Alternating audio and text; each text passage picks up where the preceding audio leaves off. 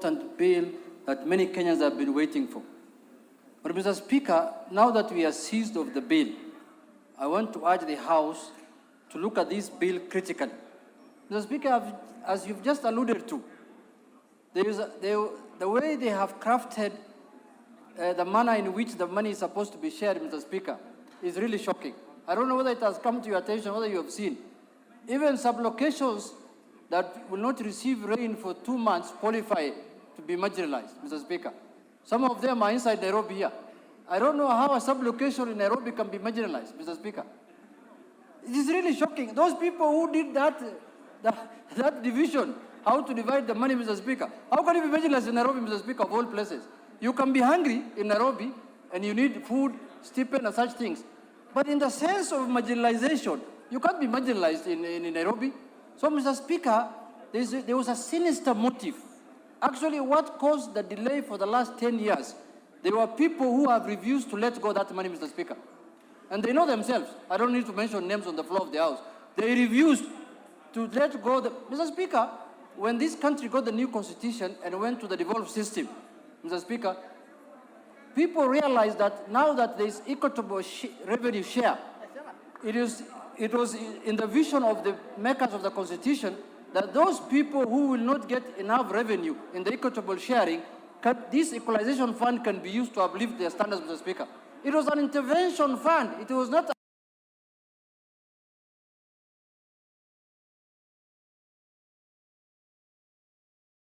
it was being done was wrong, and the House must look at it this time fresh, Mr. Speaker. And then the people who deserve it must get it, Mr. Speaker. I'm told even Githunguri has been listed as a marginalized place. There's nothing like that. Order, honorable members. We rarely open a message from the other house for debate, and we'll leave it there. The bill is listed for first reading. It will come for second reading shortly. And those of you with strong views on the issue, be ready to debate the bill.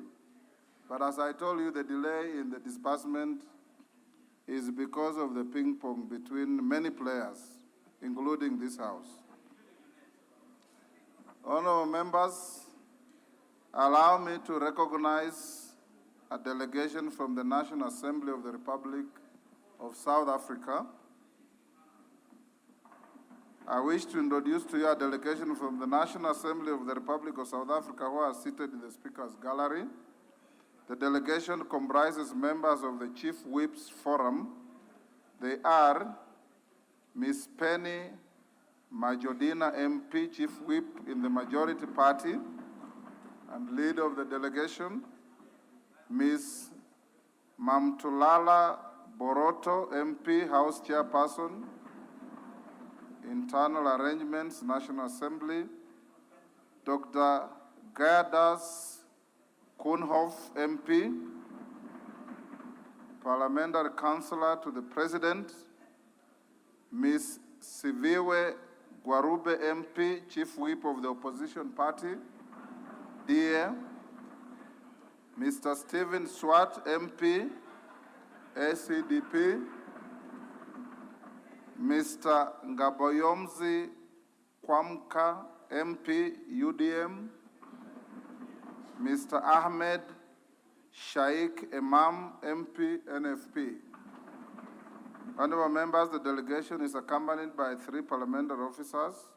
The delegation is on a visit to benchmark with their counterparts in the leadership offices and to explore ways to enhance their work as party functionaries and office bearers. Honorable members, on my own behalf and that of the National Assembly, I welcome the delegation to Parliament and wish them fruitful engagement and during their stay in the country. I thank you.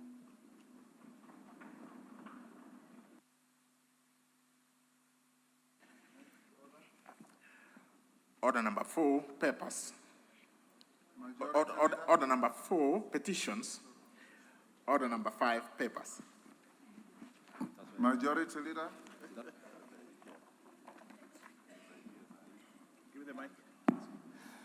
Thank you very much, Honorable Speaker. Honorable Speaker, I beg to lay the following papers on the table of the House today, Tuesday, 20th June 2023. 1. Legal notice number 75 of 2023 relating to the mining, Gemstone Identification and Value Addition Fees Regulation 2023 and the explanatory memorandum from the Ministry of Mining, Blue Economy and Maritime Affairs. 2, reports of the Auditor General and financial statements for Kenya National Commission for UNESCO Mortgage Scheme for the year ended 30th June 2016, 2017, 2018, 2019, and 2020. 3, report of the Auditor General and financial statements for African Organization of Public Accounts Committee, AFROPAC, for the year ended 31st December 2016, 2017, 2018, 2019, 2020, and 2021. Reports of the Auditor General of Financial Statements for Kenya National Commission for UNESCO Mortgage and Car Loan Scheme for the year ended 30th June 2021 and 2022. 5, annual reports and financial statements for Capital Markets Authority for the period from 1st July 2021 to 30th June 2022. 6, reports of the Auditor General and financial statements in respect of the following institutions for the year ended 30th June 2022 and certificates therein. A, National Mining Corporation, Kenya Water Institute, Rural Electrification and Renewable Energy Corporation, Council of Legal Education, Agricultural Finance Corporation, Kenya Animal Genetic Resources, Agricultural Development Corporation, ADC, and Agricultural Finance Corporation, AFC Development Limited Liability Partnership, Commission for University Education Staff Car Loan and Mortgage Scheme Fund, TVET Curriculum Development Assessment and Certificates Council, and Certification Council, TVET CDACC, School Equipment Production Unit, Kenya Education Management Institute, Commission for University Education, National Council for Nomadic Education in Kenya, Kenya Institute of Curriculum Development, Kenya Scouts Association, and lastly, Kabete National Polytechnic. I thank you, Honorable Speaker, and I beg to lay. Thank you, Majority Leader. Chairperson, Departmental Committee on Housing, Urban Planning, and Public Works. Thank you, Speaker. I beg to lay the following paper on the table of the House today, Tuesday, June 20, 2023. The report of the Departmental Committee on Housing, Urban Planning, and Public Works on its consideration of the National Construction Authority Amendment Bill, National Assembly Bill number 59 of 2022. Thank you. Thank you, Johanna. The Chairperson, Public Investments Committee on Governance and Education.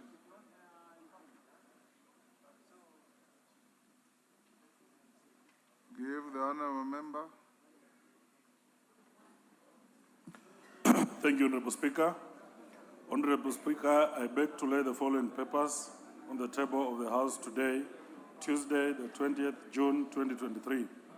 Number 1, first report of the Public Investments Committee on Governance and Education on its consideration of the report of the Auditor General on the financial statements of state corporations, regulatory and governance agencies for the financial years 2018-2019, 2019-2020, and 2020-2021, and 2, second report of the Public Investments Committee on Governance and Education on its consideration on the report of the Auditor General on the financial statements of state corporations, training colleges / institutions for the financial years 2018-2019, 2019-2020, and 2020-2021.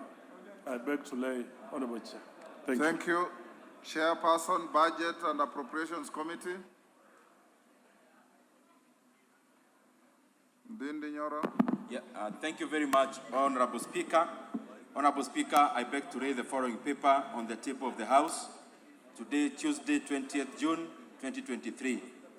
Report of the Budget and Appropriations Committee on its consideration of the second supplementary estimates for financial year 2022-2023. Thank you very much, Honorable Speaker. Next order. Order number 6, notices of motion. Chairperson, Public Investments Committee on Governance and Education. Thank you, Honorable Speaker. Honorable Speaker, I beg to give notice of the following motion, that this House adopts the report of the Public Investment Committee on its consideration of the report of the Auditor General on the financial statements of state corporations, training colleges / institutions for the financial year 2018, 2019, 2019, 2020, and 2020, 2021, laid on the table of the House Tuesday, 20th June 2023. Thank you. Next, the Chairperson, Budget and Appropriations Committee. Thank you very much, Honorable Speaker. Honorable Speaker, I beg to move that pursuant to the provisions of Standing Order 120, that this House resolves to reduce the publication period of the Appropriations Bill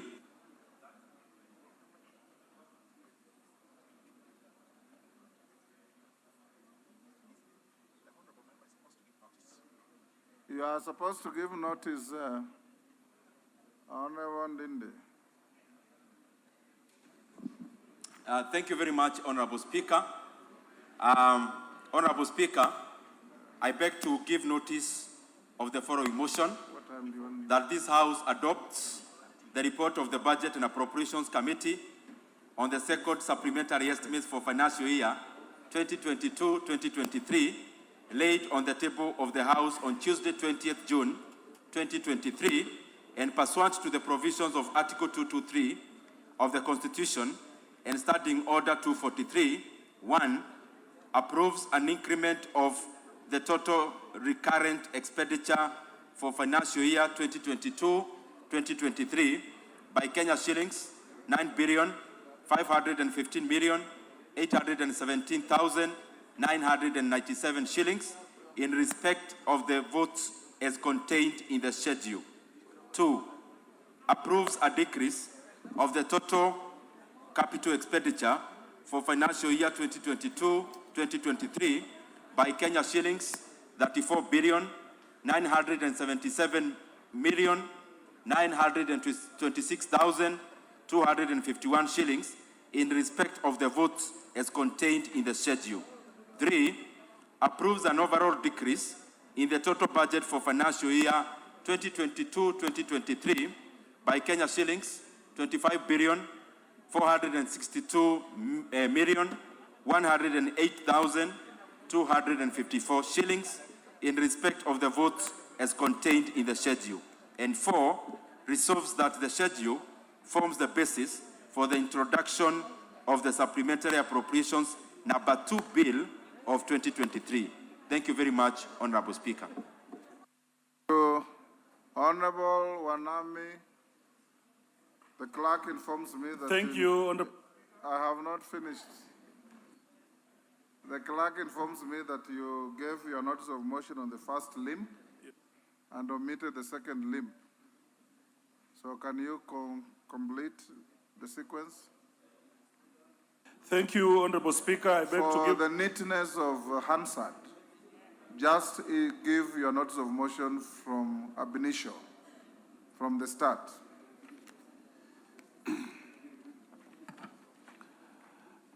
Honorable Speaker, I beg to give notice of the following motion, that this House adopts the report of the Public Investment Committee on its consideration of the report of the Auditor General on the financial statements of state corporations, regulatory and governance agencies for the financial year 2018-2019, 2019-2020, and 2020-2021, laid on the table of the House on this Tuesday, 20th June 2023. And the second motion, Honorable Speaker, I beg to give notice of the following motion, that this House adopts the report of the Public Investments Committee on its consideration of the report of the Auditor General on the financial statements of state corporations, training colleges, and institutions for the financial year 2018-2019, 2019-2020, and 2020-2021 laid on the table of the House on Tuesday, 20th, 2023. Thank you, Honorable Speaker. Thank you, Honorable Mboka. Honorable members, allow me to acknowledge in the speakers and public gallery the following schools: Chogoria Boys from Mara, Tharaka Nithi; Ndururumo Boys from Laikipia West, Laikipia; Materi Girls from Tharaka, Tharaka Nithi. On your behalf and on my own behalf, I welcome the students and their teachers to the House of Parliament. Next order. Order number 7, questions and statements. Order number 8, procedural motion, reduction of publication of period of a bill. Chairperson, Budget and Appropriations. Thank you very much, Honorable Speaker. Honorable Speaker, I beg to move a procedural motion that is on the reduction of publication period of a bill.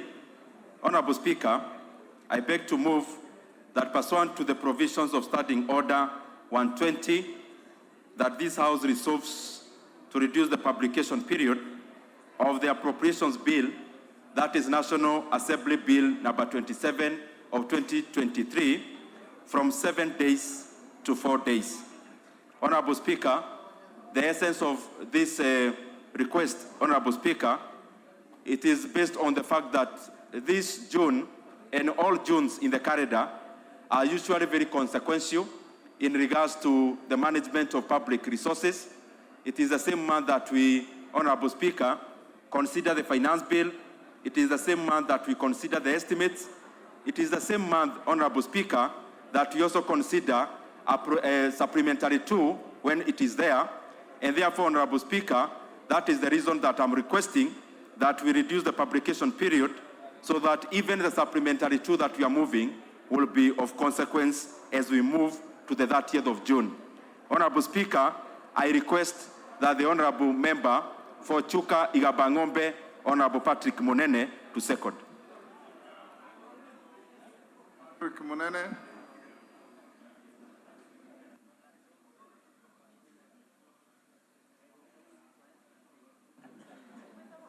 Thank you, Mr. Speaker. Mr. Speaker, I stand to second the motion, second the mover, that we shorten the publication period for this bill. Mr. Speaker, I wish first to thank the Budget Committee and all members of this House. It has really been a busy time for this Parliament, having to go through the budget estimates, now looking at the finance bill. Mr. Speaker, as we come to the close of the financial year in June, there are so many things to be done, Mr. Speaker. There are so many things we need to address as a country. So, Mr. Speaker, based on these things, I wish to support the mover that we need to shorten the publication period of this important bill so that we can allow it to go through the House and the country to move on, Mr. Speaker, as we close the financial year. Finally, Mr. Speaker, on behalf of Tharaka Nithi County, I wish to welcome Chogoria girls and Materi girls in this House. Thank you, Mr. Speaker. Thank you, Honorable Munene. I would have extended the welcome to all the 3 schools. Honorable members, I now propose the question, which is that pursuant the provisions of Standing Order 120, this House resolves to reduce the publication period of the Appropriation Bill, National Assembly Bill number 27 of 2023, from 7 days to 4 days. Honorable members, I now put the question, which is that pursuant the provisions of Standing Order 120, this House resolves to reduce the publication period of the Appropriation Bill, National Assembly Bill number 27 of 2023, from 7 days to 4 days. As members of that opinion say aye. Do those of the contrary opinion say nay? Ayes have it. Next order. Order number 9, the Appropriation Bill, National Assembly Bill number 27 of 2023, first reading. A bill for an act of parliament to authorize the issuance of a sum of money out of the consolidated fund and its application towards the service of the year ending on the 30th June 2024, and to appropriate that sum and a sum voted on account of by the National Assembly for certain purposes, services and purposes, public services and purposes. Order number 10, the County Allocation of Revenue Bill, Senate Bill number 16 of 2023, first reading. A bill for an act of parliament to provide for the equitable allocation of revenue raised nationally and among the county governments for the 2023-2024 financial year, the responsibilities of the national and county governments pursuant to such allocation and for connected purposes. Next. Order number 11, the Equalization Fund Appropriation Bill, Senate Bills number 3 of 2023, first reading.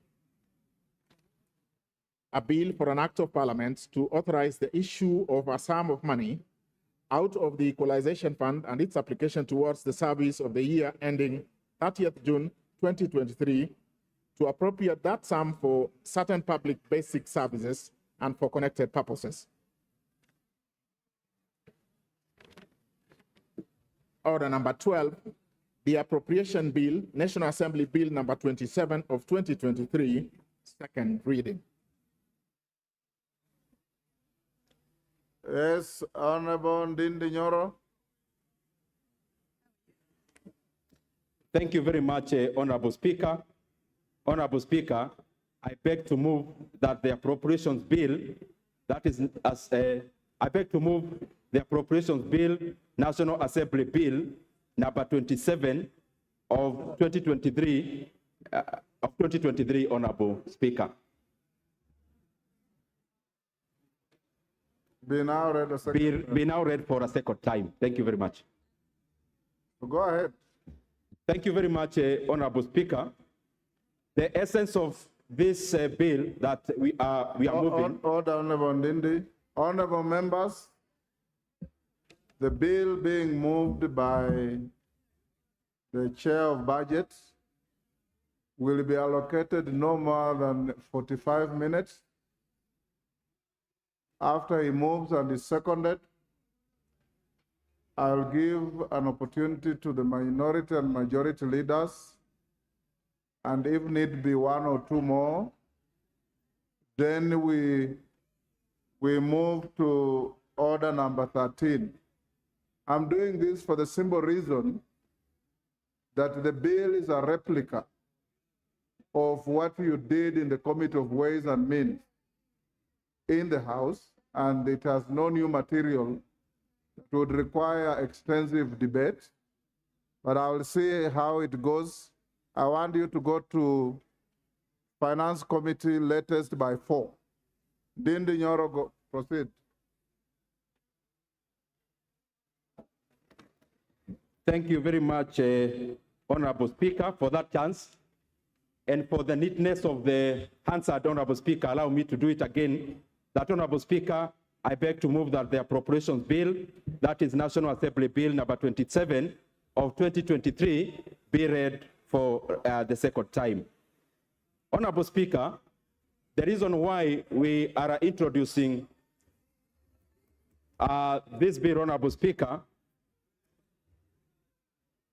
is so that we align the government spending as we come to the close of the financial year, that is 2022-2023.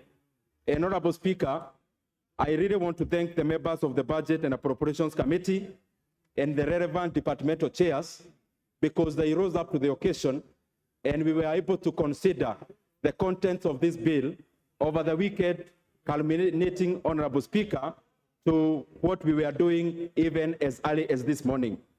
Honorable Speaker, the bill is not far-reaching because we are just trying to align, as we come to the close of the financial year, to align what the government will actually be collecting as revenue, and we align the same with the expenditure side as we come to the close of the financial year.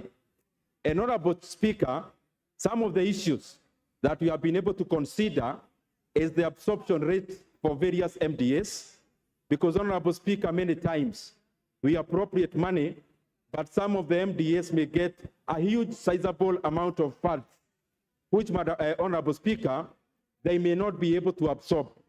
And as we come to the close of the financial year, we really had to consider those facts, that yes, as we come to the close, we have to put monies where they can be absorbed. And therefore, Honorable Speaker, it is more of realignment of the government physicals so that we close the financial year with a neat budget. Honorable Speaker, as I read previously, the amount we are considering in total, the sum total is shy of 30 billion Kenya shillings, and therefore, Honorable Speaker, in comparison to the size of the budget, it is basically just marginal. Honorable Speaker, some of the areas that we have considered for increment, and Honorable Speaker, I would beg, if it's possible, the members can consult in low tones. Order. Order, honorable members. Honorable Wamshomba and your team around there. Tafadhali muongee kwa sauti ya chini. You are disrupting the flow of thought of the member on his feet.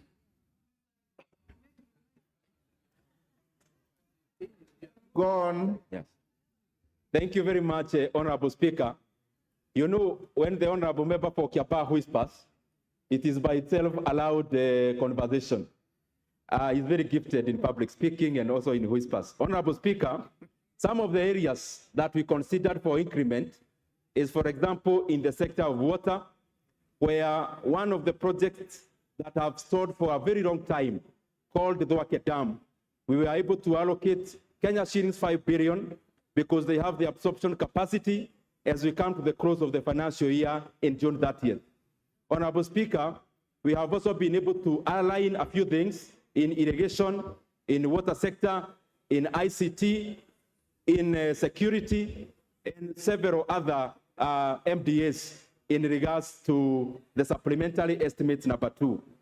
But as I come to the close, because I know we also have very many businesses today that we need to put our thought into and our voice into, I do not wish to belabor the point.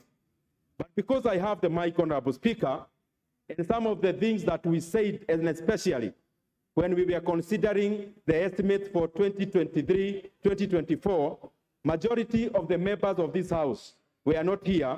Allow me, because we are still in the budget process, to highlight below, Honorable Speaker, that even as we consider the supplementary estimates, Honorable Speaker, in the year 2022-2023, through the budget that we read of 3.679 trillion Kenya shillings, there are very important things, Honorable Speaker, that I wish to bring to the attention of the members, and especially because by the time we were moving, majority of us, Honorable Speaker, we are already engaged in other things. Honorable Speaker, in the money that we appropriated, and I want the honorable members to listen, over and above appropriating a huge budget to education, we also appropriated, Honorable Speaker, the money that we are taking to Higher Education Loans Board. We doubled that allocation from 15 billion Kenya shillings to 30 billion Kenya shillings. We were able, Honorable Speaker, to allocate monies for hiring of 8,000 fresh graduates to government internship program, where these 8,000 interns will be paid a stipend of 25,000 Kenya shillings. Honorable Speaker, in the same budget of 2023-2024, Honorable Speaker, we were also,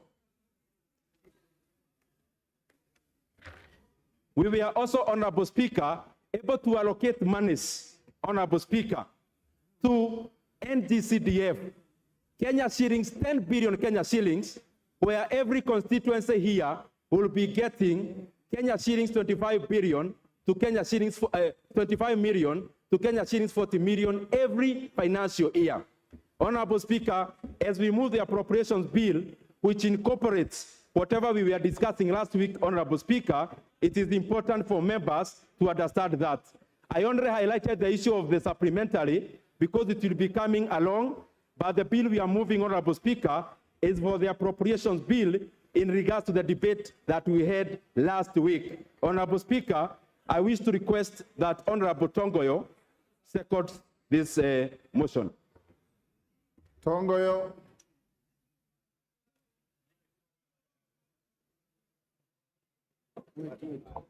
Thank you so much, Mr. Speaker. I stand to second the appropriation budget, appropriation bill, and by approving this bill, it will allow to have the funds appropriated and remitted by the National Treasury to the MDS to enable them perform their duties. So I second, Mr. Speaker. Order. Order, Honorable Jared. Order, honorable members, I now propose the question, which is the appropriation bill, National Assembly Bill number 27 of 2023, be now read a second time. Honorable Badi, give you 3 minutes. Thank you, Mr. Speaker. Mr. Speaker, unfortunately, I was not present when Committee of Ways and Means were deliberating on various vote heads. But Mr. Speaker, allow me, in the shortest time that you have allocated me, to highlight just a few things. Mr. Speaker, I'm worried about this budget. So worried, because Mr. Speaker, when President Ruto took power, he said that he was going to reduce the budget of 2022-2023 by 300 billion shillings. That did not happen, and instead, what we are seeing today is an increase in the budget from the 2022-2023 budget to 2023-2024, an increase of 544 billion shillings, Mr. Speaker. The total budget is rising from 3,055 billion to a total of 3,599 billion, Mr. Speaker. That is without considering the debt rollover. Mr. Speaker, if you look at this budget, it is broken down into total executive expenditure, parliament, judiciary, and other CFS. The financing of this budget is going to be a challenge, Mr. Speaker, because this country is deluding itself that we can raise ordinary revenue from 1,917 billion in the current financial year to 2,571 billion in the next financial year. That is an increase of 653 billion shillings, Mr. Speaker.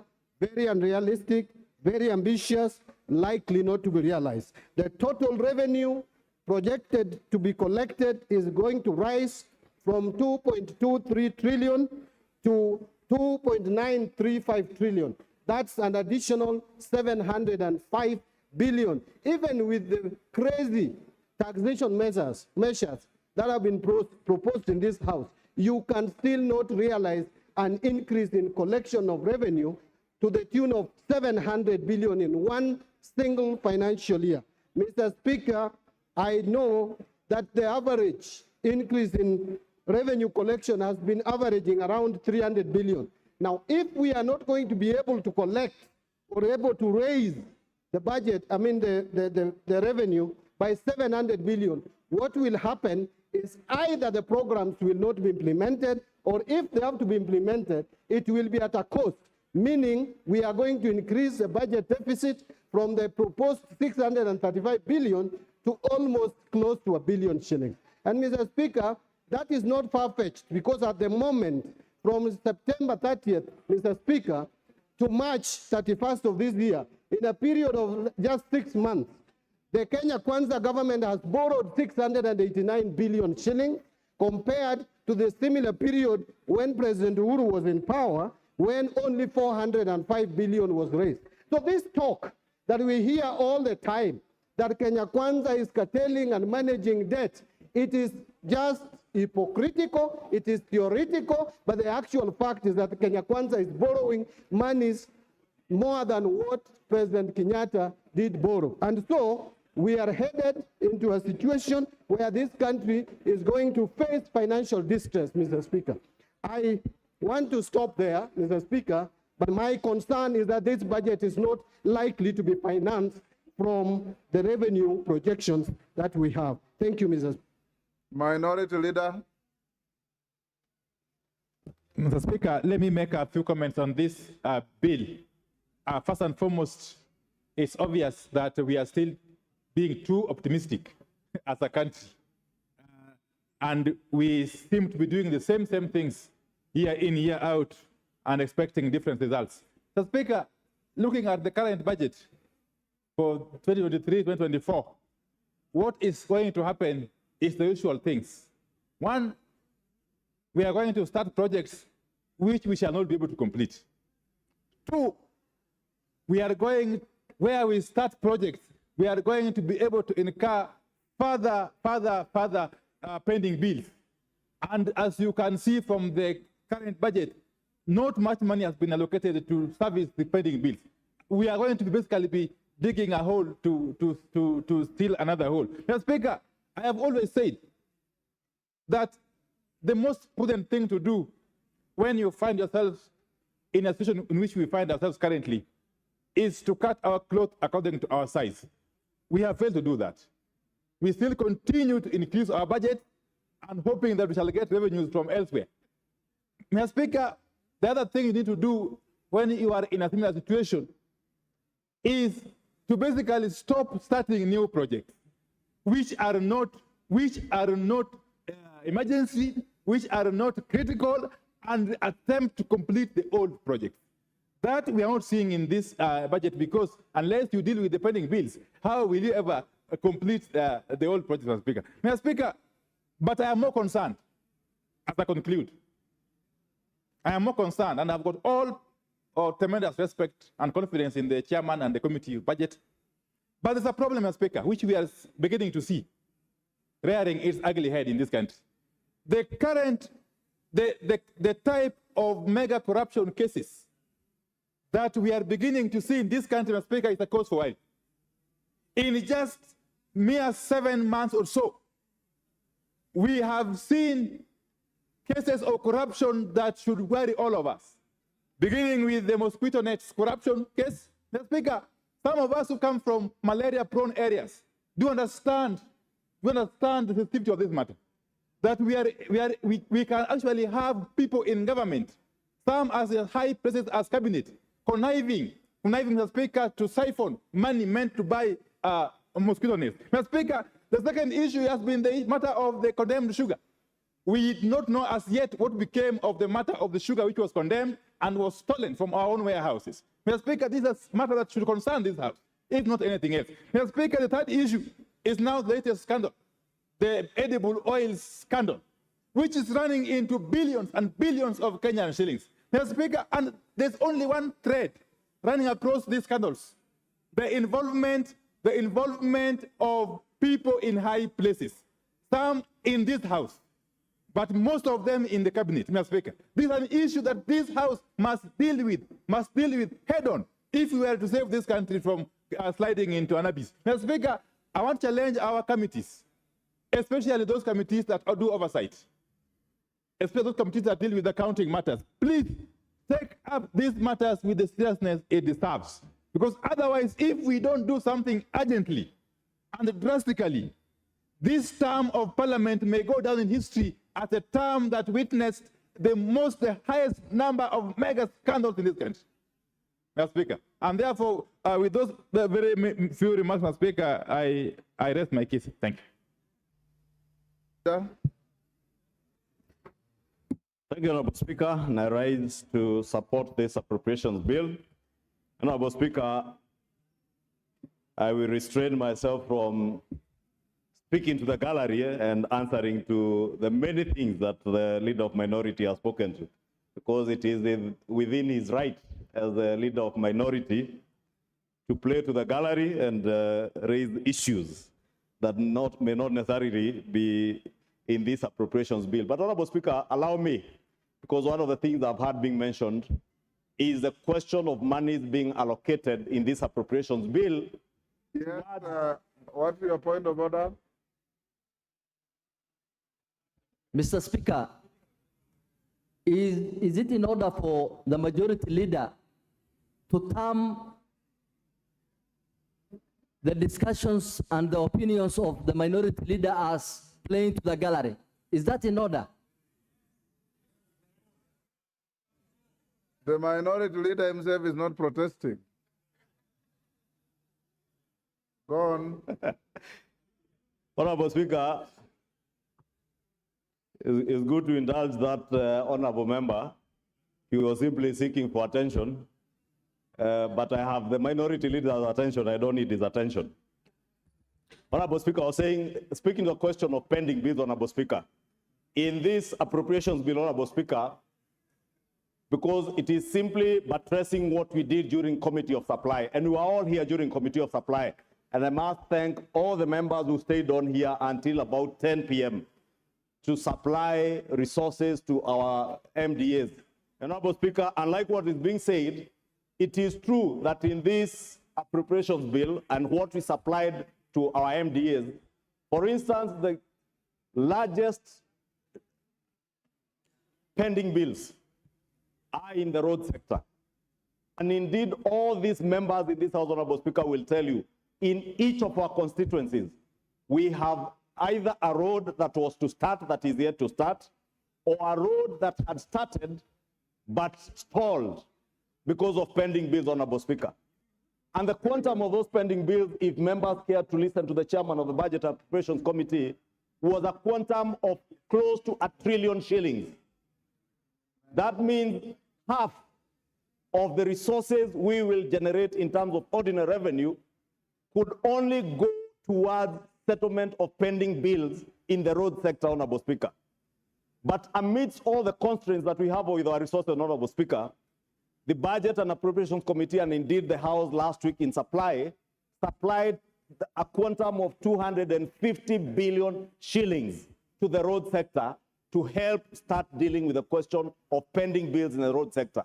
And indeed, Honorable Speaker, you will see with time, as at when exchequer releases begin, hopefully after the month of July, Honorable Speaker, if we agree with the chair of the Finance Committee and finish with the finance bill third reading today, or in the course of the day tomorrow, Honorable Speaker, and we're able to generate adequate revenues to be able to unlock the question that the leader of minority rightly says, that we have a huge problem of pending bills. That 250 billion shillings to the road sector is not enough. Even after rationalizing all those roads projects that have been committed to, the figure came to about 730 billion. Therefore, it tells you, even if we were to allocate resources, not to deal with new projects, and I just want to inform the House and the leader of minority, that we are not dealing with new road projects, we are dealing with those already committed road projects.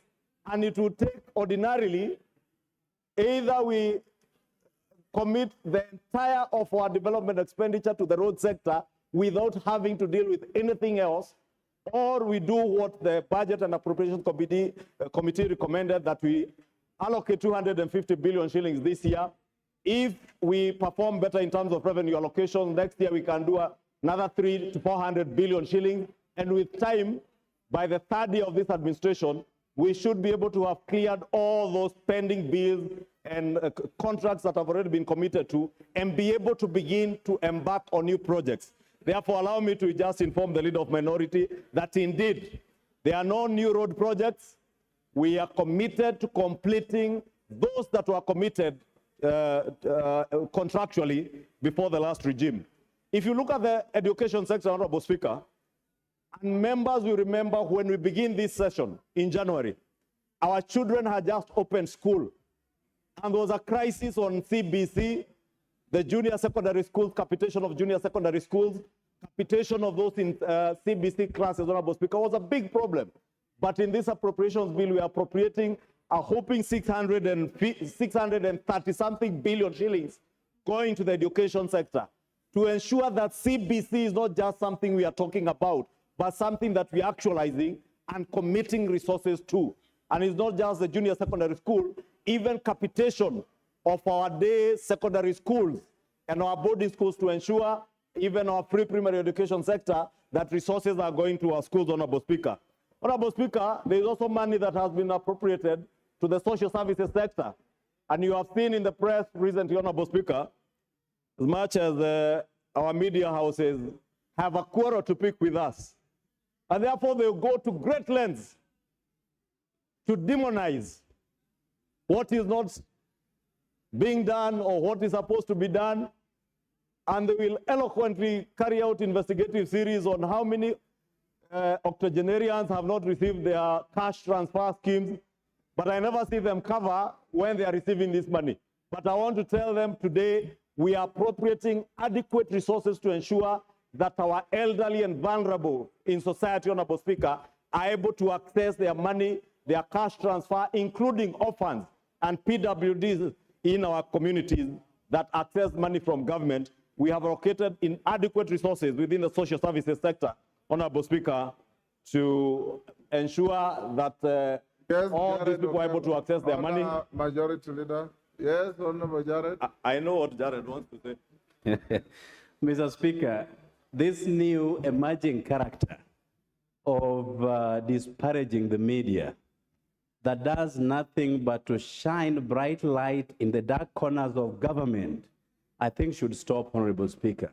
What is We the point get of order? informed through the media, we get news through the media, and if somebody has a beef to pick with the media, they have professional bodies around the media house. What is the point of order, Jared? My point of order is to ask the majority leader, together with his surrogates, to stop disparaging the media, Honorable Speaker. The media plays an important role to this country and to the world at large, Honorable Speaker, and I thank you. Ichung'wa, endelea. Honorable Speaker, allow me to ignore what only warrants to be ignored. Honorable Speaker,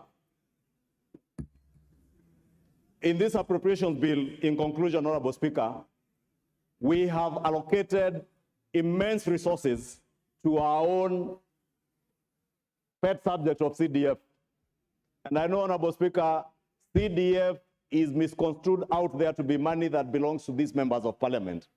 But CDF is money that belongs to our voters, the people who have sent us to this house, Honorable Speaker. And the resources that have been devoted to CDF this financial year, Honorable Speaker, will not only go to supplement what has been devoted through the Ministry of Education, that's 630 billion shillings going to the Ministry of Education, but also to supplement our bursary schemes, Honorable Speaker, in our constituency, to ensure that the children who have been committed to schools, who are getting school capitation, that school capitation is not adequate and is not enough. Those children need school bursaries. Honorable Speaker, we are talking about digital hubs in our constituencies. I want to ask members of parliament, now that the government, and I am sure the ICT committee will be briefing members on this, is intent on establishing ICT innovation hubs in every ward in our constituencies, to at least in the next financial year, as we retreat for the short recess, which, Honorable Speaker, I know many of the members will retreat to do their proposals. As you engage with members of the public, it is good to inform members of the public that there are those innovation hubs in each of the wards, so that you also devote in your CDF proposals and budgets action and equipping of those ICT hubs. Government has, through ICTA, the ICT authority, has adequate equipment in terms of the digital equipment, computers, and also ensuring that you have connectivity in those ICT hubs, so that we also help our children, our young men and women in our constituencies who have no jobs, to be trained under the Jitume program, to be able to access online jobs and be able to work from the ICT hubs, and also to work from home and access online jobs even outside the country, Honorable Speaker. Honorable Speaker, let me just conclude. I visited SOT Technical in Bomet County, and I don't know if the Member of Parliament is here for Bomet Central. And I was impressed, Honorable Speaker, with the kind of work where you find students, 21 to 24-year-olds, who are working online and earning their $20, $25 an hour, and they are working right from their own classroom in those ICT hubs. And therefore, even with the establishment of all our TVETs in the constituencies that have TVETs, those who are here to start TVETs in their constituency, I also want to encourage you And I have seen a number of members, I did here during contribution in the second reading of the budget and appropriations report, a number of members pointing out that they have no TVETs in their constituencies. Please, in your CDF allocations this year, allocate money, the 10 million shillings that is required from CDF, NGCDF, so that you get the counterpart funding from the Ministry of Education for those TVETs, and establish these ICT hubs, because they will go a long way into securing job opportunities for millions of our young people who are jobless, many who are well educated, many who are technically tech savvy, and would be able to access these online jobs, Honorable Speaker. And allow me to use this opportunity to inform the people, great people of Kikuyu, that indeed in the next few weeks, the ICT hub at Dogoto Chiefs Camp, where I have fabricated a former chief's boardroom into such an ICT hub, Honorable Speaker, will be open. Kikuyu Town ICT hub will be open. Kenor Village Polytechnic ICT hub will be open in the next few weeks. And so will be Nachu Technical TVET, Honorable Speaker. And the computers are already on the ground, Honorable Speaker. And as I encourage other members of Parliament to follow suit, because I want to lead by example, Honorable Speaker.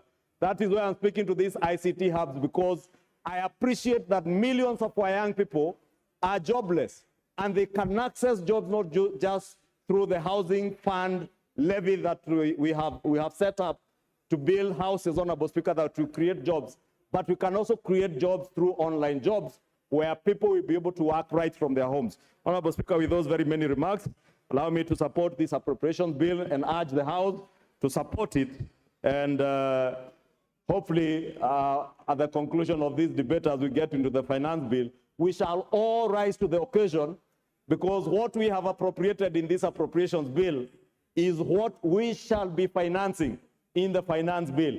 And I do hope even the myriad of amendments that I see on the order paper will be towards the goal of helping government realize higher revenues, so that we also don't get deeper into the pit of borrowing, Honorable Speaker. And with those many remarks, I beg to support. Honorable members, allow me to invite the mover to reply. Is that the mood of the House? Ndindi? Thank you very much, Honorable Speaker. And I wish to thank every participant of the entire process since we started. This process did not just start on the estimates. We started the process of making the budget for 23-24 last year. We have held public participations. We have held sector working groups. And Honorable Speaker, every participant who has taken part, I really want to thank all of them. Just to recap in a minute, Honorable Speaker, and just to put the record straight, because I see so many figures flying around. The budget that we appropriated money for, and the budget at which, Honorable Speaker, we are debating this bill, is a budget of Kenya shillings, 3.679 trillion Kenya shillings. Honorable Speaker, out of that money, the only monies that you have allocated in terms of deficit, or the monies that you have allocated to spend, which, Honorable Speaker, we intend to borrow, is only Kenya shillings, 718 billion Kenya shillings. Honorable Speaker, this is a climb down from last financial year, when we had a deficit of 860 billion on the books, but upon assuming the positions that we are in now, and after peruse of government books, we realized 200 billion had been spent at a 223, and therefore the entire deficit was actually 1.1 trillion Kenya shillings. Honorable Speaker, it is important to highlight that among the revenue side, we anticipate to collect Kenya shillings 2.57 trillion Kenya shillings. In terms of ordinary revenue, we anticipate to collect or to have or to receive 42 billion Kenya shillings in terms of grant.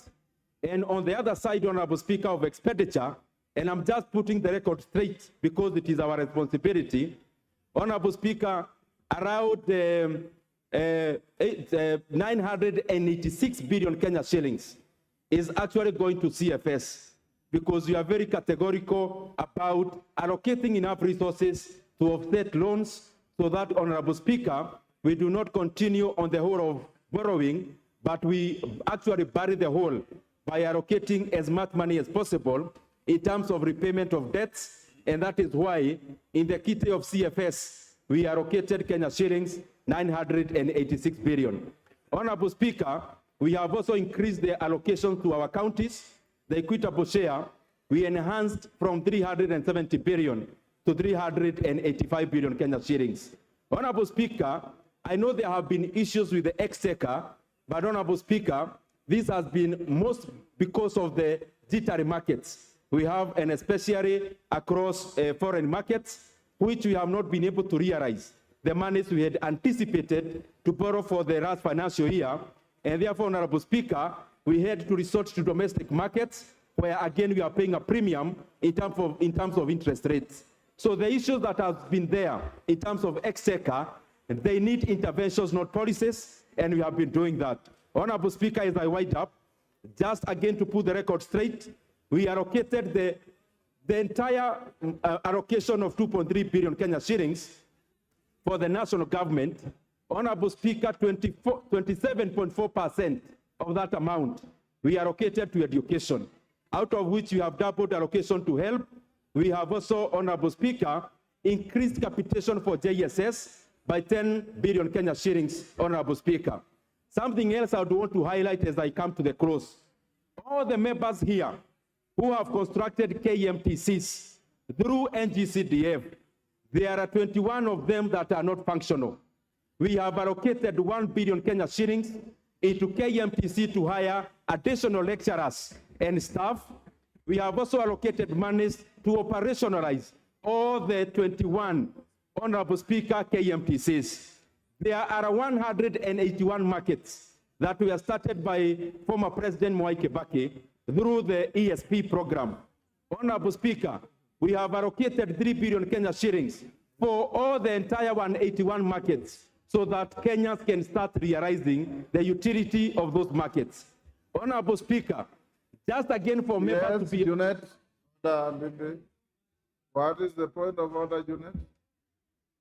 Speaker, the Speaker, I wanted to bring to the attention of the Chair Budget Committee that, Mr. Speaker, doing the appropriation is one thing, but having the real money is another thing, Mr. Speaker. He has sold here a rosy, Mr. Speaker, a heavenly affair that we have given 1 billion to this man, 2 billion to that lady. But, Mr. Speaker, what is the level of absorption, Mr. Speaker?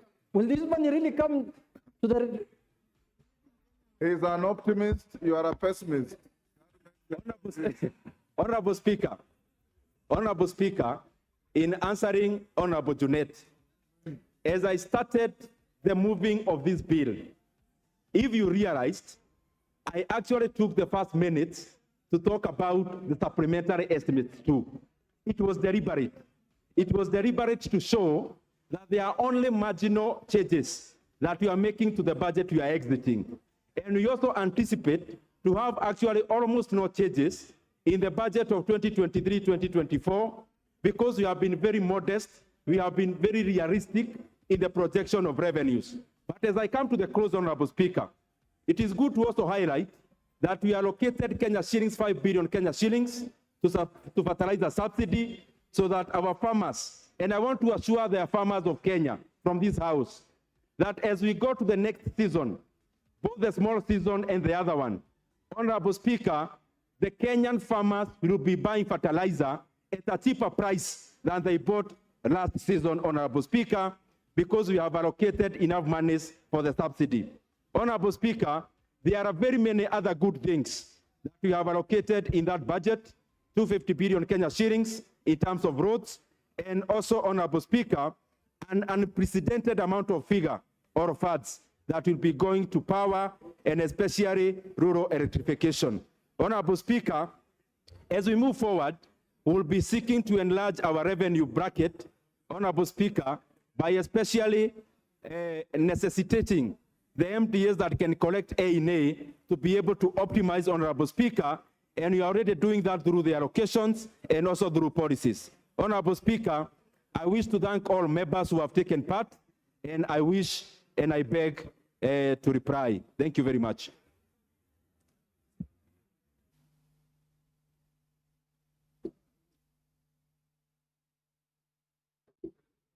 I now wish to put the question, which is the Appropriations Bill, National Assembly Bill number 27 of 2023, be now read the second time. As many as of that opinion say aye. Those of the contrary opinion say nay. The ayes have it. A bill for an act of parliament to authorize the issuance of a sum of money out of the consolidated fund and its application towards the service of the year ending on the 30th June 2024, and to appropriate the sum and a sum voted on account by the National Assembly for certain public services and purposes. Next order.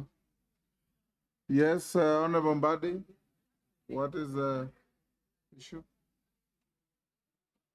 Thank you, Mr. Speaker. Mr. Speaker, I realized that the second order in the order paper is going to be the Committee of the Whole House on the Finance Bill. We've not reached there yet. Just But Mr. Speaker, I was raising it because I know once you call for the Committee of the House is supposed to adjourn. But I wanted to raise this point over there so that I get your ruling on this matter, Mr. Speaker, so that when we move to the Committee of the Whole House, then the matters will have been dispensed with. Mr. Speaker, if you allow me. Right. Yeah, Mr. Speaker, this House has set traditions before. The Speaker has ruled that matters of constitutionality, matters of legality, and matters of procedure, Mr. Speaker, can be raised at any time in the course of debating a bill. Mr. Speaker, Article 259 actually speaks to the interpretation of the Constitution, and that it should be done in a manner that would promote its purposes, values, principles, and advance the rule of law and contribute to good governance. Mr. Speaker, our standing order is actually a creation, or standing orders are a creation of our Constitution. Order, Honorable Mbadi. Order. Take your seat. The matter you are raising was actually raised by the distinguished member for Arieda on Thursday. I promised to give a response to it, and I have a ruling I want to deliver on it. So you're actually flogging a dead horse. It is a matter that is already unanswered, and the Honorable Otienda Amolo prosecuted it very well. I can see you just headed the same direction, so I will stop you there and allow me to move on to give my response to what Honorable Otienda Amolo raised. Order, Honorable members. First, I bring to your attention, Honorable members, to the availability of a supplementary order paper that should be circulated. The reason I'm told, because we have members' amendments to the finance bill, some that were received late, out of time, but were accommodated because they wanted to accommodate as many of you as we can. So you can look at the supplementary order paper, and from here we'll proceed on the basis of that. I have got two, a ruling and a communication to make. Thereafter, the majority leader will move a procedural motion to extend your sitting time. And given the enormity and the interest in the matter of the finance bill, House Business Committee today directed that where possible, today you'll sit up to the end of the day. Tomorrow morning we'll put aside, pardon? It is out of order to speak to the chair when the chair is making a communication. We will then tomorrow morning, if we will not have finished with the finance bill, put aside your private member's business to deal with it. If you will not have finished by the afternoon, again, we'll have a procedural motion for you to sit up to the end of the day. The end of the day means midnight. That's when the day ends. And if you do not finish, then you have Thursday.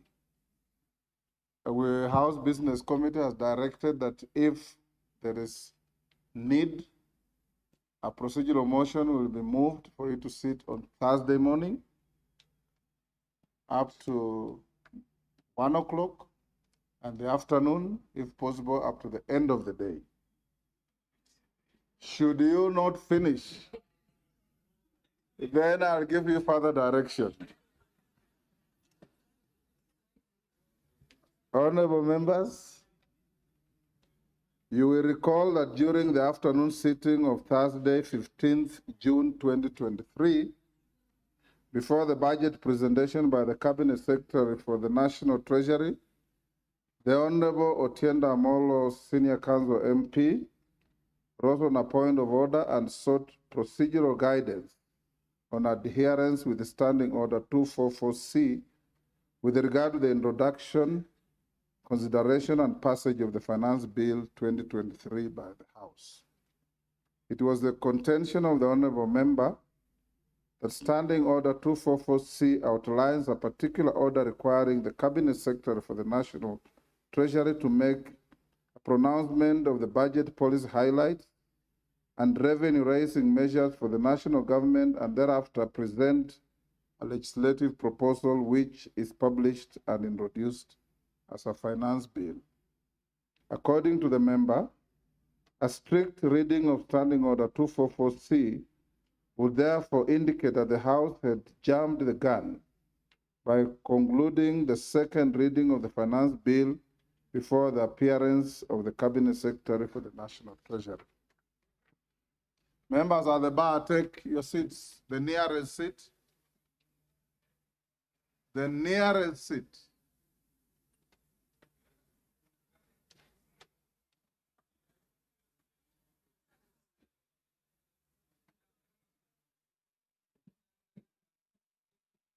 Honorable members, at the time I did indicate to the Honorable Otienda Amolo that Standing Order 244C had been rendered negatory by a court decision and offered to share the relevant judgment after the sitting. Honorable members, following the budget presentation by the Cabinet Secretary for the National Treasury and Economic Planning, I did receive inquiries and representations from several members of the House relating to the matter raised by the Honorable Member for Areda. Given the turn of events, I have decided to issue this particular guidance to the House. Honorable members, from the inquiries and representations received, I have isolated two issues in relation to the consideration of the finance bill that require clarification. These are: one, the effect of the court judgment alluded to in my response to the Honorable Otienda Amolo to the manner of considering and passing of a finance bill, the procedure applicable to the consideration of a finance bill in light of the provisions of Section 39A and 40 of the Public Finance Management Act 2012 and Standing Order 244C, and the effect of the presentation of the budget statement on the consideration of the finance bill, of a finance bill. With regard to the first issue, the court judgment that I alluded to relates to a matter filed by the Honorable Senator Okiya Omtata challenging the constitutionality of the Provisional Collection of Taxes and Duties Act. As per the practice obtaining in 2018, the Cabinet Secretary for the National Treasury would submit a finance bill after the passage of the budget estimates and on the same day that he or she made a budget speech in Parliament. Pursuant to the then Standing Order 245, the House was required to pass a finance bill within 90 days of the passage of an appropriation bill. In the interim, the House would consider and pass a motion operationalizing all the revenue-raising measures proposed in a finance bill for the period between its publication and its passage in line with the provisions, in line with the Provisional Collection of Taxes and Duties Act 1959. A point of order raised by the member for Waraka, the Honorable Tom Joseph Kajwang, MP, during the afternoon sitting of the House on 5th July 2018 may have precipitated the matter filed by the Honorable Senator Omtata. At the time, the Honorable Kajwang queried the propriety of operationalizing all the revenue-raising measures proposed in a finance bill in line with the Provisional Collection of Taxes and Duties Act 1959, in light of the provisions of the Constitution and the Public Finance Management Act 2012. Hansard records that several current members of the House ventilated on the point raised by the Honorable Kajwang then, including the Majority Leader, the Honorable Kimani Ichung'wah, MGH MP, the Honorable John Mbadi, and the Honorable Makali Mulu MP. The High Court issued its judgment in Okio Mtata Okoiti versus Cabinet Secretary, National Treasurer, and three others, 2018 KLR, Kenya Law Reports, on 19 September 2018, and gave the following orders, and I quote, a declaration that by presenting the Finance Bill 2018 to the National Assembly on 14th June 2018, while the financial calendar ends on 30th June 2018, the Cabinet Secretary violated Section 37 of the Public Finance Management Act 2018, which sets the 30th April deadline for the Cabinet Secretary to table the budget estimates and any other bills. Any other bills required to implement the national government budget for approval by the National Assembly. Order, Honorable Women Rep Kisi and your colleague. You are distracting the chair from delivering the ruling. A declaration that the Provisional Collection of Taxes and Duties Act number 44 of 1959, Chapter 415 of the Laws of Kenya is unconstitutional and therefore invalid, null, and void. A declaration that the Finance Bill 2018 or any parts or provisions thereof, including on taxation, cannot be implemented before the bill becomes the Finance Act and it goes through the parliamentary legislative process laid out in the Constitution for approval and adoption by Parliament and assent by the President.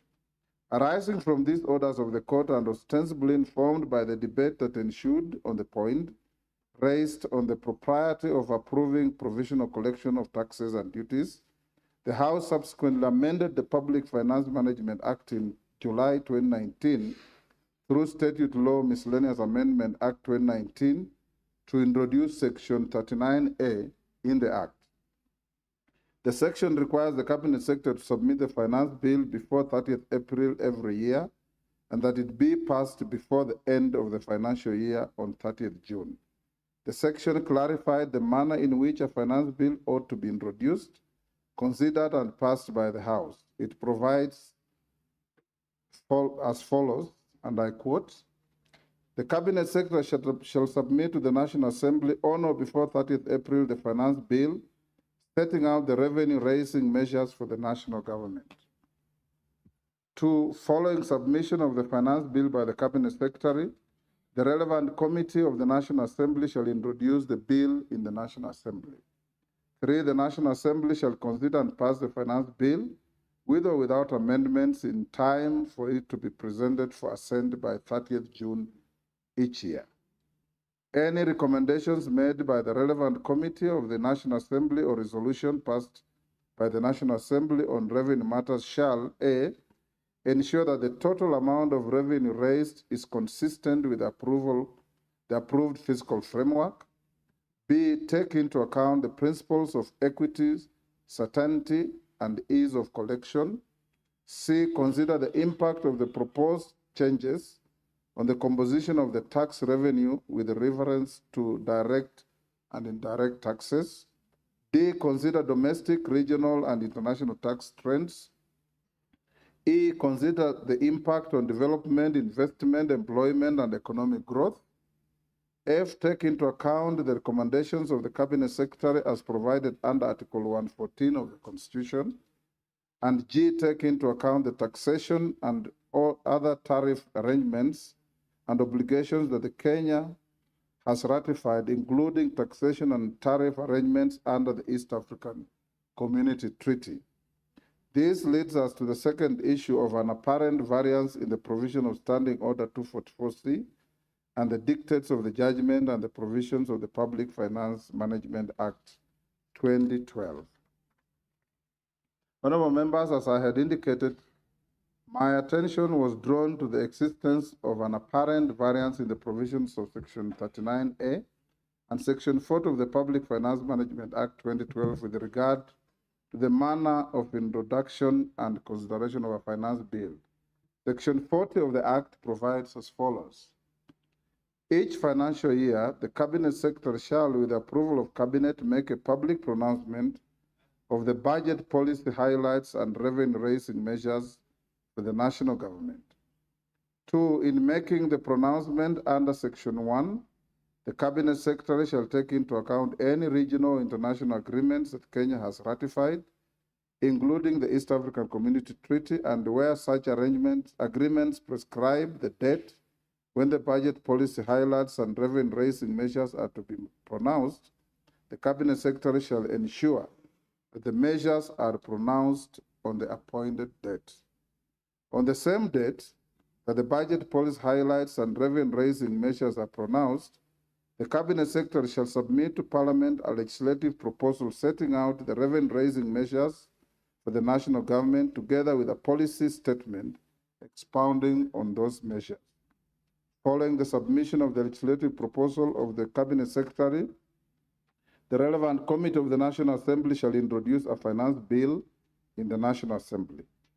Any of the recommendations made by the relevant committee of the National Assembly or adopted by the National Assembly on revenue matters shall A, ensure that the total amount of revenue raised is consistent with the approved fiscal framework and Division of Revenue Act, take into account the principles of equity and ease of collection, consider the impact of proposed changes on composition of the tax revenue with reference to the direct and indirect taxes, consider domestic, regional, and international tax trends, consider the impact on development, investment, employment, and domestic growth, take into account the recommendations of the Cabinet Secretary and Article 114 of the Constitution, and take into account the taxation and other tariff agreements and obligations that Kenya has ratified, including taxation and tariff agreements under the community. The recommendation of the Cabinet Secretary in subsection 5F shall be included in the report and tabled in the National Assembly. A plain reading of section 43 and 44 of the Act indicates that the Cabinet Secretary for the National Treasury and Economic Planning is required to submit a legislative proposal setting out the revenue-raising measures for the national government on the same day that he or she makes a pronouncement of the budget policy highlights and revenue-raising measures. This would seem to be at variance with the express obligation under the more recent Section 39A, which requires that the Cabinet Secretary to submit a finance bill to the House not later than 30th April every year, in compliance with the orders of the court in Okio Mtato Koiti versus Cabinet Secretary, National Treasury, and 3 others. Take your seats, members. The nearest seat. Honorable Kwame, the nearest seat. Well done. That is the nearest you can find.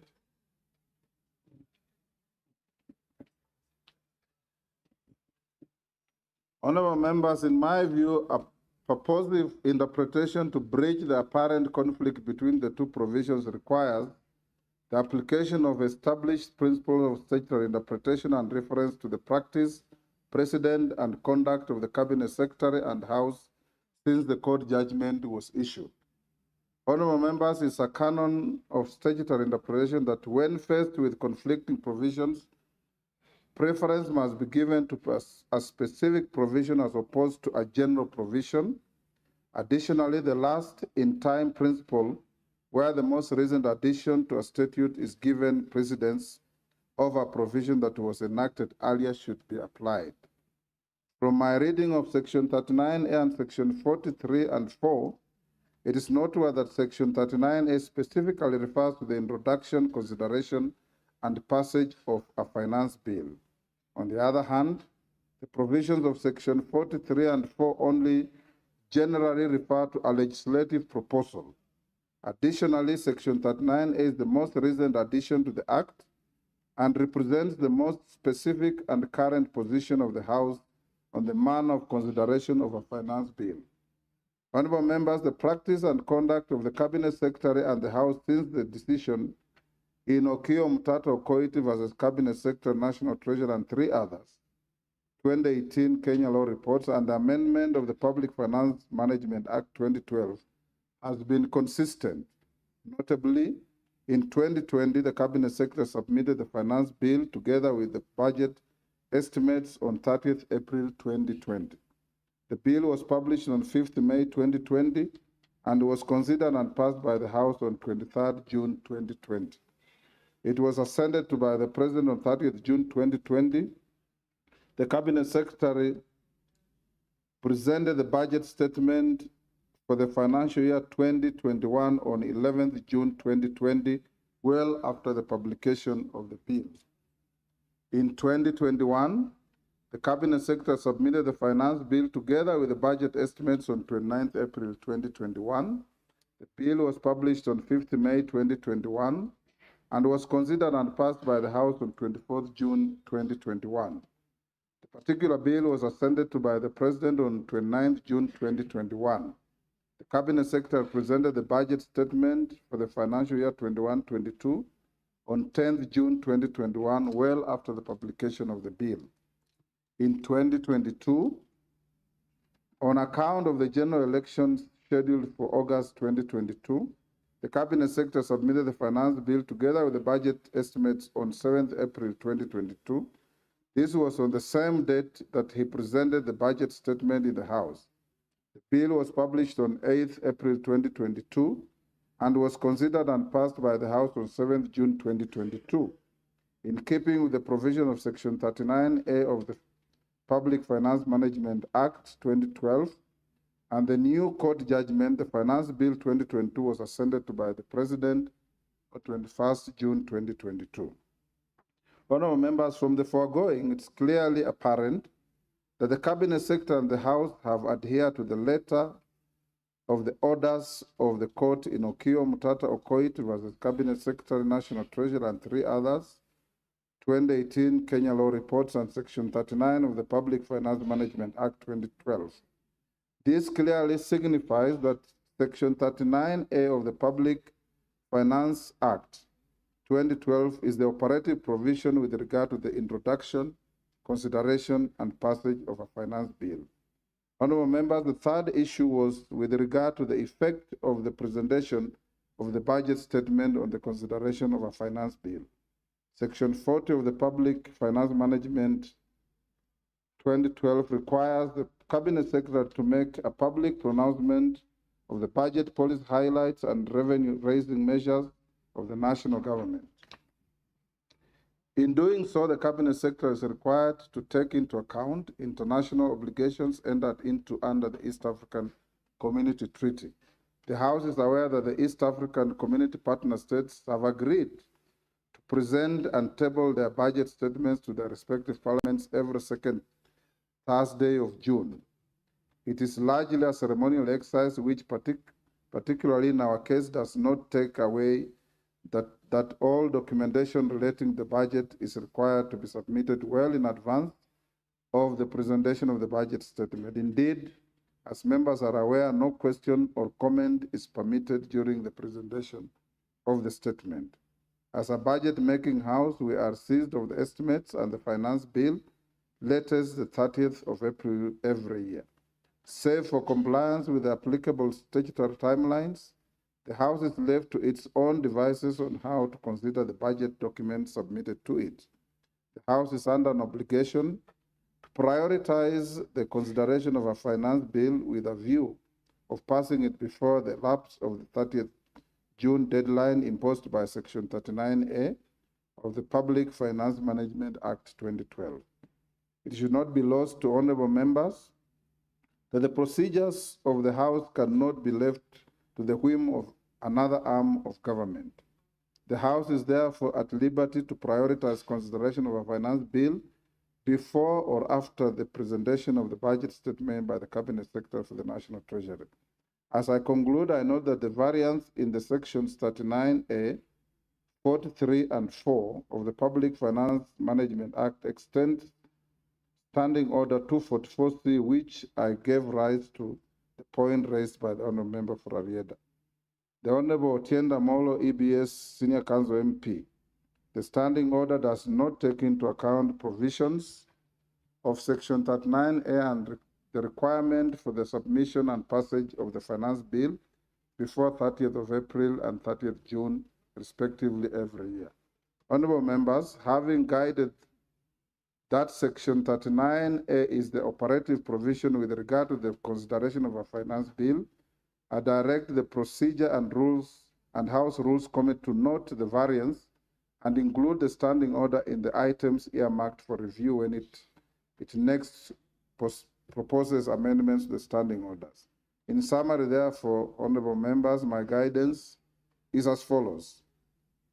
Section 39 of the Public Finance Act 2012 requires the Cabinet Secretary for the National Treasury to submit the Finance Bill before 30th April every year, and that the bill be passed before the end of the financial year on 30th June.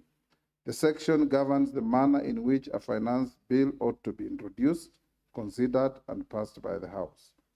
2, it is a canon of statutory interpretation that when faced with conflicting provisions, preference must be given to a specific provision as opposed to a general provision. Additionally, the last-in-time principle where the most recent addition to a statute is given precedence over a provision that was enacted earlier should be applied. Section 39A of the Public Finance Management Act 2012 specifically refers to the introduction, consideration, and passage of a finance bill and represents the most specific and current position of the House on the manner of consideration of a finance bill. That the Cabinet Secretary and the House have consistently adhered to the orders of the court in Onkio Mtata or Koiti versus Cabinet Secretary, National Treasury, and 3 others, 2018 Kenya Law Reports, and Section 39A of the Public Finance Management Act 2012. This clearly signifies that Section 39A of the Public Finance Act 2012 is the operative provision with regard to the introduction, consideration, and passage of a finance bill.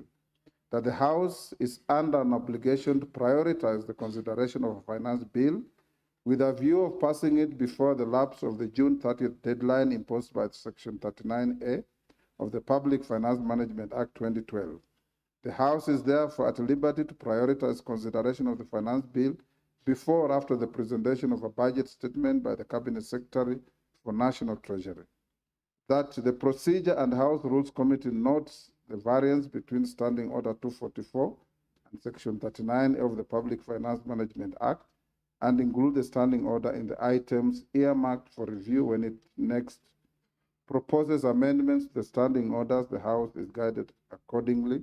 And allow me to thank the Honourable Otienda Molo for raising the issue so that we can give clarity on the matter going to the future. Thank you.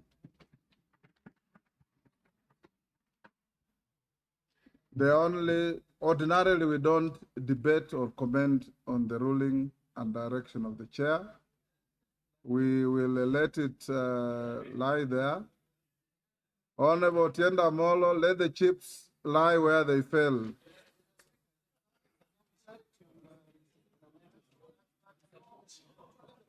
Otienda Molo. Thank you.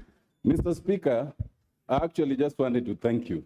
Okay. But in so doing, I wanted to let the majority leader know, because when we raised this matter, he threw words as he usually does, alleging that I was part of the case that you've actually alluded to. So I wanted him to know that I was not part of the case and I was not aware of it. But Mr. Speaker, secondly, I take your guidance, and I think the House Business Committee and the House Rules Committee should take your guidance very seriously.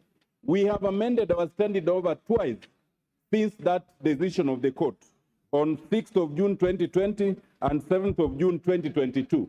This should have been factored. But last, Mr. Speaker, because the Speaker is always right, Mr. Speaker, I urge that the House Rules Committee, in considering your guidance, do actually consider the fact that although the decision says that the matter must be published and introduced, it does not say it must be debated before the budget.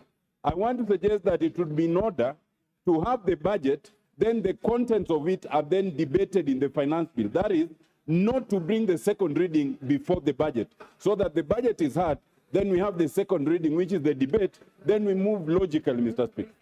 But lastly, Mr. Speaker, I do now have a point of order on the next business, which is order number 13. Order, Honorable Tiende. Order, Honorable Tiende. You are certainly taking unhelpful shortcuts. Honorable members, I will not allow you. I have given order, Honorable Bandi. This matter was raised by Honorable Tiende. I've bent backwards to allow you to make a comment, and I have thanked him for raising a matter that goes to align the act with our standing orders in the next review. You will present your views to the committee when it meets.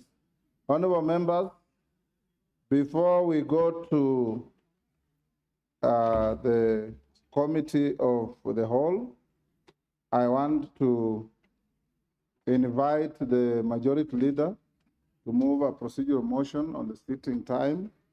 Thereafter, I'll give you some guidance on how to proceed in the committee of the whole before we go into the committee. Majority leader.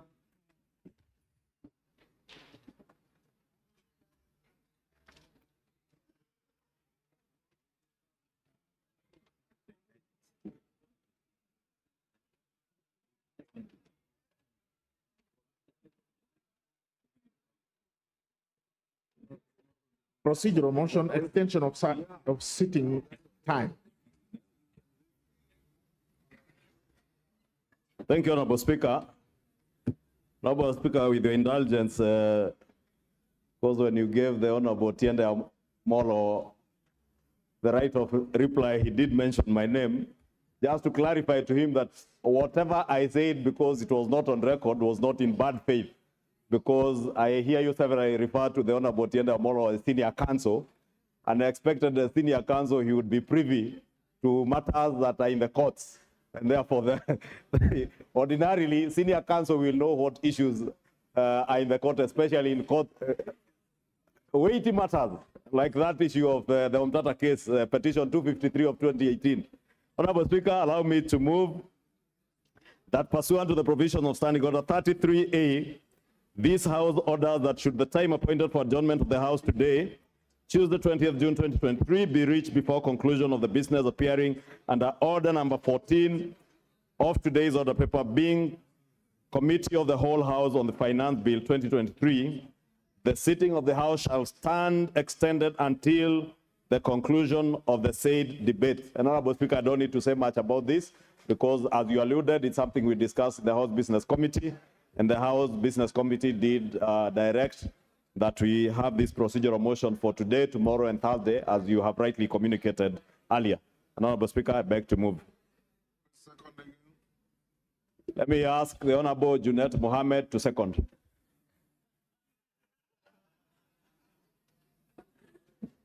Mr. Speaker, I stand to second, but seconding Mr. Speaker, as you said, or as you directed in the House Business, we discussed in the House Business Committee that there is a lot of business before us.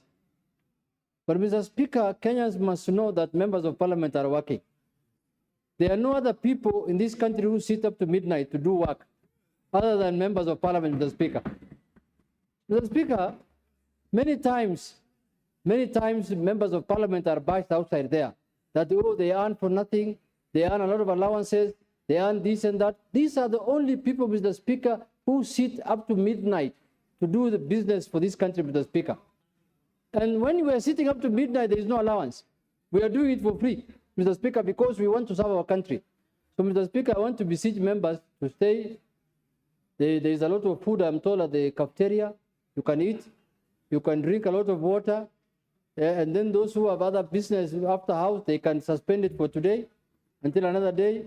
so that we can conclude these financial businesses of the country properly, Mr. Speaker, so that Kenyans can have money in their pockets, if at all it will be.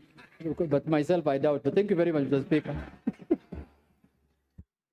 Thank you, Honorable Junet. Honorable members, I propose the question, which is that pursuant to the provision of Standing Order 33A, this House orders that should the time appointed for adjournment of the House today, Tuesday, 20th June 2023, be reached before conclusion of the business appearing under order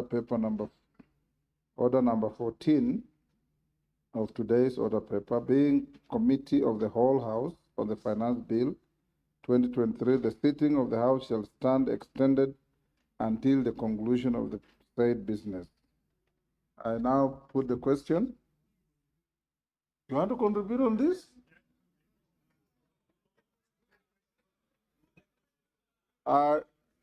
Is it the mood of the House that we put the question? And now put the question. You can respond without drama.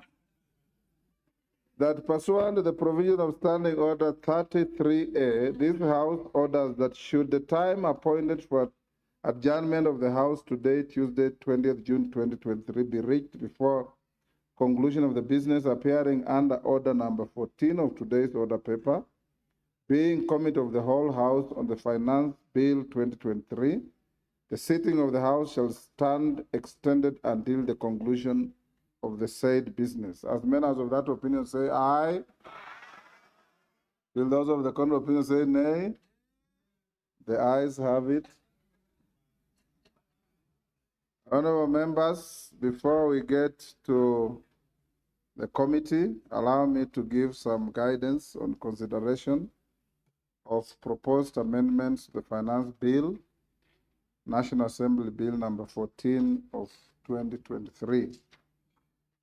Honorable members, this communication relates to the business appearing under Order 14 in today's supplementary order paper, Tuesday, 2023, being Committee of the Whole House on the Finance Bill, National Assembly Bill number 14 of 2023.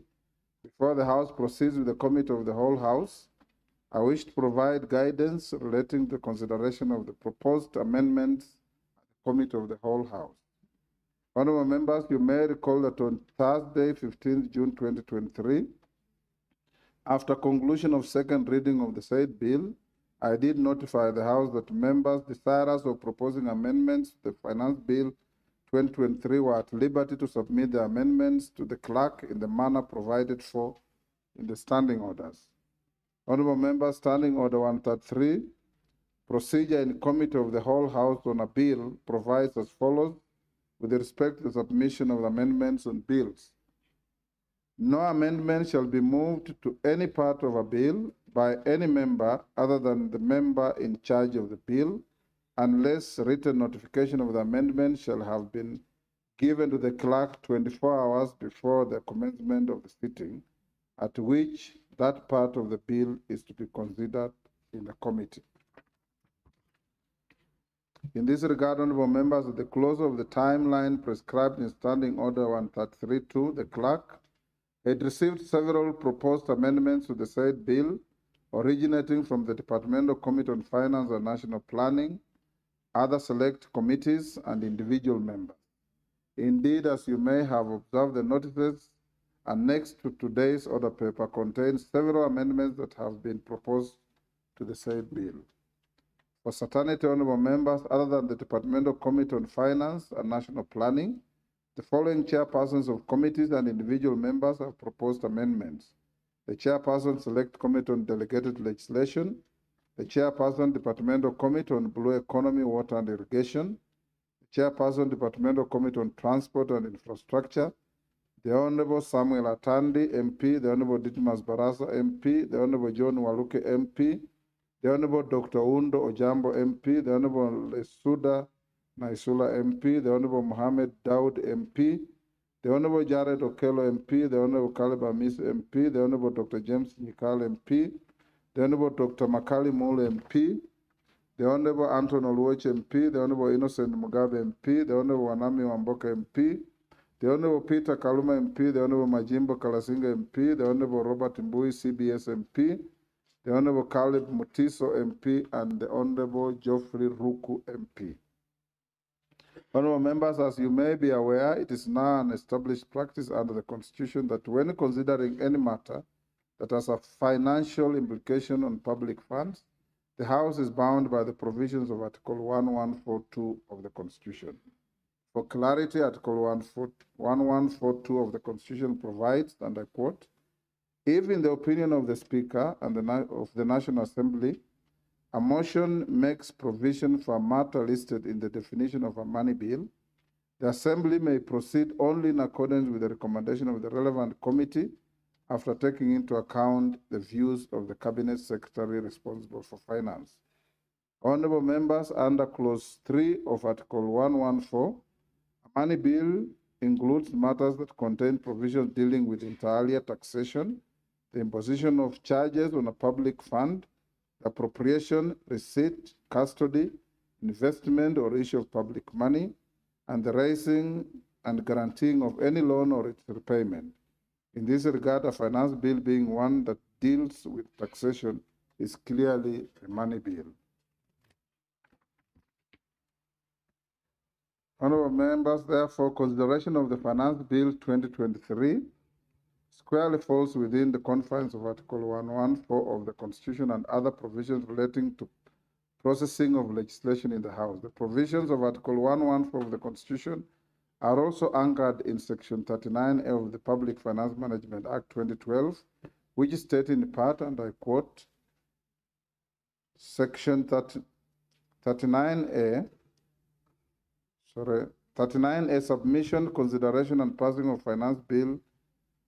Any recommendations made by the relevant committee of the National Assembly or resolution passed by the National Assembly on revenue matters shall consider the impact of the proposed changes on the composition of the tax revenue with reference to direct and indirect taxes, consider domestic, regional, and international tax trends, consider the impact on development, investment, employment, and economic growth, take into account the recommendations of the Cabinet Secretary as provided under Article 114 of the Constitution, and take into account the taxation and other tariff arrangements and obligations that Kenya has ratified, including taxation and tariff arrangements under the East African Community Treaty.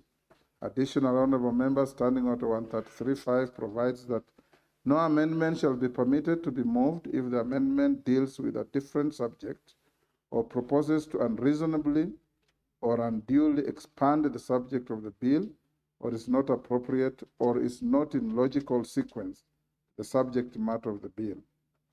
In this regard, I have analyzed the amendments proposed to the Finance Bill 2023 and noted that some contain proposals touching on matters listed in the definition of a money bill, pursuant to the provisions of Article 114 of the Constitution.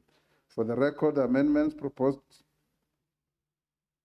by the Departmental Committee on Finance and National Planning are not part of those that I have isolated for guidance, as they were processed in the manner contemplated under Article 114 of the Constitution.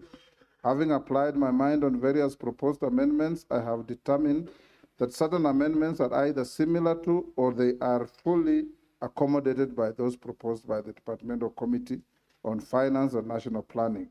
In this regard, such amendments will be proceeded with in the Committee of the Whole House. On the other hand, honorable members, there are proposed amendments that, in my opinion, fall within the meaning of a money bill in terms of Article 114 of the Constitution. As you may have clearly noticed in the order paper, I directed the clerk to publish such amendments with a disclaimer subject to provisions of Article 114 of the Constitution placed under each of the affected amendments. As stated earlier, honorable members, whenever a motion or a proposed amendment is subjected to Article 114 of the Constitution, it's expected that such proposal may only be proceeded with if there is concurrence of the National Treasury through the Departmental Committee on Finance and National Planning. In the absence of the evidence that the affected amendments were processed in the manner contemplated in Article 114 of the Constitution, the Speaker is left with no option but to direct that the Committee of the House shall not consider any of the amendments or parts of amendments that have been published in the order paper with a disclaimer. Consequently, members should note that a member seeking to delete a clause need not have an amendment proposing the deletion of a clause. This is because a member is only required to raise and oppose a clause as published in the bill. This effectively enables any member to prosecute his or her opposition to a clause despite the requirements of Article 114 of the Constitution. Further, honorable members, I hasten to inform the House that all proposed amendments for which requirements of 114 of the Constitution do not apply are annexed in the order paper. Honorable members, a number of proposed amendments have since been received from 3 members, namely the Honorable Joshua Kandia MP, the Honorable George Sunguya MP, and the Honorable Basil Ngui MP, outside the time provided for in the standing orders. For clarity, Standing Order 1332 provides as follows: no amendment shall be moved to any part of a bill by any member other than the member in charge of the bill unless written notification of the amendment shall have been given to the clerk 24 hours before the commencement of the sitting at which that part of the bill is to be considered in committee. The House will therefore note that the proposed amendments are time-barred, those 3. However, I note that some of the amendments have been incorporated in the amendments proposed by the Committee on Finance. Honorable members, I give this direction with full consciousness that the intention of Article 114 of the Constitution is not to curtail the legislative mandate of the House. The article merely seeks to ensure that inasmuch as this House reserves the power to determine revenue-raising measures, it does not commit the executive without taking cognizance of the fiscal policy and considerations of the national government. The House is accordingly guided. I thank you. Minority Leader.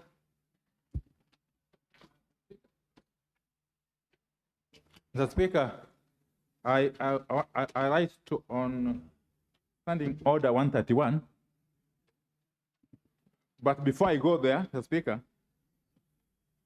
I want to say that before I go there, Mr. Speaker, I want to say that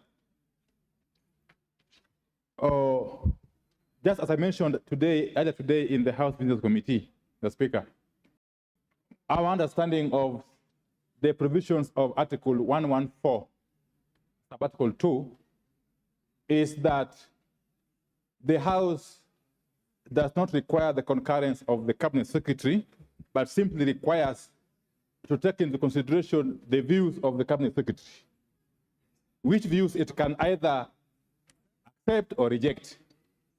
Mr. Speaker, for that purpose, Mr. Speaker, I am of the view that we can still prosecute all the proposed amendments. Mr. Speaker, I want to go to the second issue, if you may give me attention. If members could give me attention. Order, honorable members. You will listen to the Minority Leader in silence. Mr. Speaker, Standing Order 131, and I want to read it for the avoidance of doubt. And as I do so, Mr. Speaker, this notion that we are in a hurry should also be dispensed with, because I don't think we are in a hurry. We have all the time to deal with the issues. Yes. Yes, Mr. Speaker. No. Mr. Speaker, Standing Order 131.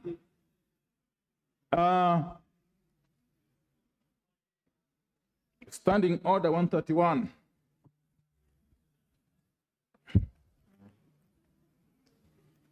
Provides that where a bill has been read a second time and before commencement of the Committee of the Whole, as we are about to do, Mr. Speaker, amendments have been proposed to it, which in the opinion of the Speaker require harmonization.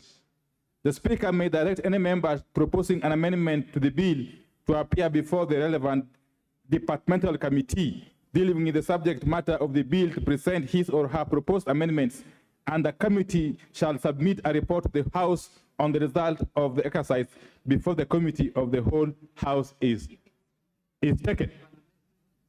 Mr. Speaker, you will notice from the Standing Order 131 that the amendments that have been proposed go to the core of the bill, and some have got far-reaching ramifications.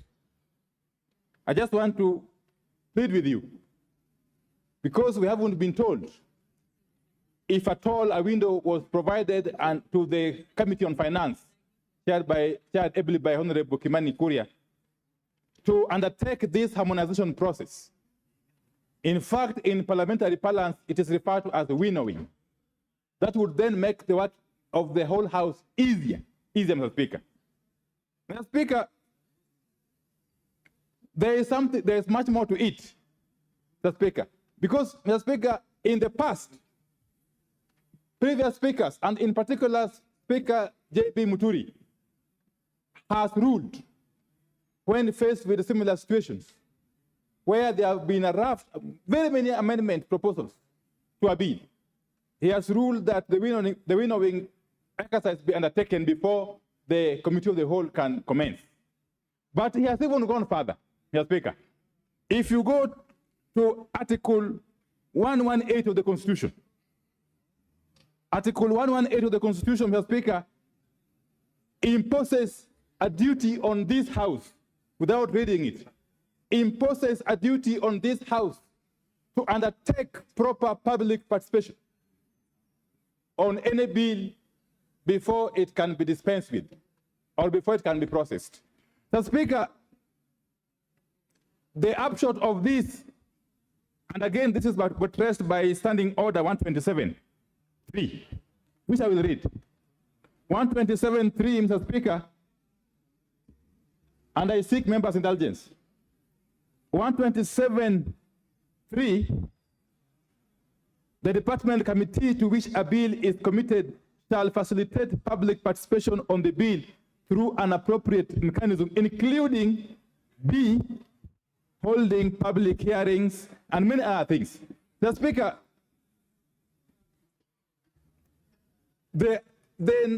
going by the number of amendments being proposed, firstly by the Committee on Finance, and secondly by various other members and chairs of other committees, it would appear that the character of this bill is likely to change in a comprehensive manner, Mr. Speaker.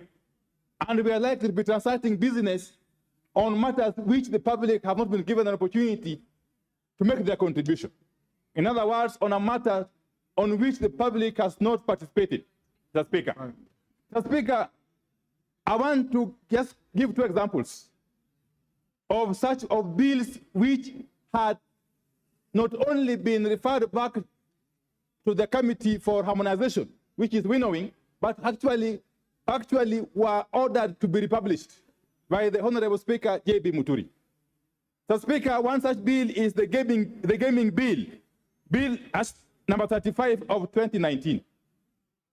The second bill is the Universities Amendment Bill of 2021. In those two instances, in respect of those two bills, Speaker Muturi, having assessed the enormity of the proposed amendments and the likelihood of them changing fundamentally the character of the original bill, and bearing in mind the requirements and the dictates of Article 118 of the Constitution on public participation, buttressed by Standing Order 127.3, did direct that the bills not only be harmonized, but actually be republished before the House could transact them.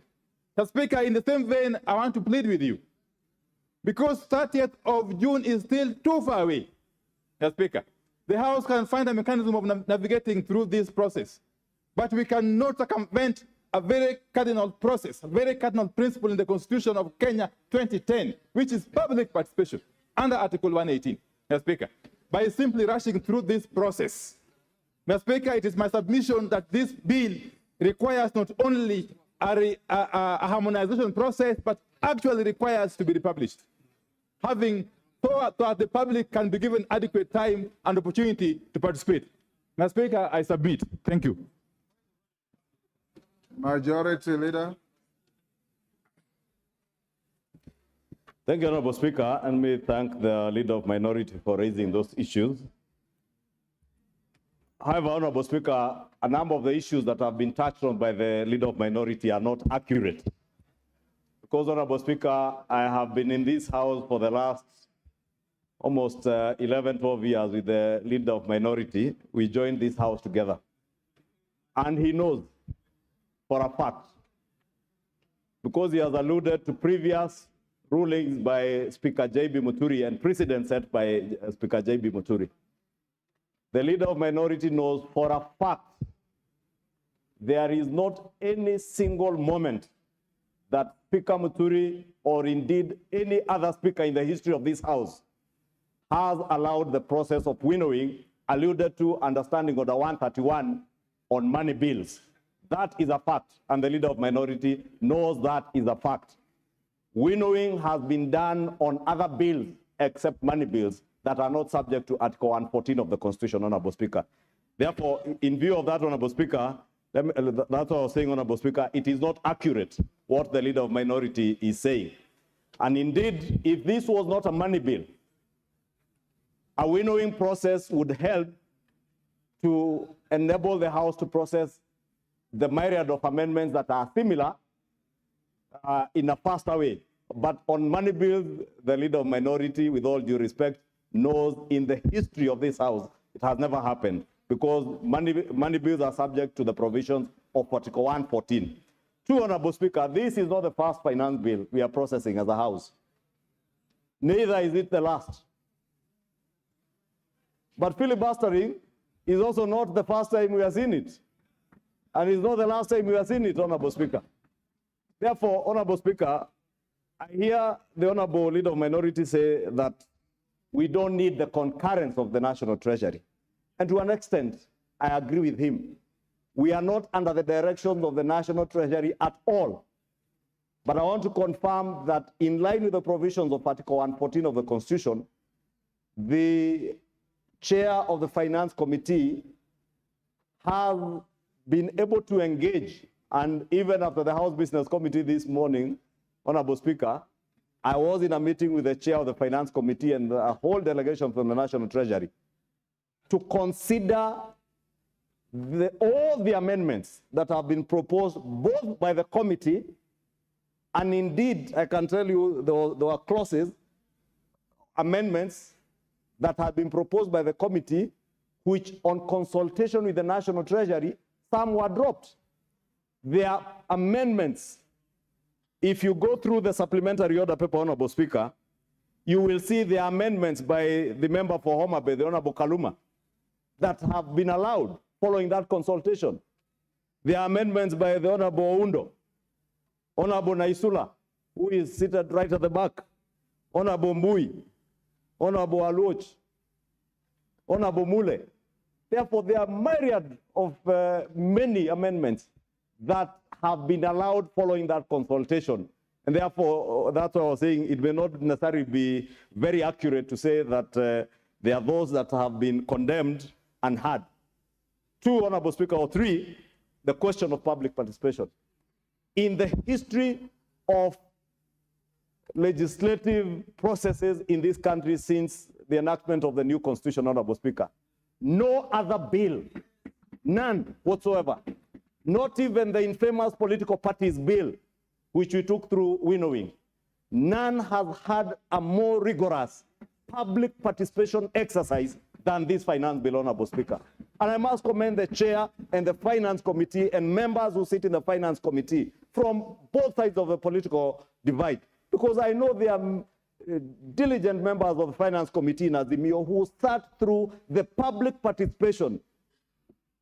There are many members within the Kenya Kwanza coalition who sat for long hours through public participation. For the first time, Honorable Speaker, I have seen members of parliament, as the Honorable Junet was saying, not just sitting up to midnight, sitting even on Sundays.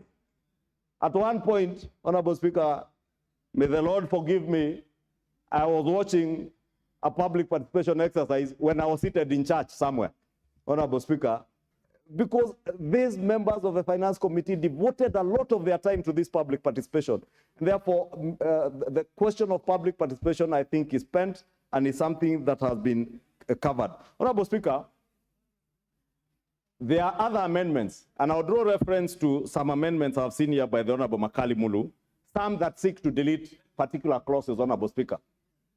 I think, Honorable Speaker, other than being subjected to the provisions of Article 114, if you are seeking to delete a provision in a bill, the easier way is to vote against that particular provision in the bill. And therefore, you have been accorded the opportunity, since the provision is still the particular clause, for instance, those that the Honorable Makali Mulu sought to delete. The easier way is when we go to committee, the Honorable Makali Mulu will get an opportunity to prosecute his case as to why he seeks deletion and convince me and others that we should delete that particular clause. And if we agree with him, we vote in the negative and delete, basically defeat that particular provision, and it will not be there. Therefore, Honorable Speaker, let me in conclusion say that the process of winnowing in the history of this House, I think, is a fact that is known by those who have been here, that the process of winnowing has never been subjected to money bills. And unless we are trying to reinvent that, Honorable Speaker, and I do want, in conclusion, to beg that as much as we are not in a hurry, Honorable Speaker, as the leader of minority says, we have up to midnight. We are in no hurry. But we must also spend the time that we have devoted here up to midnight today, up to midnight tomorrow, up to midnight on Thursday, and hopefully even before 30th, any other day. But we must utilize our time properly. Let us not in any way utilize our time through filibustering and trying to spend time in not as a very wise manner, Honorable Speaker. I beg to submit. Junet. Mr. Speaker, the cardinal responsibility of this House is to legislate, Mr. Speaker, in Article 95. And Mr. Speaker, we must stop anything that can impede legislation in this House, Mr. Speaker. Mr. Speaker, the members here have amendments to the finance bill, but they have been told that under Article 114, there must be consultation with the Treasury. But Mr. Speaker, the consultation with the Treasury is supposed to happen between the committee and the Treasury, not necessarily with the members. And this impedes now members from doing their legislation work, Mr. Speaker. Mr. Speaker, I remember in 2018, in this House, and it's on record, it is in the hands of Mr. Speaker, I brought an amendment to the finance bill, and which was a money bill. And we were amending a clause that was putting, VAT, 16% VAT on fuel, the same thing we are doing today. And Mr. Speaker, at the beginning, I was told that this is supposed to be under 114. But the Speaker then was seated on the same chair you are seated today, made a ruling in the afternoon here, and said that let the matter be decided by the members themselves in a voting. And in the end, we agreed that let us come up from 0, we go to 8, and the executive comes from 16, they come to 8, and that's why today we have 8% of VAT on the fuel, Mr. Speaker. Mr. Speaker, there was no memorandum. There was nothing. We agreed here, and the Speaker ruled that he's exempting that amendment from what Article 114. Why? Because even the Constitution, that 114 says in the opinion of the Speaker. The Speaker has an opinion. The Speaker has a serious opinion because he's the one who runs the House. He's the one who is in charge of legislation in this House, Mr. Speaker. He's the one who approves amendments. He's the one who looks at the constitutionality of matters that we bring to this House, Mr. Speaker. So, Mr. Speaker, first, don't lose what the Constitution has given you, which says in the opinion of the Speaker. It did not say in the opinion of the Minister for Treasury. It did not say in the opinion of the Minister for the PS for Treasury. Mr. Speaker, in your opinion, if a matter, if an amendment is of national interest, of national importance, Mr. Speaker, in your opinion, I beseech you, you should allow, members will do a decision here in one way or the other, Mr. Speaker. The amendment will be voted on, and they will decide on one way or the other. But in conclusion, Mr. Speaker, let me also add a pick from where the majority leader said, like what Honorable Makali has proposed in terms of deletion. Mr. Speaker, I don't think voting against an amendment is the same as proposing an amendment of deletion, Mr. Speaker. Those are two different things. They're not the same. They're not the same, Mr. Speaker, according to the way I understand it. Deletion means getting rid of that thing in totality, completely out of the bill.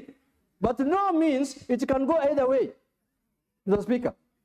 So, Mr. Speaker, Mr. Speaker, even deleting, you have to, that is why exactly you vote on the amendment and you also vote for the deletion, Mr. Speaker. And Mr. Speaker, deletion of clauses have been a tradition in this house, Mr. Speaker. The clerk here, before he became the clerk, he was the director of legislation and this other thing, what's called what? Legislation and procedure. And Mr. Speaker has been approving deletions for the last 15 years I've been here, or 10 years I've been here. Delete this, delete that. Why is deletion becoming an issue today? If you don't like that deletion, vote against it also. The way you are saying we vote against the amendment. Mr. Speaker, let us have here free, under the Article 95, freedom of debate and freedom of legislation. Let anybody bring any amendments they want. Let it be put on a vote. And if the vote carries, whichever side carries the vote, we agree with it and we move forward. Mr. Speaker, let us not hide ourselves under Article 114. That article is so ambiguous. It's like the one that the executive uses to guard Parliament when we normally pass bills here. They go for assent. They return it with a memorandum, Mr. Speaker. And then you are told to undo that. You have to get 2/3. Article 115. That's another one. That has been abused for the last 10 years, Mr. Speaker. It was abused in the last 10 years. Okay, Mr. Speaker, you see. There's a point of order from Chiponga.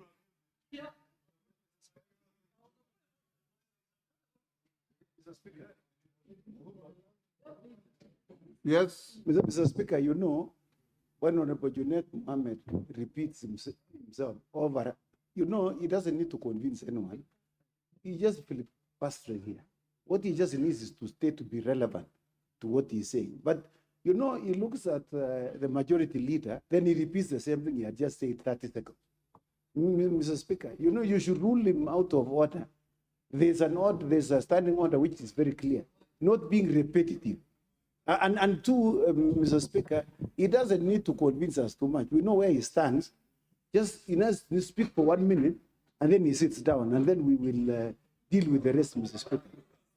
Junet, finish, Junet. Mr. Speaker, Honorable Chiponga is my friend, Mr. Speaker. But these 5 years of absence from Parliament, Mr. Speaker, something must be done. But anyway, something must be done, Mr. Speaker. We must do something about it, I think. But let me leave it there. Mr. Speaker, in conclusion, I want to say that, Mr. Speaker, in your own wisdom and in your own opinion, Mr. Speaker, I beseech that we allow amendments that have been brought by the members so that we can proceed and vote on them and see how they go, Mr. Speaker. Thank you very much. Morgara.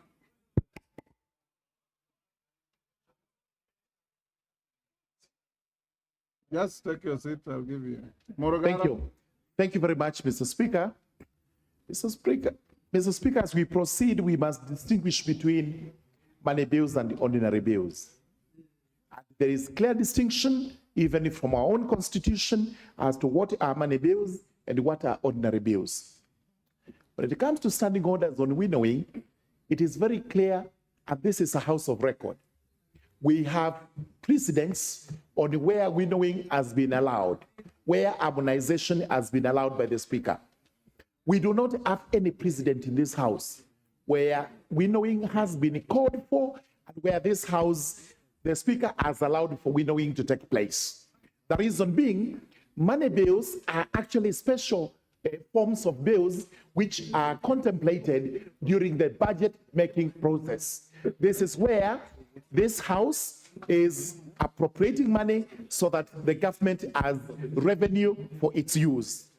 Even where you look at the Constitution, where it is stated in the opinion of the Speaker, it proceeds to say in sub-article 2 that that motion for a matter listed in the definition of a money bill, the Assembly may proceed as per recommendations of the Committee of the House after taking into account the views of the Cabinet Secretary responsible for finance. So surely, this is not far-fetched when we say we are to seek views of the Cabinet Secretary for Finance. It's part of our law.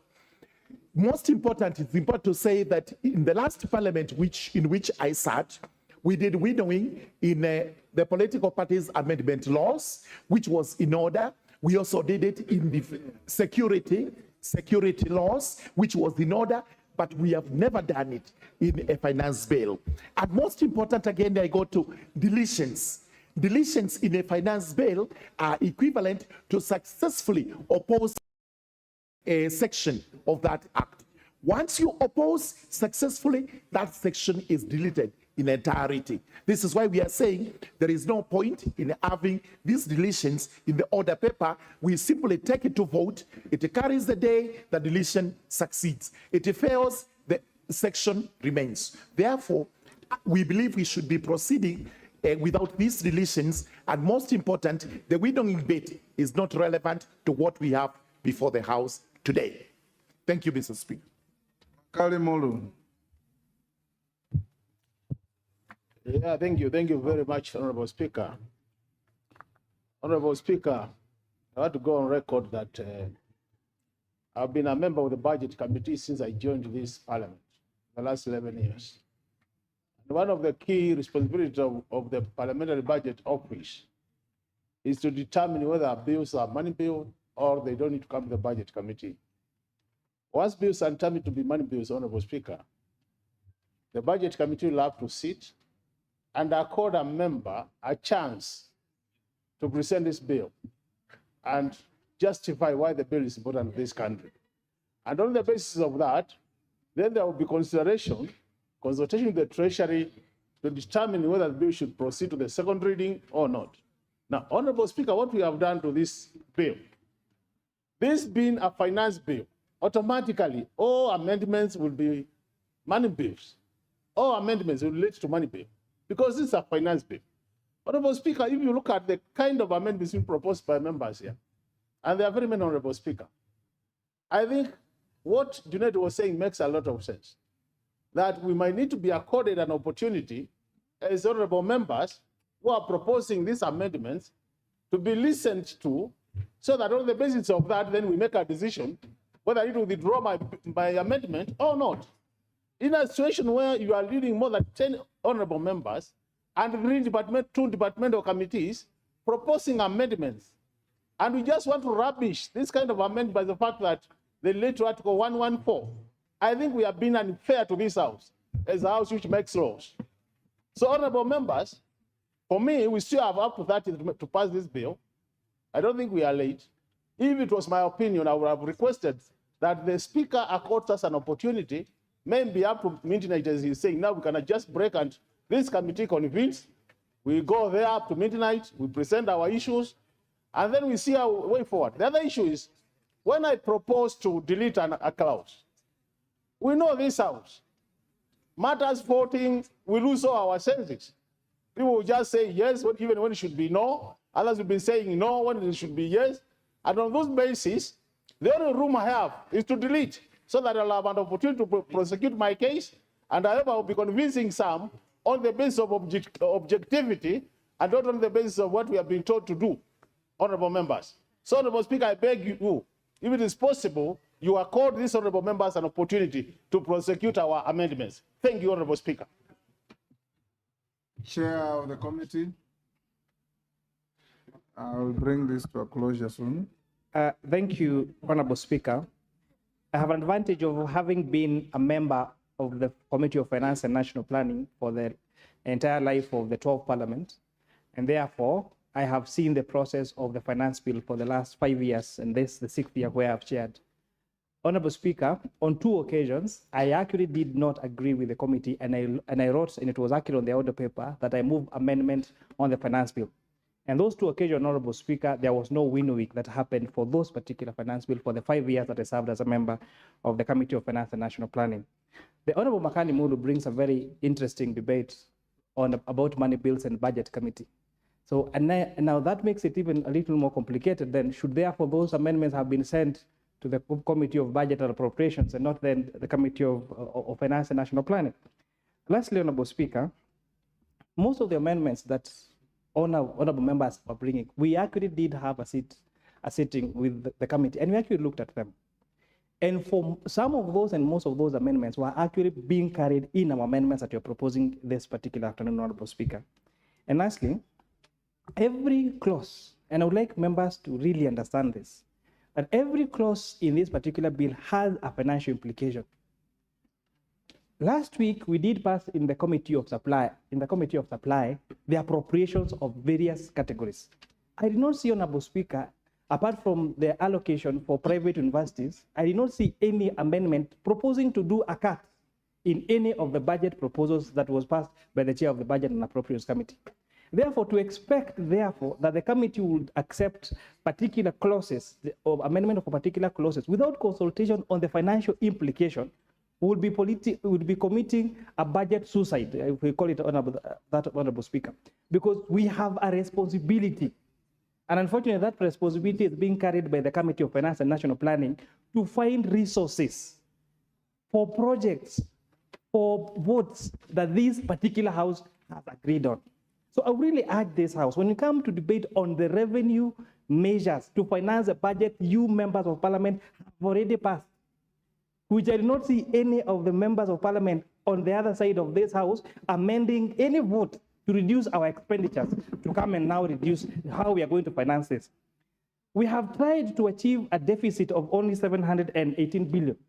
Therefore, any amendment without consultation on any clause is therefore going to affect our Chairman, debt and our... 114. I think, Honorable Speaker, I have made my point. Thank you very much.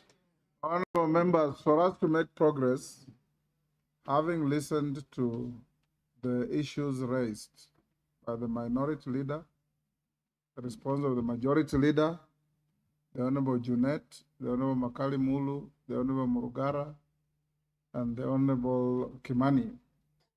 First, the issue of Article 114 should be protected and be held as sacrosanct.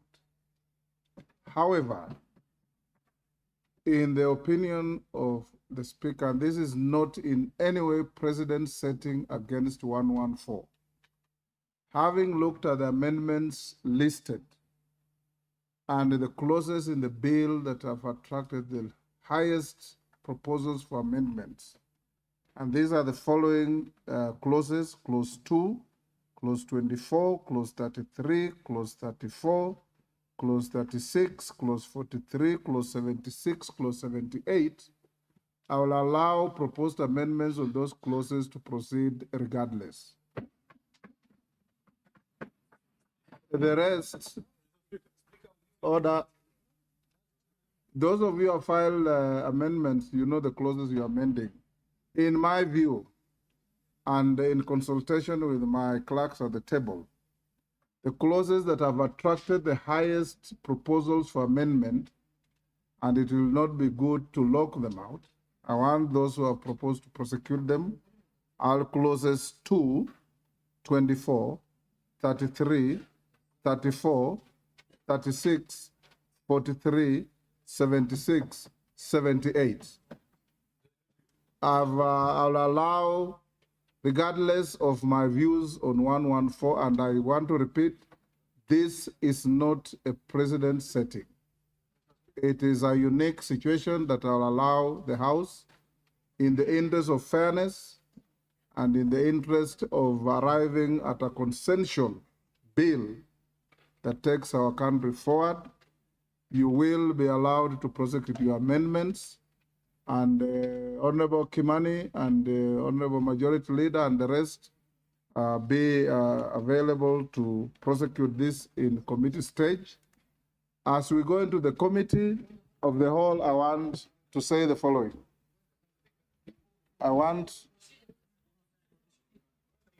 Yes, Junet, what is it? Speaker, in accordance with your ruling, Mr. Speaker, now that has changed the dynamics of our engagement, I'm requesting, Mr. Speaker, that we adjourn for 10 minutes so that we appraise our members on those clauses that you have given. Then we sit down again, Mr. Speaker. Order. Yes, Ruku. Honorable Ruku. 10 minutes. Thank you, Mr. Speaker, sir. It is true, the Crowd 71, Mr. Speaker, has ensured that this country has missed royalties from the year 2020 to now, from the year 2020 July to the moment. And if we are not going to... Are you speaking to my direction? Yes, if you are not going to allow this House, Mr. Speaker, to also look at the amendment. No, he has not mentioned Crowd 71. I beseech you, Mr. Speaker, to also allow Crowd 71 of the finance bill to be looked at, regardless whether it is a money bill or it's affecting Article 114 of the Constitution or not.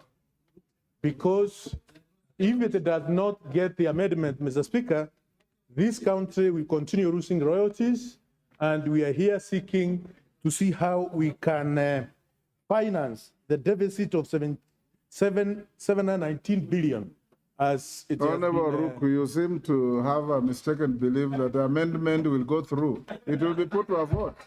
Yes, please, Mr. Speaker, I beg you to allow we put that clause into the... You know, if I now start deleting and including, we will not make progress. I've given you a reasoned direction, and I believe it's a sound direction. Let me now call the House. What is procedural banding? And let it be procedural. Procedural. Mr. Speaker, I want to first of all thank you for your ruling and the indulgence on this matter of allowing members who had proposed amendments to be considered. But Mr. Speaker, as a matter of procedure, from the debate here, Mr. Speaker, it is clear that we need to do something about our standing orders and to make amendments. Mr. Speaker, I want to just suggest, because tomorrow we will have another speaker who may not indulge its members. We need to be clear that if this provision in the Constitution talks about Assembly may proceed only in accordance with the recommendation of the relevant committee of the Assembly, there should be a report from the committee on each and every proposed amendment so that members proposing amendments, Mr. Speaker, are not disadvantaged. It should not be left at the whim of the clerk or even the speaker, Mr. Speaker. Mr. Speaker, by the way, you only have the authority, in your opinion, to determine whether it is a money bill. But as to whether the House should proceed, that is now supposed to come from the committee. And that should be in form of a report, Mr. Speaker. So what I expected, Mr. Speaker... Yes. You are actually pursuing a defeatist argument.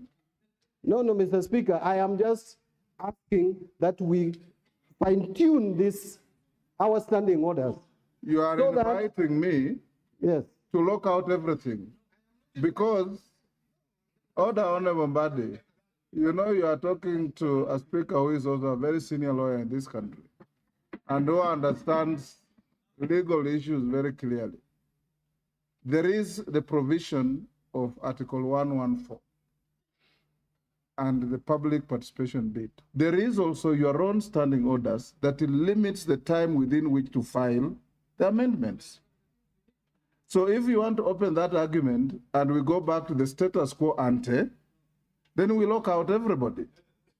I have exercised my discretion and magnanimity to members who have filed amendments in the largest number and said so that we do not lock out members unnecessarily and unreasonably, those clauses that have attracted the largest number of proposed amendments cannot be for nothing. Let them be dealt with in the committee of the whole. You will argue your case for amendment. The chair of the committee or any other member will respond. The chair of the committee of the whole will put the question and the matter will proceed. Number two, going forward, because I have told you already, honorable members, and directed that you'll sit up to the end of the day, today, tomorrow, Thursday. But it's also in your interest to prosecute the matter and finish it within reasonable time. So the manner of voting, I will direct the chair of the committee that where he or she finds it necessary to call for an electronic vote to do so. Where it is necessary to go for a voice vote, I always call it a noise vote. If you want to have a noise vote, the chair will determine. Where you want to have an electronic vote, the chair will determine, so that you can make reasonable progress. So I now ask you to be upstanding. We go into the committee of the whole. Order number 14, Committee of the Whole House.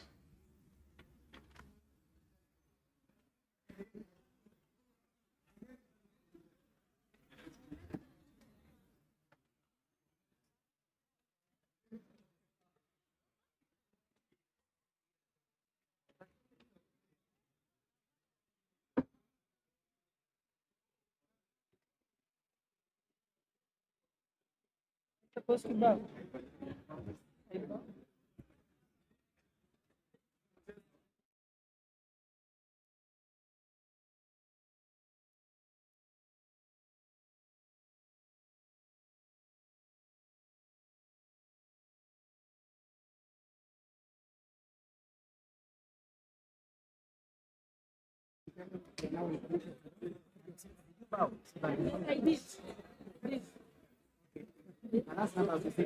Members, I already bowed and none of you are sitting. You may sit.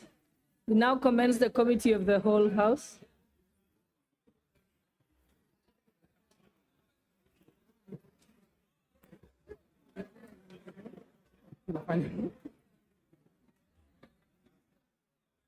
Two.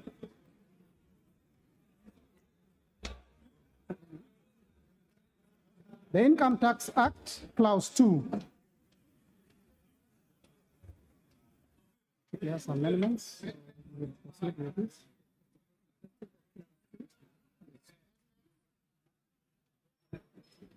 I now propose the question that Clause 2 be part of the bill. Mover to move the amendment, Chairperson. Honorable Chair, I beg to move that Clause 2 be amended as per the supplementary order paper. And essentially what we're doing here, Honorable Speaker, is changing the definition of winnings in the relating to betting, gaming, lottery, prize competition. And this is where we are only allowing the profit made on that particular bet by tightening the law so that the only money that is allowed to be deducted from the amount staggered is the amount that pertains to that particular transaction. So, Honorable Chair, this is just tightening this on the law. This matter has been litigated in court, and we are just trying to make sure that it's aligned with the court ruling and defines the gains made on betting by specifying that only the amount that is going to be allowed to be deducted from the amount waggered or staggered is the amount that was used for that. It is amount, not amounts, that is used for that particular transaction and not transactions. And Honorable Chair, this also helps because there was a view that this could be abused, where if, for example, you place a bet of 1,000 shillings thrice and win after the fourth time, then what will be deducted will be the stakes that you've put the 3 times you've bet before. But Honorable Speaker, now this tightens up that particular law so that it's only the amount that is waggered or staked for that particular transaction. With that, I beg to move, Honorable Chair. Honorable Peter Kaluma. I now propose the question that Clause 2 be amended as proposed. Yes. Honorable Kaluma. Thank you, Chair. Chair, I beg to move that Clause 2 be amended in paragraph A by deleting the proposed new definition of person. Honorable members. Are we mixing the two amendments? Are we mixing the two amendments? No, I'm giving Honorable Kaluma an opportunity to contribute to that because he had a similar amendment. So his was similar. Honorable Chair, is the amendment proposed on person? Because I had the Chair, Honorable Chair, to speak about a different matter. If it is on person, I can contribute, Chair. Yes, Honorable Kaduma, you had a similar amendment, yes. I thank you, Honorable Chair. Honorable Chair, I would agree with the committee to delete the definition of person for the reason, Honorable Speaker, that the definition proposed states that in the case of an individual, a reference to a relative, a person includes a reference to a relative as defined in section 26, subsection 5, and on that section 26, subsection 5 is is a provision of the Income Tax Act. Honorable Speaker, when you look at that section 26, subsection 5, that definition includes your ancestor. In fact, it begins with ancestor, late relatives, deceased relatives, and so many people. It means you would be obligated, Honorable Speaker, Honorable Chair, to pay taxes for defaults even by your ancestors. And for that, I agree with the committee that it be deleted.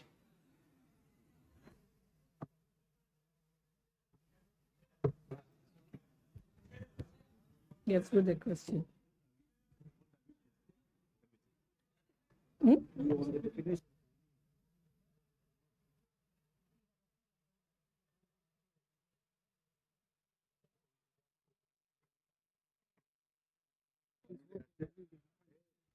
Let's go to the next one.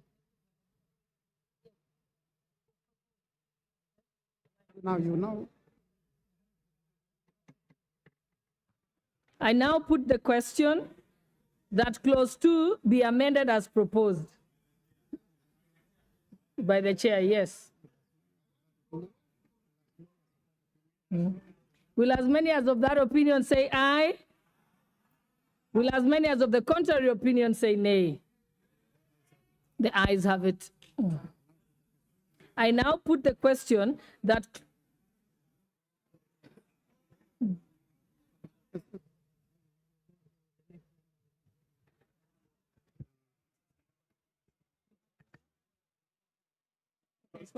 Yes. Honorable Nikal. Yeah. Thank you, Chair. My amendment in clause 2 is actually clause 2B, and my amendment is that clause 2B should be deleted. The import of this amendment, Madam Speaker, is that all issues of digital content monetization is under this, taking from A, B, C, D, E, F, all the way up to H.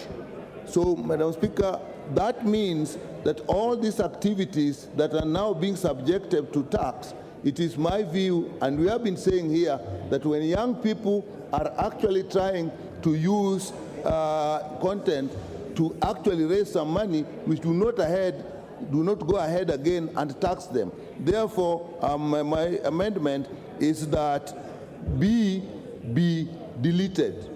That is my proposal, Madam Chair.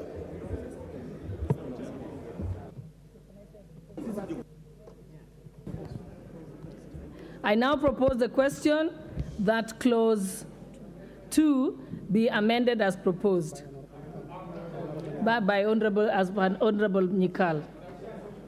Yes, nothing.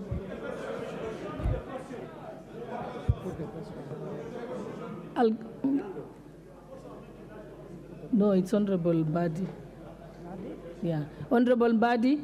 It's on. No, he has put his name there. Yeah, Madam Chair, I would not have a problem in supporting this amendment, in so long as. But the problem is the moment we now remove the digital content, then we must make sure that the provision in law that is taxing them, withholding tax, will also fall. So if you ask me, I would support Nikal's amendment so that we are silent completely on the issues of digital content in terms of taxation, so that we exclude this important sector, the digital content monetization, and what we call content creators, and social, and so to allow the young generation, people who are interested in, who are unemployed, but are trying to eke a living. So, Mr. Speaker, Madam Chair, I would request the House to agree with this amendment so that we remove the digital content monetization completely from this finance bill, which therefore means when it comes to the withholding tax, which will come to at 15%, then now that will not be considered at all, because we have already removed from the definition the digital content monetization. Chairperson for the Finance Committee. Thank you, Honorable Chair. I think I want to make a clarification so that we move together. Honorable members, clause 2 has 3 sections. Has part A that talks about the definition of winnings, has part B that talks about the definition of digital content monetization. And by the way, this does not talk about the rate yet. We are just defining, especially with reference to what crowdfunding is, and providing reference. So that crowdfunding is where you use, say, Mchanga or WhatsApp to raise money, say, for a particular cause. So this amendment is not seeking to tax the amount of money raised in that particular crowdfunding, but the fees that are going to be collected as an income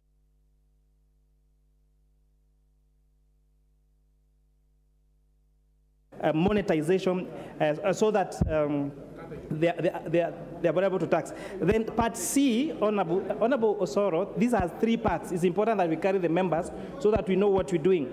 Part C is what Honorable Kaluma was talking about, deletion of persons. The committee has already proposed a deletion of that definition of persons that was giving a liability to ancestors and family members and stepbrothers and stepsisters. So that is already, as I moved, as amendment of clause 2. With that, I wanted to bring the House to speed. I thank you, Honorable Chair. Yeah, Honorable Chair, I was just letting you respond to the proposal by Honorable Nyikal. And then after that, I'll give you an opportunity to prosecute all your amendments as the Finance Chair. What's your point of order, Honorable Mbadi? Madam Chair, what I wanted to say, because the proposed amendment is about digital content monetization. Just put it away. Oh, it's okay, Honorable Mbadi. If you're agreeing with me, then there's no need to.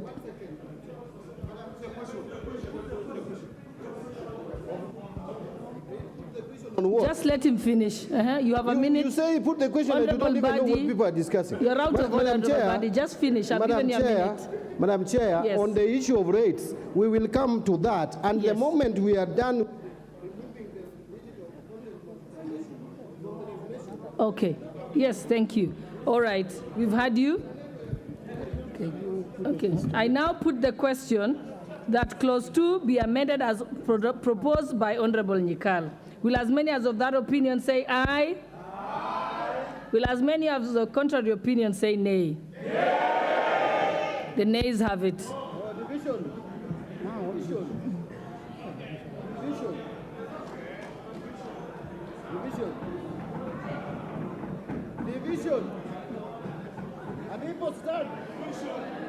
Do we allow the division? Yeah.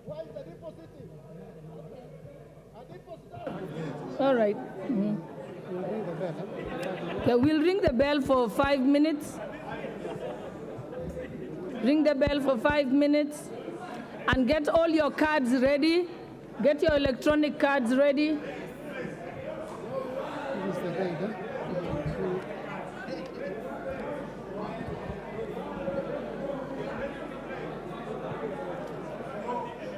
Honorable members. Yeah, I want to read.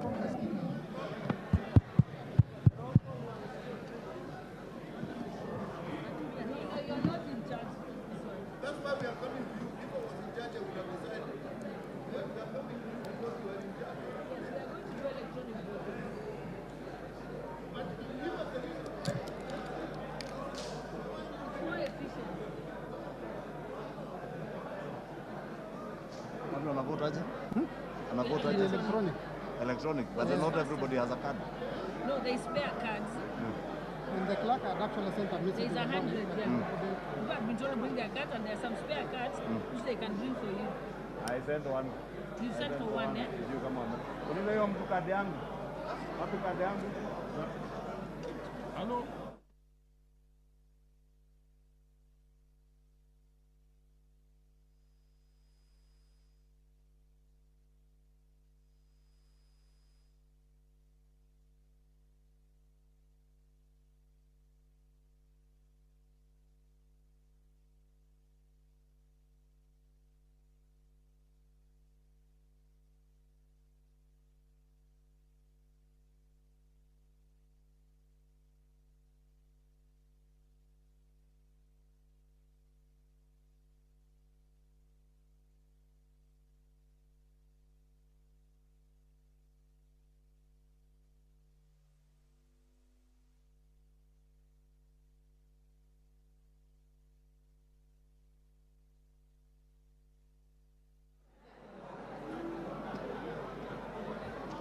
Kuna zingine mnatupa. No, kuna amendments zimetupa. No, these guys wanted, they want to delay. Yeah. So they don't already the speaker has directed about electronic voting, so there's nothing we can do. So I'll just cite standing order 70. Yes. And then say this, in any case, the speaker has already directed. Yes. So in which case we shall proceed.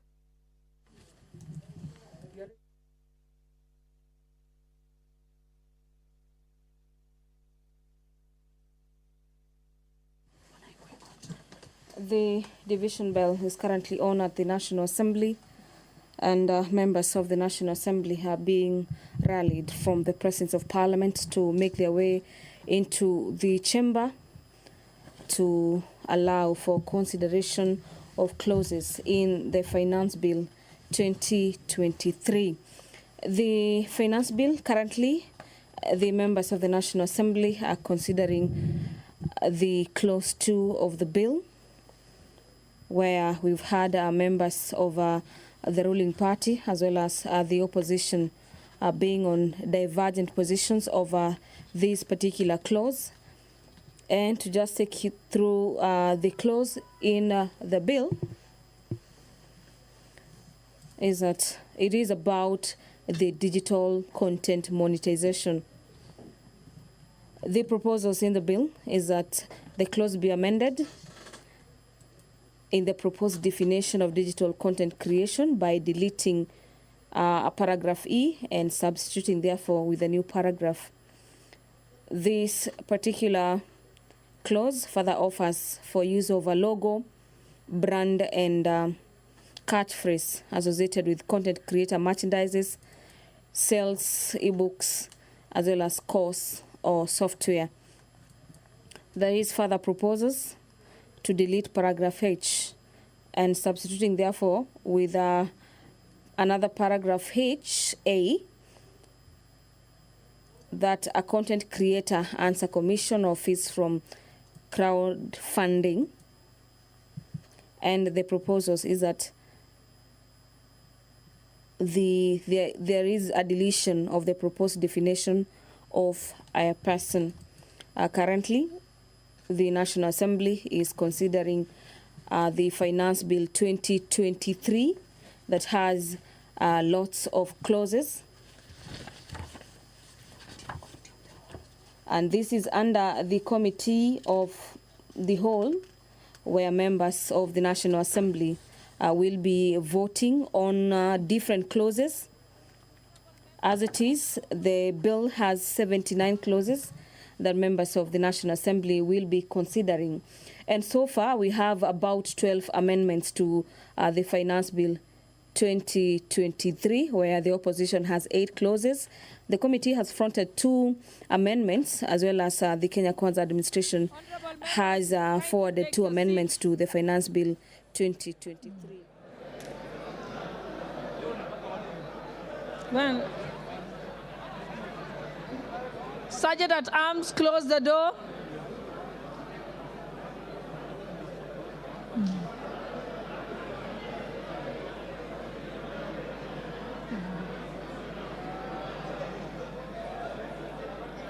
Honorable members, I wish to bring to your attention Standing Order number 70, as other members had raised the reason why we should undertake electronic voting. Standing Order number 70 says, unless the Speaker, for the convenience of the House, otherwise directs, voting on a division in the House shall be by electronic voting. And already the Speaker, when he was here, had already directed that voting will be by electronic voting.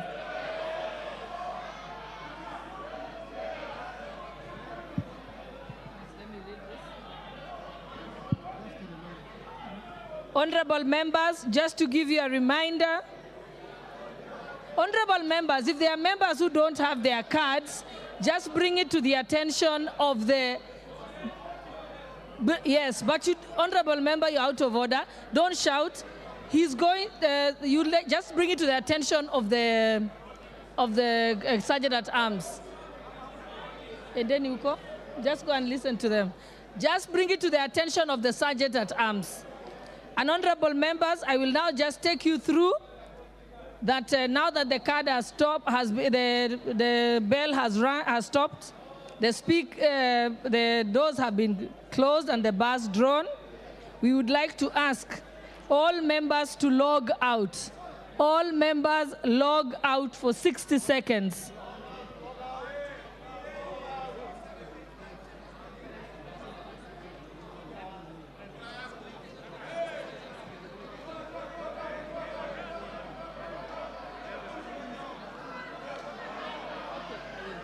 Okay, 60 seconds. Let's wait for 60 seconds. Who's checking the time?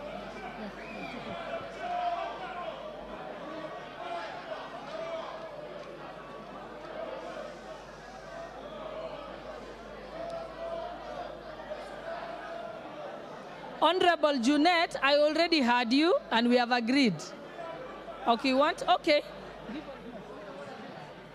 Okay. Honorable Junet, proceed. Thank you, Chair. Chair, what we have agreed is that there are certain clauses that we are going to vote electronically, and there are major clauses that we have to vote physically. So the issue of VAT, the issue of housing is physical. The other issues, electronic. So we have agreed like that. That's the position. Honorable members, have you all logged out your cards? Okay. I can still see Betty Maina, Honorable from Muranga County. Honorable Lisa Chelule, remove your card. Honorable James Wandai, Leader of Minority, kindly pull out your card. Robert Basil of Yatta, pull out your card. Honorable Ibrahim, Wajir North, also remove your card. Pull your card. Eh? Order, honorable members. Order, honorable members. Remove your cards. Log out. I still have a number of people here. Honorable Robert Basil, Honorable Babu Awino, Honorable Francis Masara, Honorable Abdikadir Muhammad. Oh, good. Thank you. Thank you. Let's wait for 30 seconds.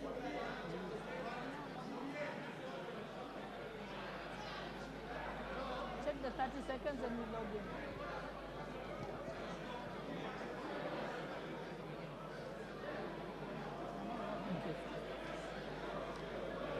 Okay, honorable members, you may now log in. You may now log in. And at the expiry of 60 seconds, then you may vote. You have an option to vote yes, an option to vote no, or an option to abstain. Proceed.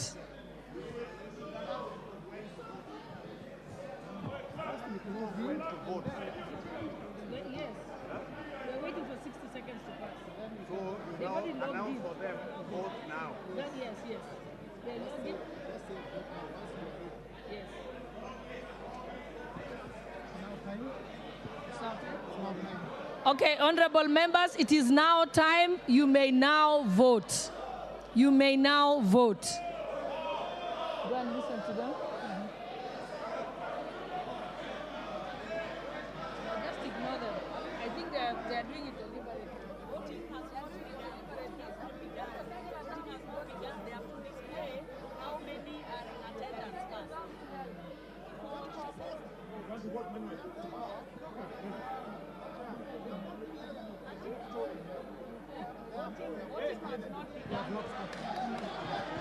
Okay, there is a bit of a challenge with the system.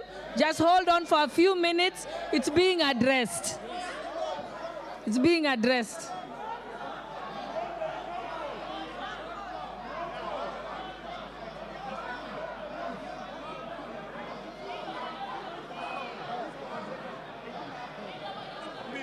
Why don't we vote by roll call? Yeah. Yeah, we said by roll call.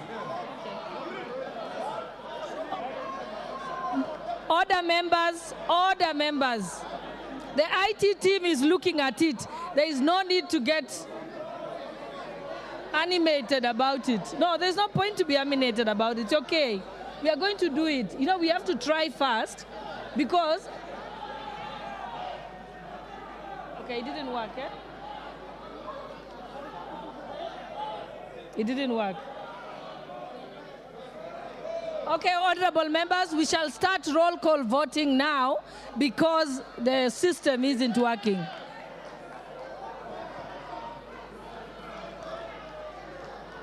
But it was imperative to at least attempt to follow the speakers in directions. Have a seat, sit down. Take your seats, tell your team to take their seats. Honorable Wandai. Honorable Wandai, your team are the only ones standing. If you could kindly ask them to sit. Honorable Fatuma Migori, kindly take your seat.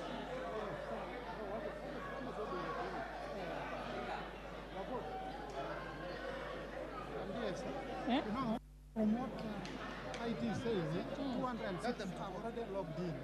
There are 206. 206 are already logged in. Yes. The results have come. Not the results, because they've not voted. But 206 are logged in. 260 are ready. Yes. Okay. So it's either an issue of us. So what is the system? What happens? No, it takes time. Yeah, it takes time. When we vote, it will show the numbers. Why don't you tell one of the IT guy can't come here? Yes. See, the reason why she's on phone is for her to close the number. Yes. So 260 people managed. They are ready, yes. They are actually logged in. They are only waiting to do the vote. Yes. The IT team has confirmed that 260 people are actually logged in, are just waiting to vote. Just hold on, they're trying to make sure that everybody's on it.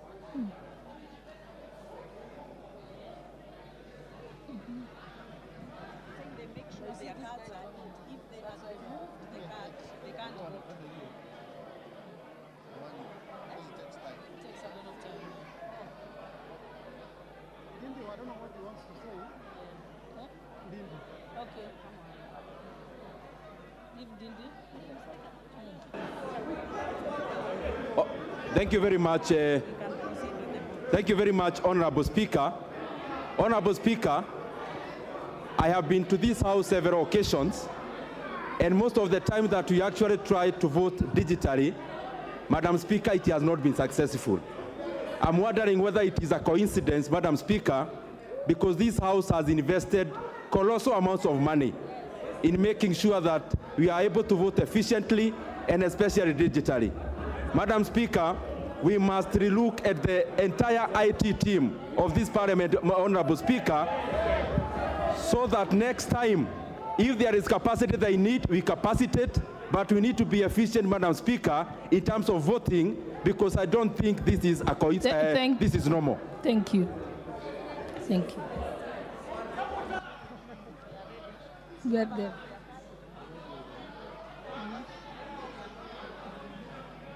Okay, this is what will happen. Because we already have over 270 people who are logged in. No, if you have not, okay, log in. Log in.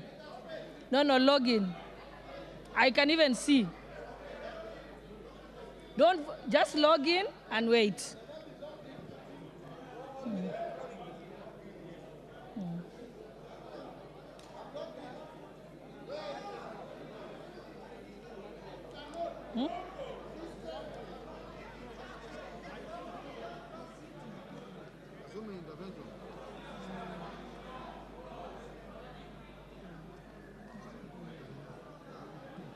Honorable Badi, I can see your name. I can see your name, or you can move to another table.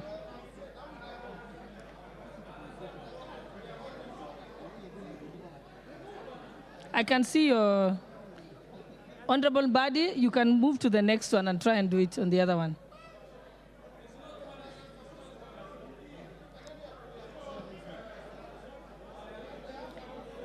Honorable Badi, I know that trick. You're trying to make sure that we can go and do manual. Okay. Clerk will do that.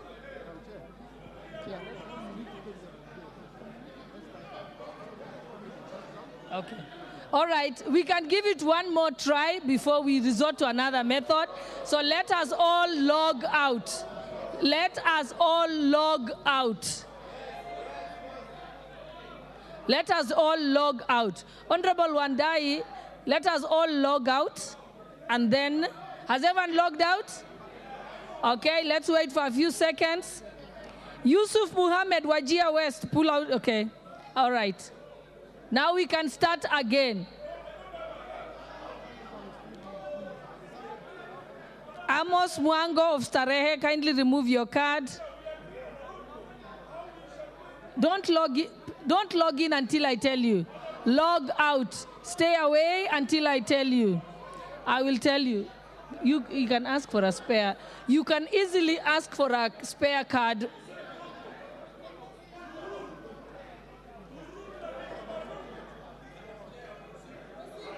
Okay, Amos Mwango, Starehe, please log out.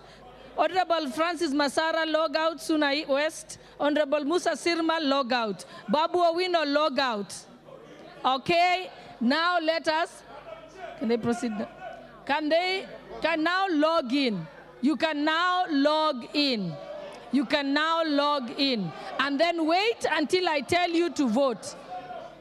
Log in and wait until I tell you to vote. Log in. Whoever is logging in has logged in. Okay.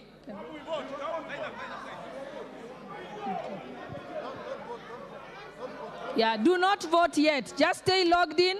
Do not vote yet. We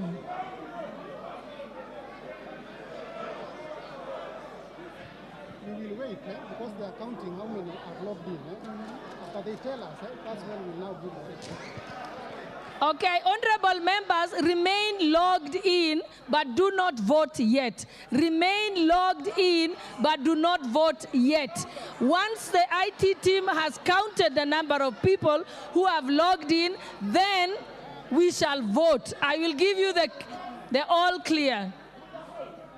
Honorable Bui, you are out of order, and you will actually end up not voting. So take your seat. You are already logged in. It's okay, that's your problem. Let us proceed. You can't threaten us, Madam Chair. Why are you threatening us?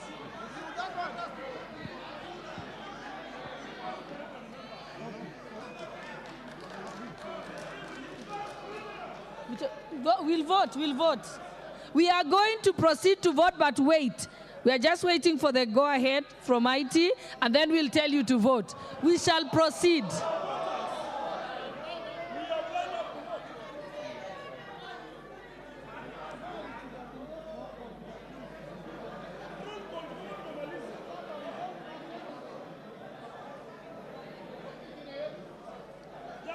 It's working. Imagine we would have finished by now. And you even know our votes. It's not working. Honorable Badi, if you just be a little patient, we are waiting for the all clear if the logging is working. If it's not, of course we will default to the other system. So let's just be patient. Let us be patient.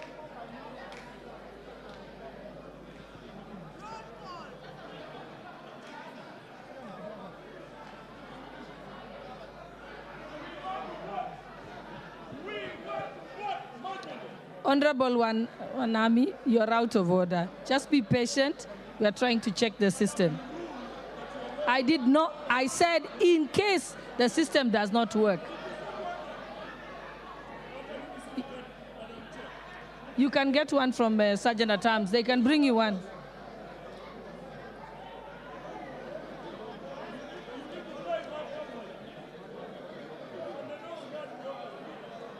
But you've read article, Standing Order 70. You know Standing Order 70.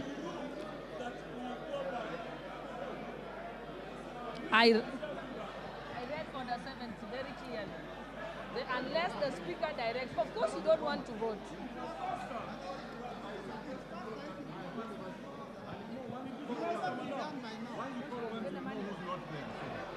Just be patient for 2 more minutes. If it doesn't work and not everyone has logged in, we shall revert to the manual system. We are obedient, Madam Chair.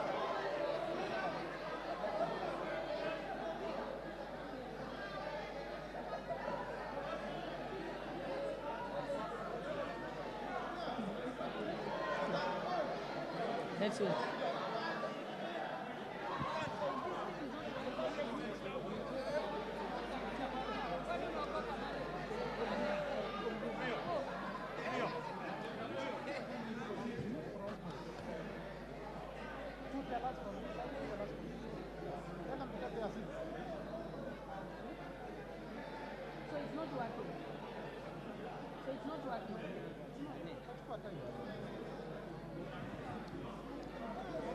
Okay, it seems apparent that the system is not working.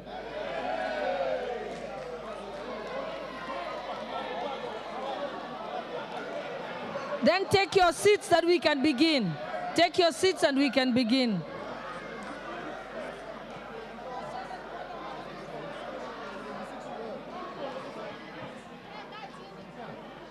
Just to maintain order, direct that you read this, that everybody should be maintain order. Order, honorable members. Order. Honorable Mbui. Honorable members. Honorable members, I wish to bring to your attention order number 76, standing order number 76.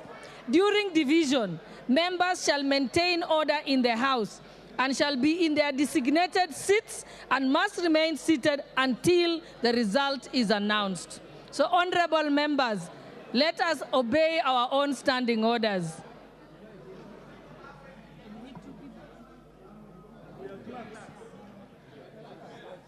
It's okay. Everybody can stay seated. The 2 clerks. Yes, Honorable Wanami. Don't argue. Honorable member, don't argue. Just say you're already standing there. Yes.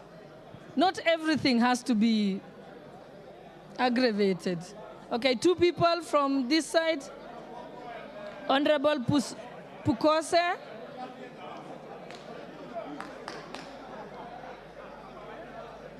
Honorable Doya, take your seat. Okay.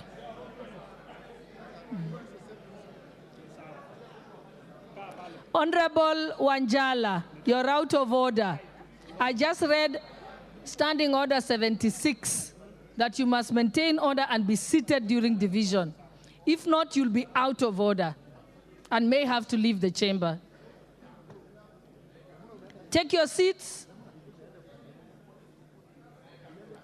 Honorable Owino, take your seat. Member for Karachu on your seat.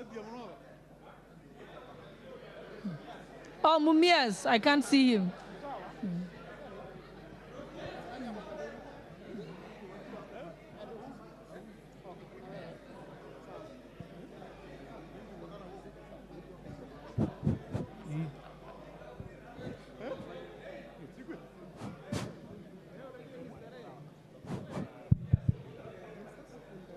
Everyone is seated. Okay, sound. Okay.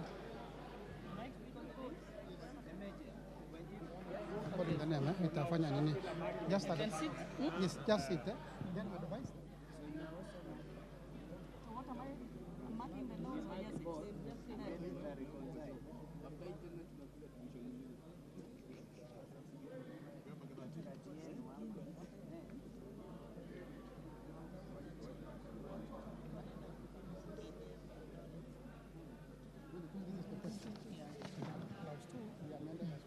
Honorable members, as we begin the voting process, I wish to remind you of the question. I now put the question that clause 2 be amended as proposed by Honorable Nyikal.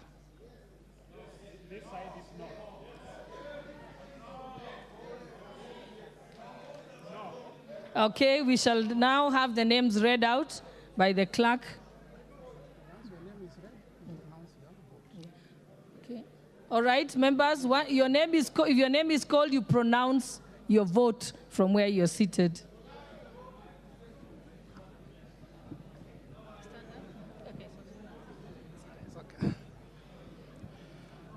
Chepkonga Kiprono Samuel. Chepkonga, he votes no. You mark.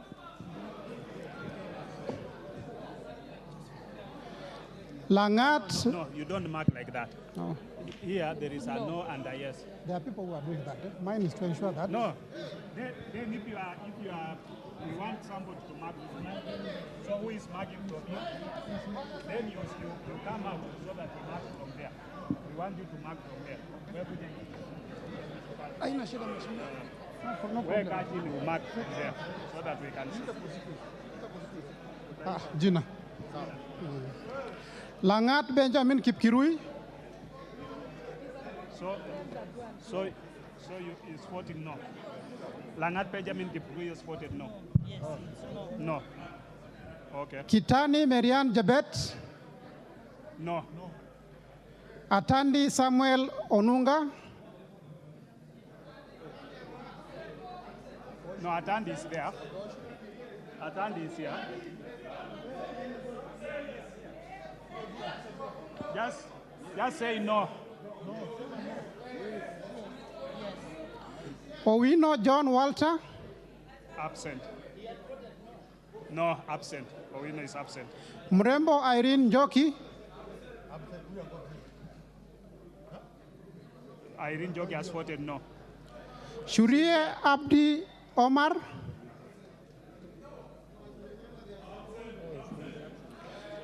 Sergon Florence Jamatia. Kandie Joshua Chepiegon. No. Kipkoros Joseph Makilap. Kamuren Shaus. Cameron? No. He has voted no. Koesh Nelson. No. Koeji Nelson, no. Momanyi Innocent Obiri.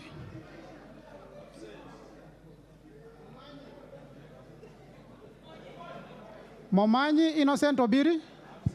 Absent. Barongo Nolfason Obadia. Borongo is there? Yes. Votes yes. Alpha Miruka Ondieki. He's voted no. Lynette Chepkorir. No. Kilel Richard Cheruiyot. No. Yegon Richard Kipkemoy. No. Mamwasha Onchoke Charles. Onjoke? Onchoke Charles. Ogola Gideon Ochanda. No. Osero Patrick Kibagendi.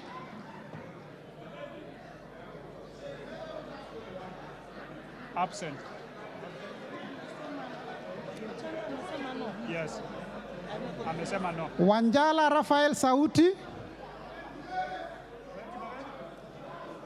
Wamboka Nelson Jack Wamboka. No, that's too loud. It's a spoiled vote. Wambilianga Catherine Nanjala. No.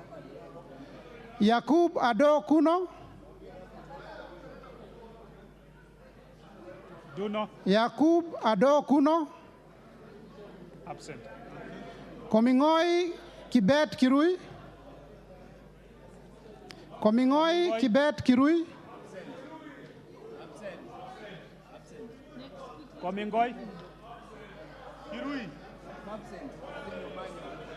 Omanyo Catherine Nakabi. Absent. Absent. Mwale Nicholas Tindi.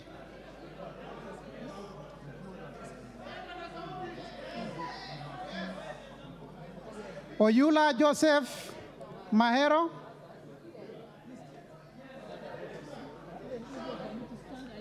Mwiridhania Rindikiri Mugambi. Kirima Moses Ngushine. We are Meford, no. No. Rindigiri. Kirima Moses Ngushine. Meford, no. Okay, okay. So.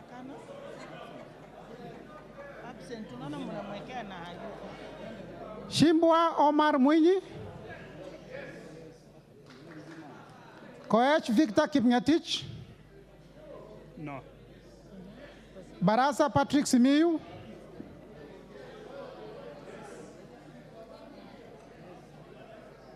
Barasa Patrick Simiyu. Joula Meford, yes. Biego Paul Kibichi. No. Ntwiga Patrick Munene. No.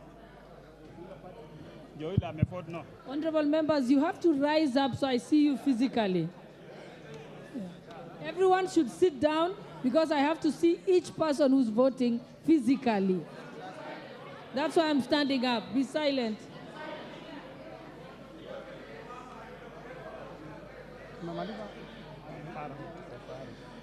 Mahalim Farah. Absent. Huh? Mahalim Farah. Joya Menyamasa. He has voted no. No, Farah has voted no. Well, it can't be spoiled. He has voted no. Elashi Beatrice. Elashi Beatrice. Yes. Kindly rise and speak up loud. Okay. Waweru John Kiari.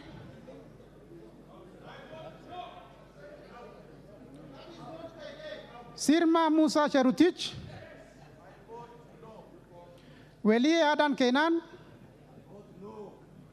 Caroline Jebto Ngelechei.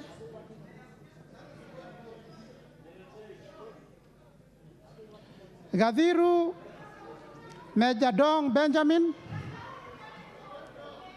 His votes no. Honorable Fatuma, you are out of order. You're supposed to be silently on your seat.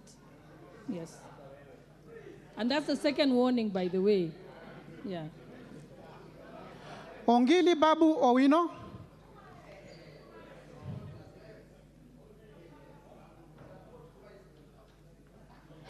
Gakuya James Mwangi. He has not voted. That's a spoiled vote. Nobody. No. Honorable members, that's why it's important. Don't make a speech, just say yes or no or abstain. Please. That one for Babo Winner's point. Huh? Yeah, it's okay, yeah. Take your seat, Babu Owino, Honorable. Take your seat.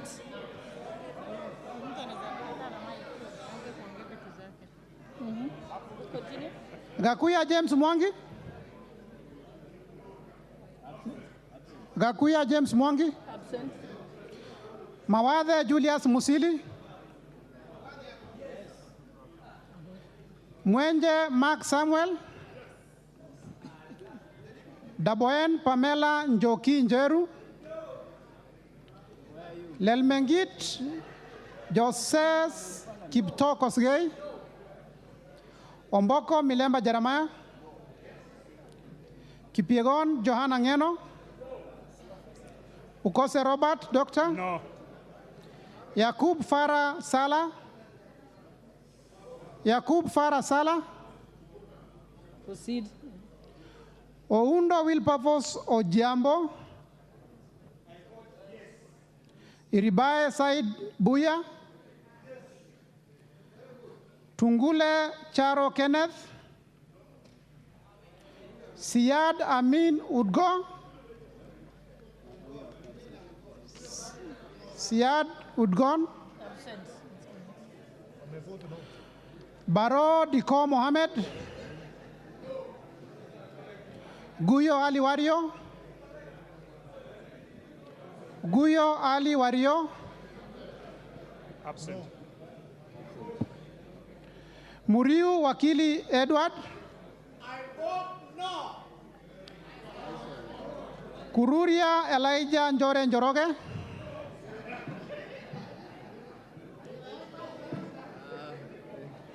Kagombe Gabriel Gaduka, Odhiambo Elisha Ochieng, I vote no. Please vote no. Gedenji Robert Gishimo, He votes no. Wanjira Martha Wangare, Wamushomba Gadoni, Abstain.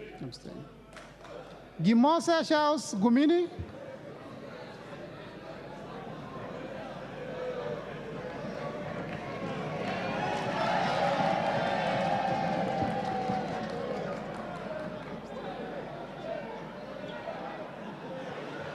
Gimose Charles Gumini, Timose, absent. Osogo Bensuda Joyce Atieno,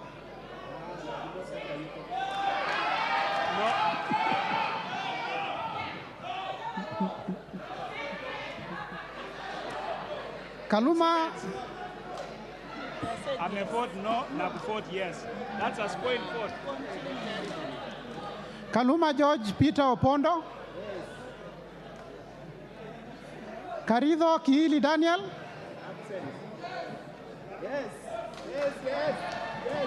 No.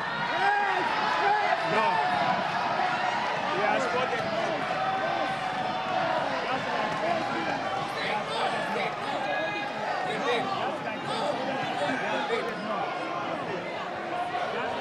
Order, honorable members.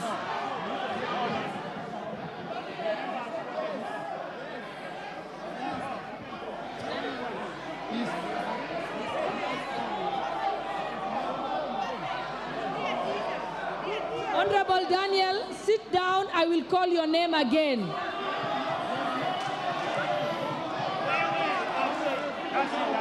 Sit down. I will call your name again. Osoro, please, Honorable. Okay. Call the name. Karido Kiili Daniel, No. Thank you. We'll also take a repeat and call out Honorable Suda. Bensouda also. Bensouda, Honorable Bensouda, take your vote again. Okay. Thank you. So now neutralize. Manaiba Julius, Honorable Bayu Kilifi, take your seat. Fatuma, this is the third time.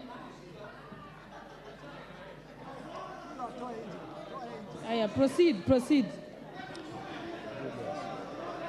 Julius Taitumu, Mwirigi John Paul, Abdi Ali, Mwirigi is no. Even Kaitumu ni no. Amesema no. Abdi Ali, No. Shinali Bernard Masaka, Shinali Bernard Masaka,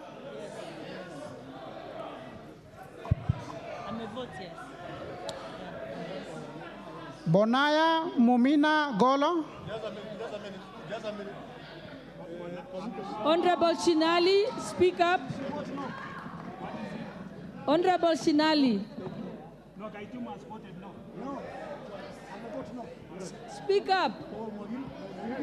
No. Mwirigi no. Okay, let's go. Mumina has voted no. I take Bonaya.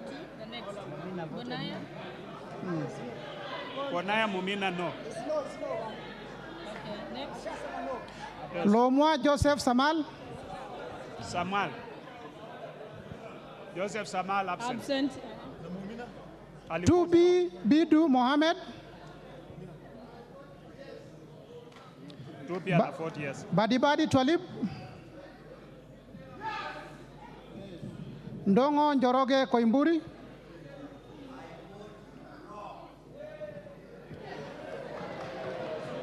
Wamashukuru James Kamau. No. Obara If Akinyi. Kalasinga Joseph. I vote yes.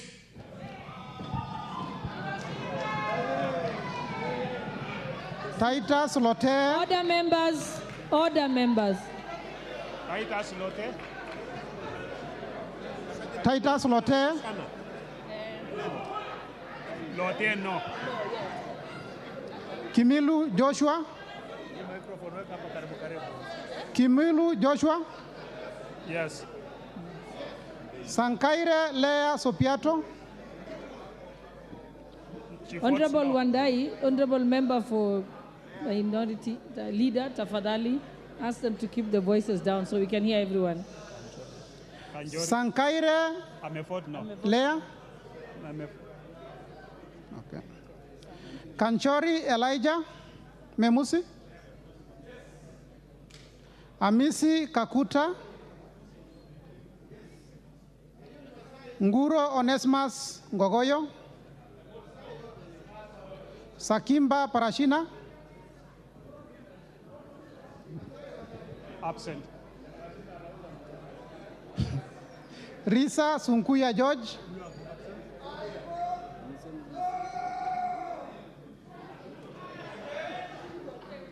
Muanda Elsie. Katana Paul Kahindi.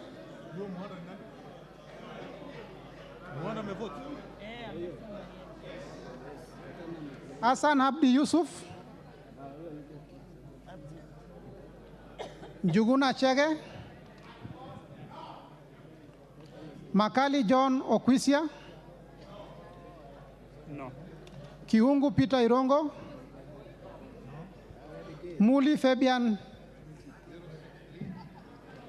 He votes no.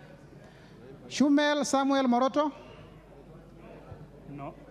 Sudi Oscar. No.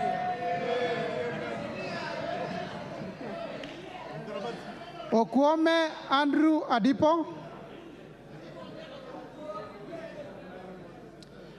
Karauri Ronald Kamuiko.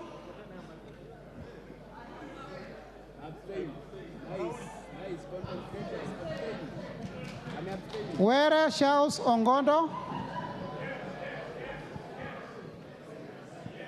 Were Charles Ongondo. Mbui Robert. Korir Adams Kipsanai. Kipkoesh Gideon. Honorable Babu Owino, kindly take your seat. Take your seat.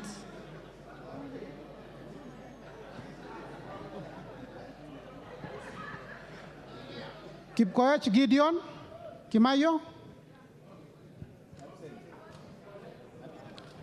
Kemei Beatrice Chepngeno.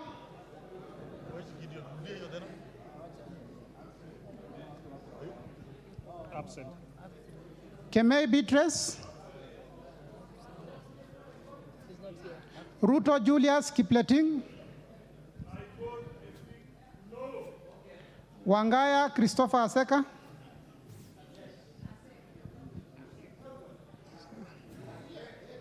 Wanjiko John Juguna. Absent. Aseka is absent. Where? Where? Where? We are not seeing it. Wanjiko John Juguna. Waidhaka John Machua. Muradha Ann Wanjiko.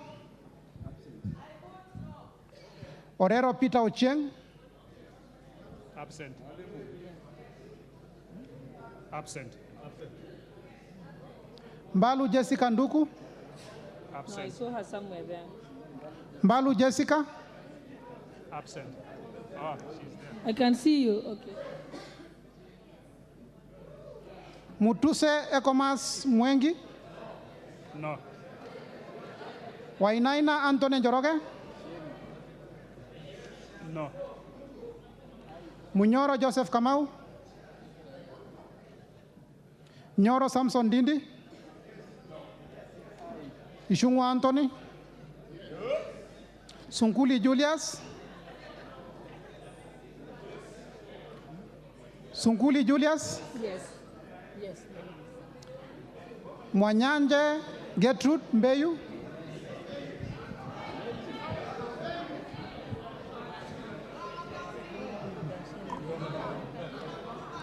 I vote yes to the amendment. Thank you. Baya Owen. Kitty Richard Ken Chonga. Absent. Zambia Thaddeus Kidhua. Mutua Didmas Barasa. Bisau Morris Kakai.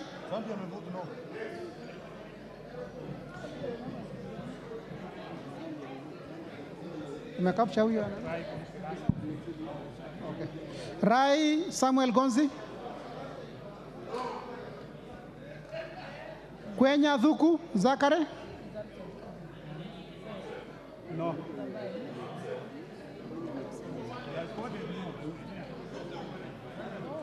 Kwenya Dhuku. He's there. He's voted no. Okay. Na ule?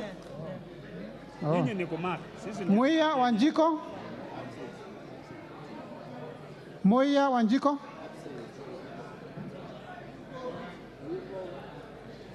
Cherorot Joseph Kimutai. Cherorot? Cherorot Joseph Kimutai. Cherorot is saying no.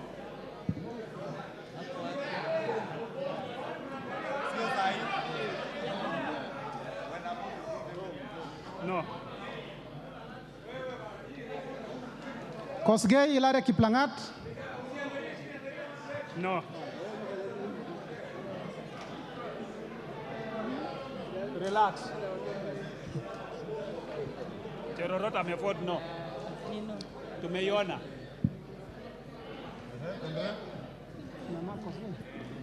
Koskei? Maina Jane Jerry. No. Gitari Joseph Gashoki. No. Uko nyuma. Bedzimba Rashid Juma. Aburi Donye Doris. Yes. Ruth Adhiambo Odinga. Oron Joshua Odongo.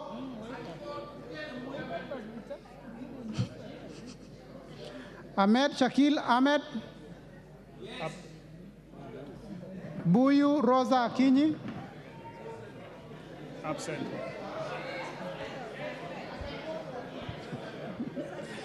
Kasalu Irene Mudhoni.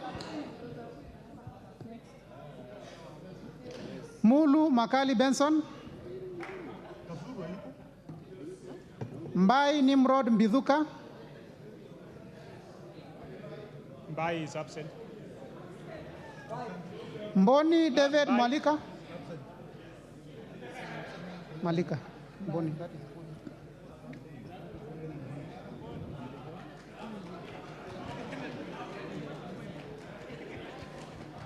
Nyamai Resho Kaki. Nyenze Edith. Nyamai has voted no. No. Nyamai is no. Nyenze Edith. Nyenze Edith. Absent. Mokaya Nyakundi Japheth. I vote no. Kibagendi Anthony. Kibagendi Anthony has voted twice, ama? Gisairo Cliff Ombane.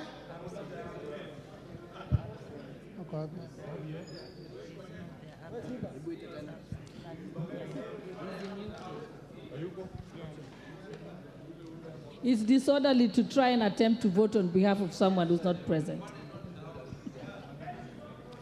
Yegon Brighton Leonard.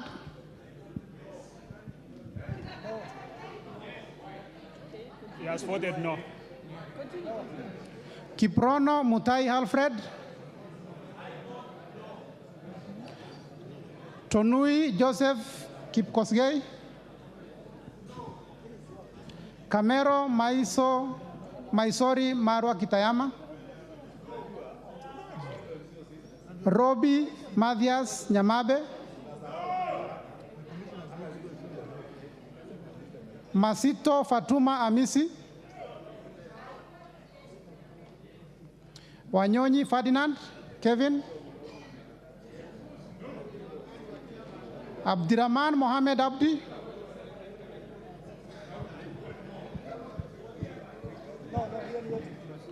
Abdirahman Mohamed Abdi. I vote no. Amepiga no. Mohamed Abdikadir Hussein. No. Kagiri Jane Wangeshi. No. Kionjori Festus Mwangi. No. Korere Sara Paulata. Absent. Karani Stephen Washira. Karani. No, Karani is somewhere. Karani. Proceed. Washira Karani. Lekuton Joseph. No. Marubu Monica Mudhoni. Huh? Alikuwa around. Nani? Washira Karani. Marubu Monica Mudhoni. Amevote no. Huko nyuma amevote no. Obo Rueida Mohamed. No. Moirore Mudhama Stanley. Amevote no. Kode Felix Odiwor.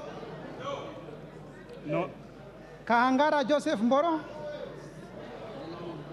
No. Amevote no. Mugabe Innocent Maino. Mboko. Yes. Okay. Mboko Mishi Juma. Mugabe Innocent Maino.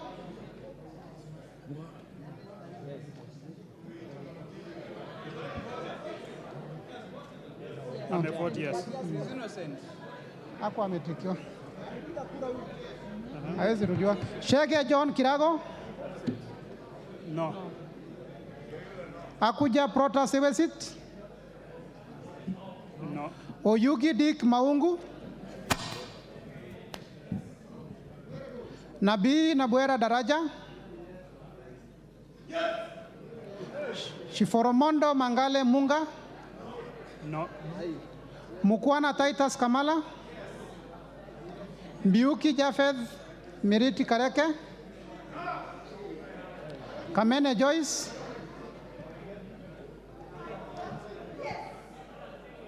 Mule Caleb Mutiso.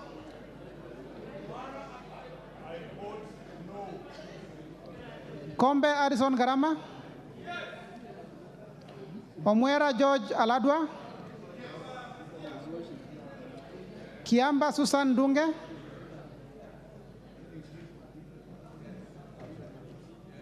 Kiamba Susan Dunge. Absent.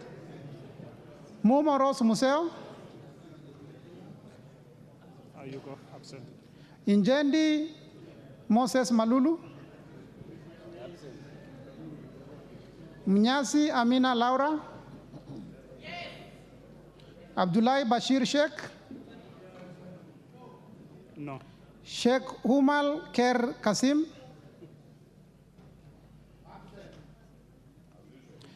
Abdirahman Mohammed. Haro Abdul Ibrahim. No. Yusuf Adan Haji.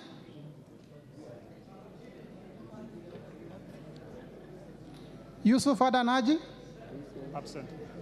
Mukunji John Gitonga. Mugunji. Mugunji. Mukunji John Gitonga, Njoroge Mere wa Maua, Bowen David Kangogo, No. Toroitish Timothy Kipchumba, Wako Naomi Jilo,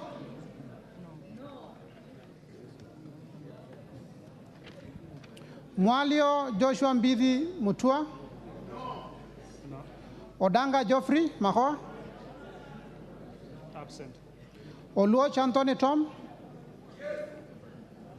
Gishuki Edwin Mugo, No. Kahugu Eric Mwangi, No. Tandaza Kasim Sawa, No. Nabulindo Peter Oscar, Absent. Yes. Nabulindo? Oh, yes. Yes. Mule Stephen Mutinda, Ayuko. Wapi Mule? Wapi Mule? Mule, where is he? No, Mule is not there. Mule Stephen Mutinda, He's not there. Absent. You can't give him he's absent. Kingola Patrick Makau, Absent. Ruku Geoffrey Karioki, Yes, yes. No.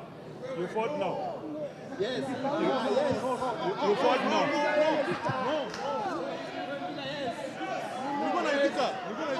You fought now. No. Ruku Geoffrey Karioki, No. Where's the vote? Nebat Bernard Morioki, Marioke, no. No. Nzioka Erastus Kivazu, Siokani, yes. Kailemia Elizabeth Karambu, But ule mwingine ni no.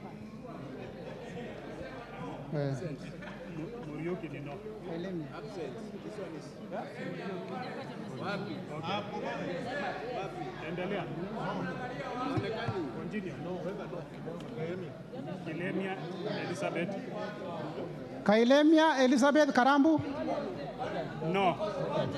Okay, hold on. Honorable Nebat Bernard, could you kindly take your vote again? No, you said no. Why are you? Let's proceed.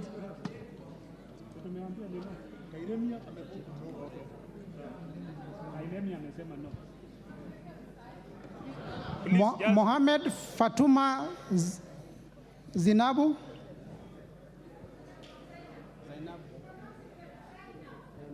Sinap. Proceed.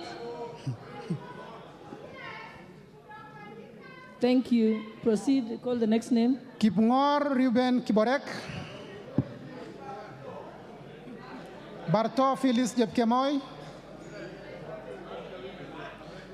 Kimani Francis Kuria, Shimba Zamza Mohamed, Kirwa Abraham Kipsang,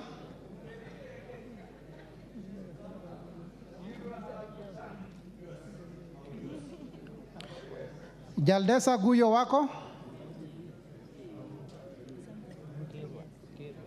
Absent. Jaldesa Guyo, Absent. Bader Salim Faisal, No. Chesebe Fred Kapondi, Oyo James Onyango,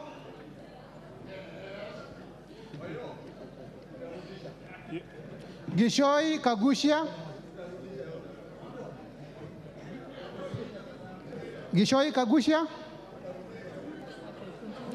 Salasia Peter Kalerwa, Naika Johnson Manya, Kagusha, no.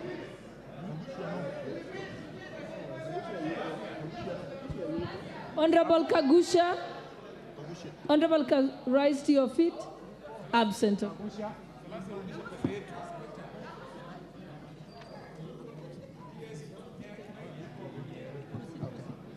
Maina Bettingeri, No.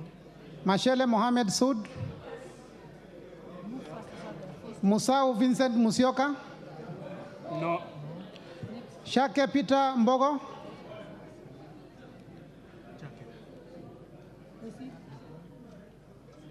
Maingi Mary. Moliongi Gideon. Nzengu Paul. Nguna Shaus. Pasaris Eza Muzoni. Kihara Jane. Wanjiro Njeri.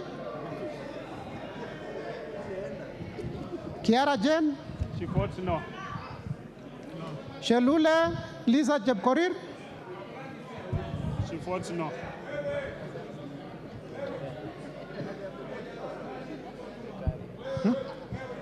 Gikaria David.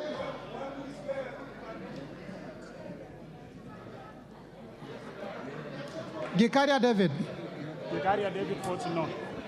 Kindly speak up, don't display, don't do sign language, just speak up.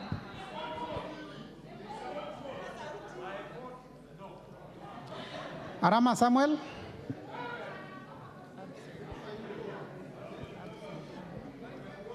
Mulanya Geoffrey Ekesa. No. Muge Cynthia Jebkosgei. Kitur Bernard Kibor.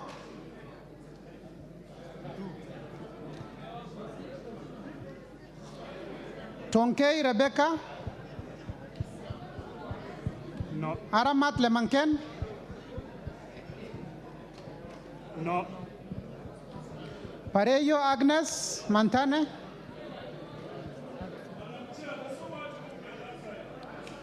Kitilai Olentutu. No. Member for Kajiado County.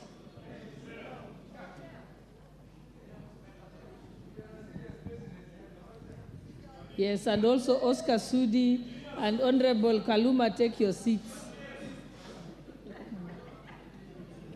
Tongoyo Gabriel. Wangwe Emmanuel. Gashagua George. Owino Martin Peters. Gashagua George is no. GK Masharia Karaoke. No. Chepkon Charity Kadambi. Guyo Hadewario. Absent. Abdul Rahim Dawood. He votes no. Nyamoko Johach Nyamashe. No. Owor Joshua Duma. Mohammed Ali Mohammed. No. Mongina Jerusha Momanyi. Gitau Faith Wairimo. Odoyo Okelo Gerard. Janda Zahir. Manduku Daniel Ogoka. He has voted no. Odege Tom Boya. Washira Rahab Mukami. No. Manduku. Repeat for Manduku. He said Oh. Madenge Duncan Maina. no. Maina, no. Mushira Maiko Mwangi. No. Kiarao David Njuguna. No. Wainaina Maiko Wambogo. No. Kosing David Losiakou.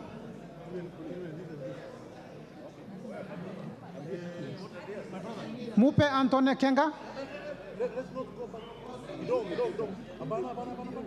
No, what is the problem? The problem is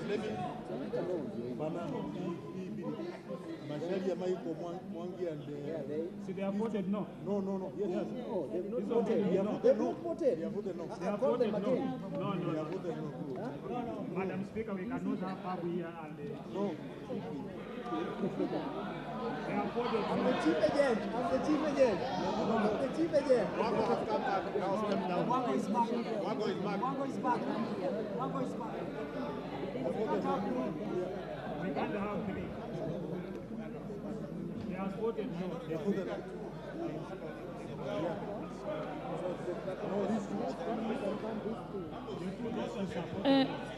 Which one?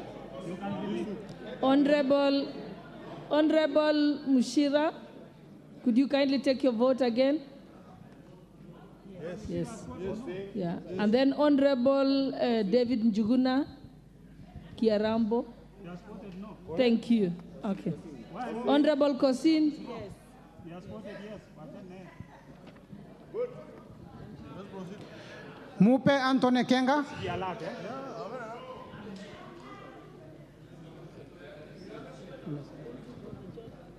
Mupe Antone Kenga. Amevote no. Msikize, so that. Ndio ule uko mwisho.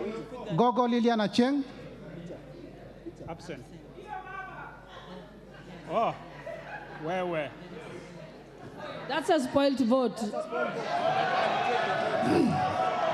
Can you say yes or no?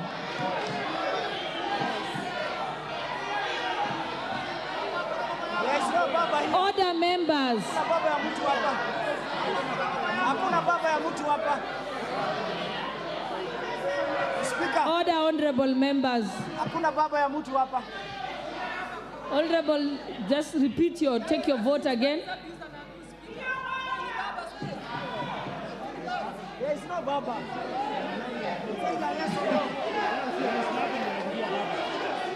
There is no baba. Baba ya mtu, that's a spoiled vote.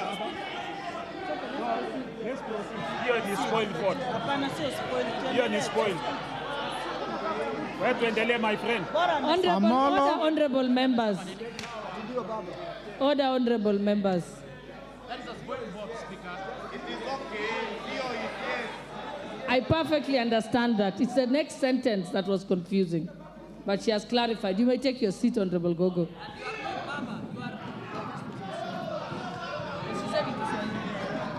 Amolo Paul Otiende.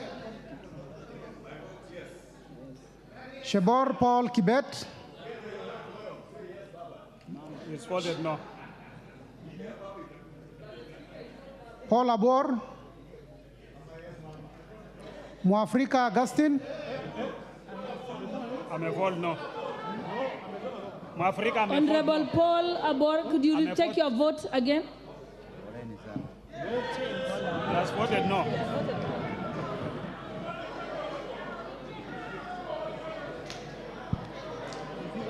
Mwafrika Augustine. Amepiga no. Mwafrika amepiga no. Honorable Mwafrika. He has voted no. Francis Kajwang. Absent. Kingara Simon Nganga. No. Karemba Eric Mushangi. No. Longova Sloya Clement. No. Luyai Kale Mamisi. Absent. Raso Dido Ali. No. Lenguris Pauline. Amevote no. Lentoi Johnny Jackson Lekumontare. Letipila Dominic Eli. Lesuda Josephine Naisula. Nikal James Wambura.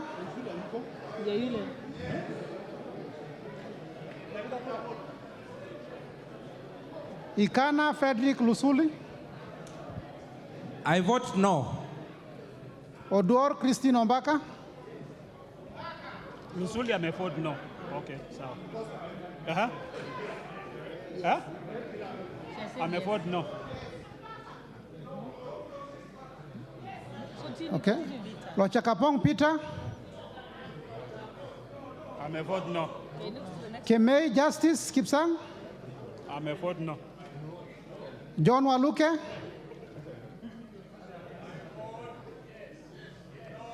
No. Sigei Francis. Sigei Francis, I'm a vote no.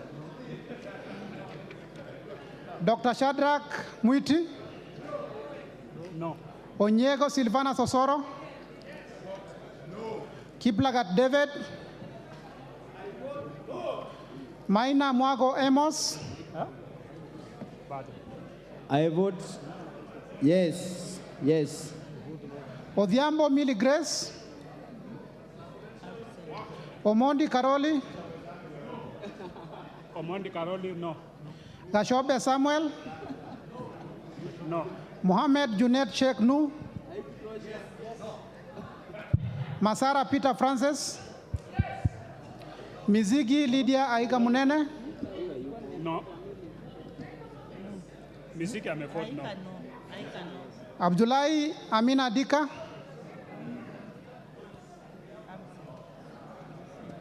Bare Hussein Abdi. No. Buire John Okano. No, where is he? Buire John Okano. He's not, no, he's absent. Oku Edward Kaunya. Absent. Oh. Yeah. Yes. Honorable. Haika Meheka, no.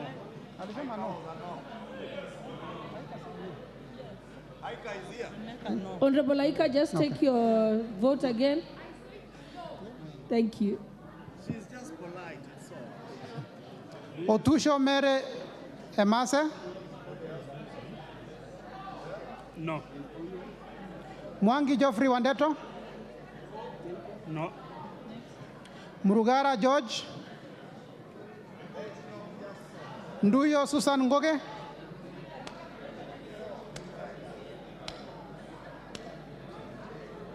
Susan Boy. Nganga Alice Wamboi. No. Kas Nduyo Susan Ngugu. No, just Ako.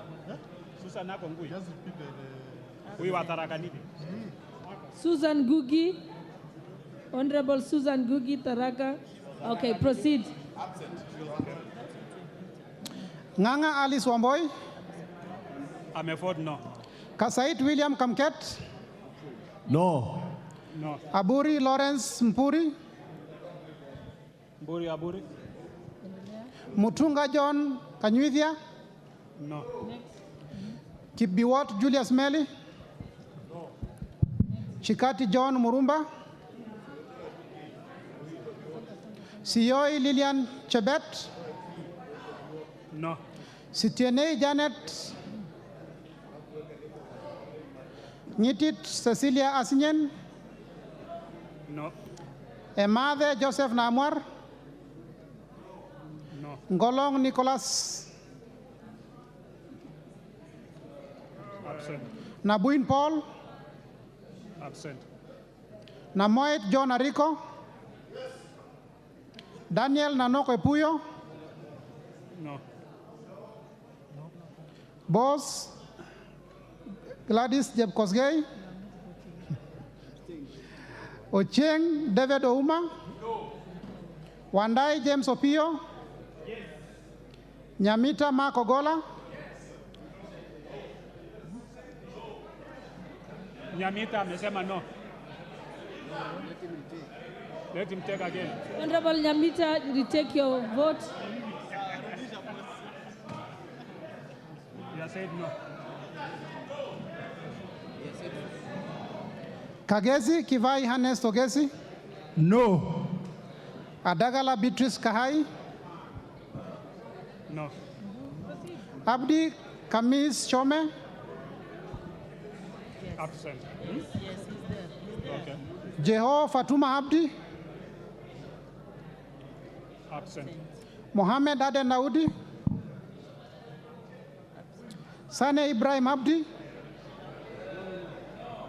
No. Ado Mohammed Aden. Farah Yusuf Mohammed. Wanyonyi Martin Pepela. No.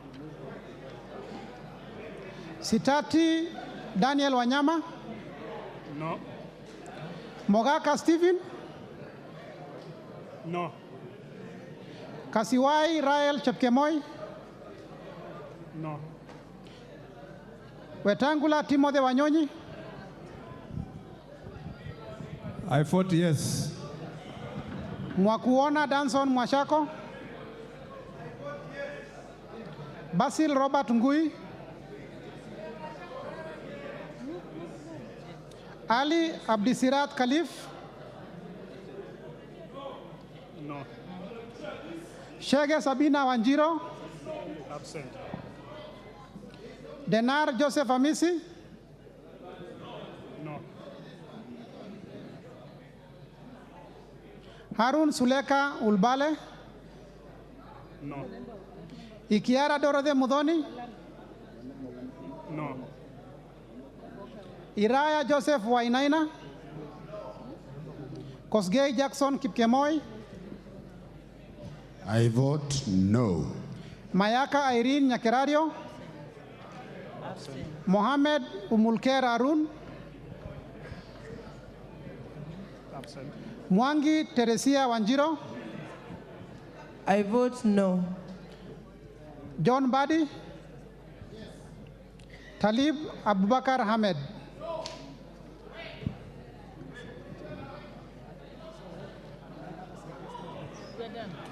We can now count.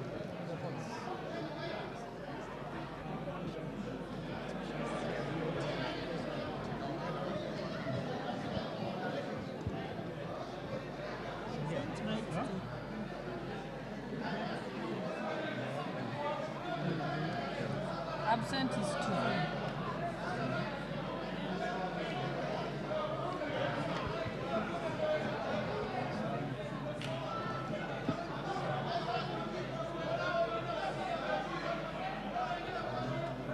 Order, honorable members.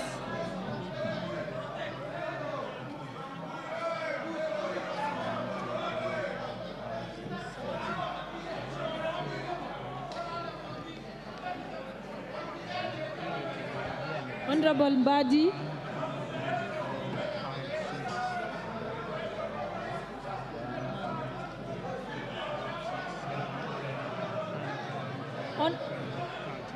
Order, honorable members.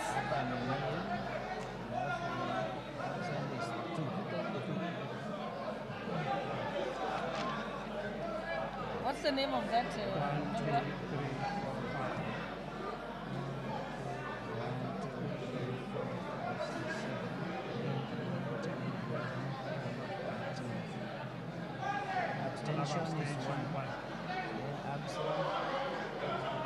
Honorable members, Honorable Waluke.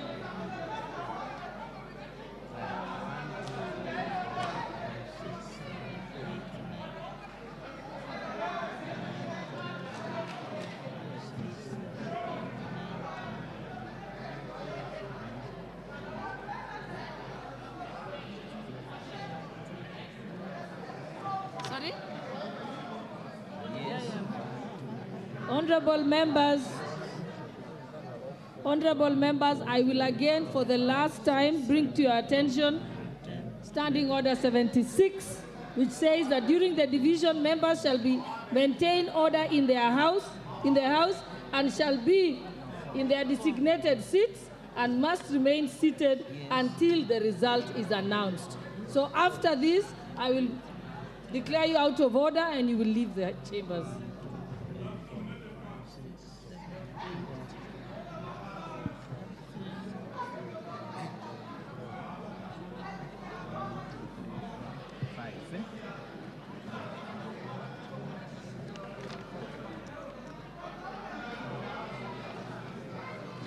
Yes.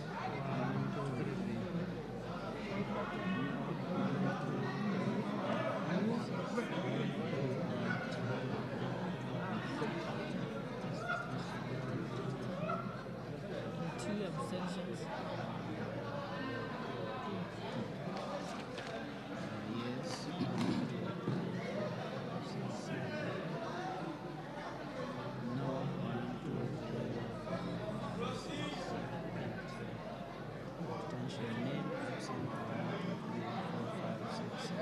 Yes.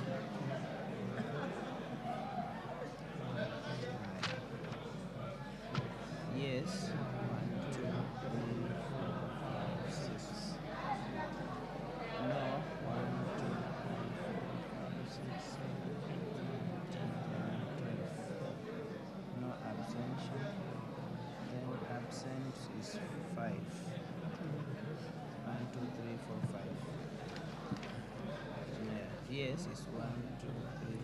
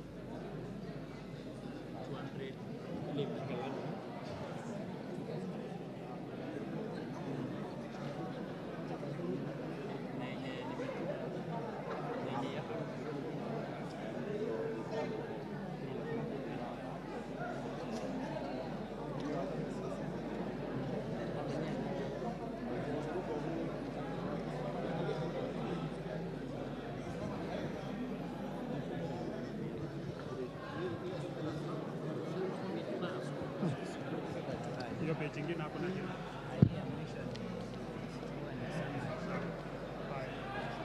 Now let's totalize.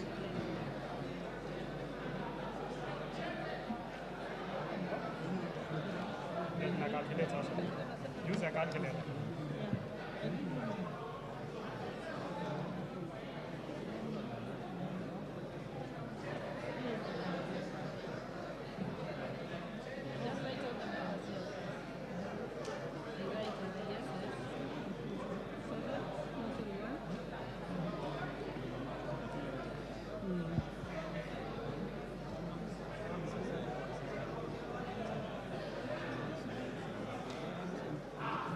Hiyo hakuna haja absent. No, no, it's good. Okay. Absent. And abstain. Abstain plus.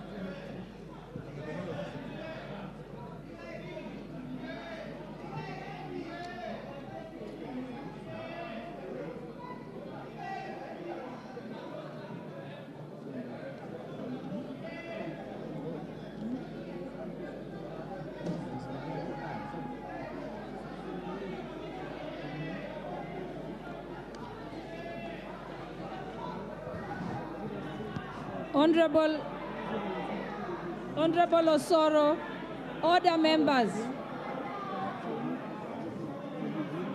Order members.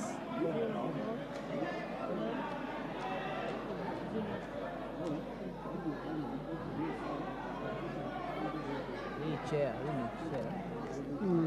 sasa kandidata iko wapi?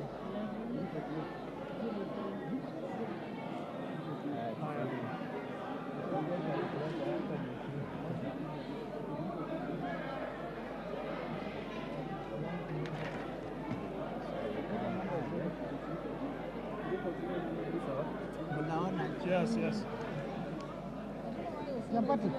Participate.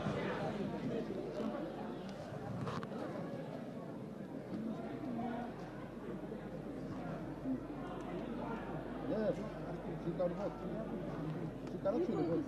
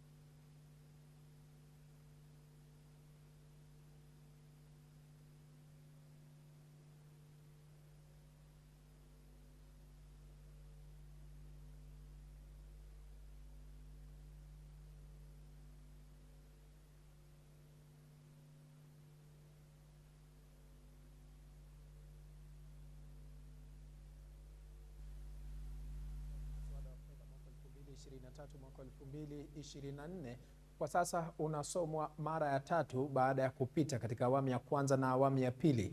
Katika lugha ya Kingereza wanasema first reading na second reading. Kwa hiyo hii ni third reading ambayo inaendelea kwa sasa katika bunge la kitaifa, na ambapo mswada wenyewe bado ungali unapata pingamizi hasa kutoka kwa wabunge wa mrengo wa Azimio wakitofautiana na baadhi ya vipengee. Kumbuka kuna vipengee 22 ambazo zinafaa kupigiwa kura, na kwa sasa ni shughuli tu ya kupiga kura ambayo imekuwa ikiendelea kuanzia mwendo wa jioni hivi, kuanzia mwendo wa saa 9 saa 10 hapo, ambapo shughuli nzima imekuwa ikiendelea ya mswada wa fedha mwaka 2023 mwaka 2024. Na kwa sasa mtazamaji, naarifiwa tuvuke moja kwa moja hadi katika majengo ya bunge, tuungana naye mwandishi wetu wa habari Elizabeth Mutuku ambaye amekita kambi katika majengo ya bunge, atufahamishe kwa kina zaidi ni vipengee vipi ambavyo labda vina utata katika mswada wa fedha mwaka 2023 mwaka 2024. Elizabeth Mutuku, kama unanipata kwa njia iliyo safi zaidi, hebu tueleze tu kwa kina zaidi ni vipengee vipi ambavyo bado vingali vinaleta utata katika mswada wa fedha mwaka 2023 mwaka 2024.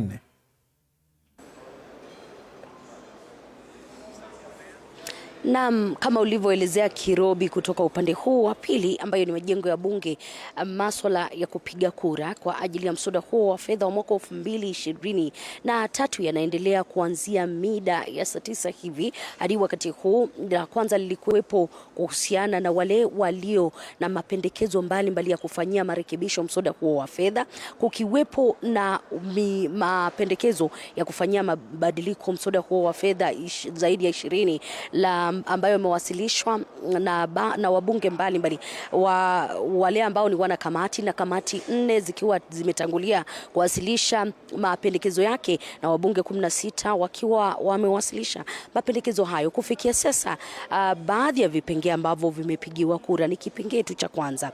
Kipengee cha pili ndicho ambacho kimepigiwa kura na ambacho kilikuwa cha mbunge wa Homa Bay mjini Peter Kaluma, ambacho kilipitishwa wakati huu wakiendelea kupiga kura kwa ajili ya kipengee hicho awamu ya pili ama kuhusiana na masuala ya kamari, na vile kwa wale ambao ni digital content creators, endapo hili linaweza kubadilishwa jina lenyewe la wale ambao wanafahamika kama digital content creators, ni kitu ambacho wamepiga kura. Ukiangalia idadi ya wabunge ambao wapo bungeni kwa wakati huu kutoka pande zote mbili ni wengi zaidi kilinganishwa na wakati ule mwingine walikuwa wanapiga kura awamu ya pili, wakati huu ikiwa awamu ya tatu, na zaidi ya vipengee 96 ndivyo ambavyo vitakuwa vikijadiliwa. Na wakati ambapo spika alikuwa anaelekeza bunge ni kwamba watapiga kura kwa kila kipengee hadi wakati hilo litakamilika. Hilo likiwa na maana kwamba tutakuwepo hapa kwa muda tu. Kuna baadhi ya yale ambayo tulishuhudia wakati bunge lilipoingia, likiwemo swala la kupiga kura kwa ajili kwa mfumo wa dijitali au mfumo usio wa kidijitali ambao unafahamika kwa lugha ya Kizungu manual, na ambao ndio wanafuata kwa wakati huu. Endapo ile mitambo haitarekebika, ina maana kwamba kila kipengee endapo kinachukua zaidi ya lisali moja kuweza kupigiwa kura, huenda tukatoka hapa kule mida ya saa 9 asubuhi ama saa 7 asubuhi. Lakini kwa hayo yote tupo hapa, pande zote zikipiga kura, tupo hapa kufuatilia, na endapo kutakuwepo na mizozo yoyote kuhusiana na kura yenyewe, manake kuna vipengee ambavyo ni moto zaidi kama wanavyosema wa Kenya, kipengee kile cha ushuru wa mafuta na vile kile kipengee cha ushuru wa nyumba, ni yale ambayo tunangojea kuona jinsi ambavyo itakwenda. Lakini kwa sasa niruhusu nirejee kwako Kirobi, kisha baadaye utaturejesha tena huko bungeni. Na asante sana Elizabeth Mutuku kutoka majengo ya bunge kwa kutufahamisha kwa kina zaidi kuhusiana na baadhi ya vipengee ambavyo vimeleta utata na ambavyo vinaendelea kupigiwa kura katika majengo ya bunge katika awamu hii ya kusomwa mara ya tatu kwa mswada wa fedha mwaka 2023 mwaka 2024. Tutarejea kwako mwendo wa baadaye, lakini kwa sasa wacha tuwapashe watazamaji wetu ni kipi ambacho tumewaandalia katika chumba cha habari. Mimi ni mtangazaji wako Paul Kirobi. Karibu kwenye taarifa za upeo wa TV47. Tuna mengi ambayo tumekuandalia, lakini kwa sasa wacha tupate vidokezo.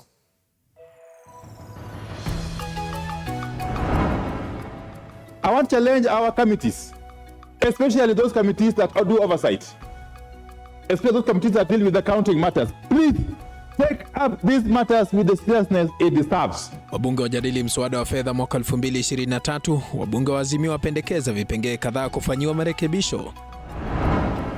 Wewe unapinga ati tusijenge nyumba. Wewe umeajiriwa na watu wa Nairobi, unalipwa mshahara. Wewe hutaki watoto wao walipwe mshahara kama wewe. Rais William Ruto warai wabunge kupitisha mswada wa fedha mwaka 2023. Ruto anasisitiza kuwa mswada huo ni wenye manufaa kwa Wakenya. Kaimu mkurugenzi mkuu wa KEMSA Andrew Mulu akikaangoni, wabunge wakimhoji kuhusu sakata ya ununuzi wa bidhaa KEMSA. Mtazamaji, tuandamane hadi tamati. Rais William Ruto ametoa wito kwa wabunge kuzika tofauti zao na kupitisha mswada wa fedha, akisisitiza kuwa ni wenye manufaa kwa Wakenya wote. Kwa mujibu wa Ruto, iwapo mswada huo utapitishwa, basi gharama ya maisha itapungua maradufu. Huyo hapa Mwenge William na taarifa zaidi. The reason we are here. Huku Rais William Ruto na kiongozi wa Azimio Raila Odinga wakiwa wamewaarifu wabunge wanaowaunga mkono kuwa ange kabla ya kusomwa kwa mara ya tatu kwa mswada wa fedha wa mwaka 2023 Jumanne, Rais Ruto amewataka wabunge wa serikali na upinzani kupitisha mswada huo, akisisitiza kuwa ni wenye manufaa kwa Wakenya wote. Si ni vizuri tujenge nyumba vijana wetu wapate ajira? Ama mnasemaje? Si ni vizuri tujenge nyumba hawa vijana wapate ajira? Na tutoe watu yetu kwa slums waishi mahali pazuri?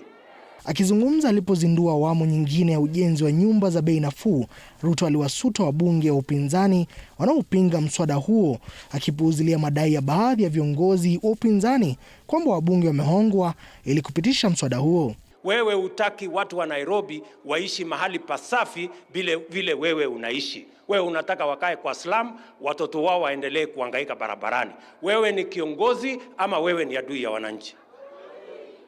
Tuambiane ukweli. Awali akihudhuria kongamano la Kawi, Rais Ruto alisisitiza kuwa mswada wa fedha mwaka 2023 utawafaa pakubwa wa Kenya. Hakuna wananchi wa upinzani, hakuna wananchi wa serikali. Wananchi wote ni wananchi wa taifa letu la Kenya.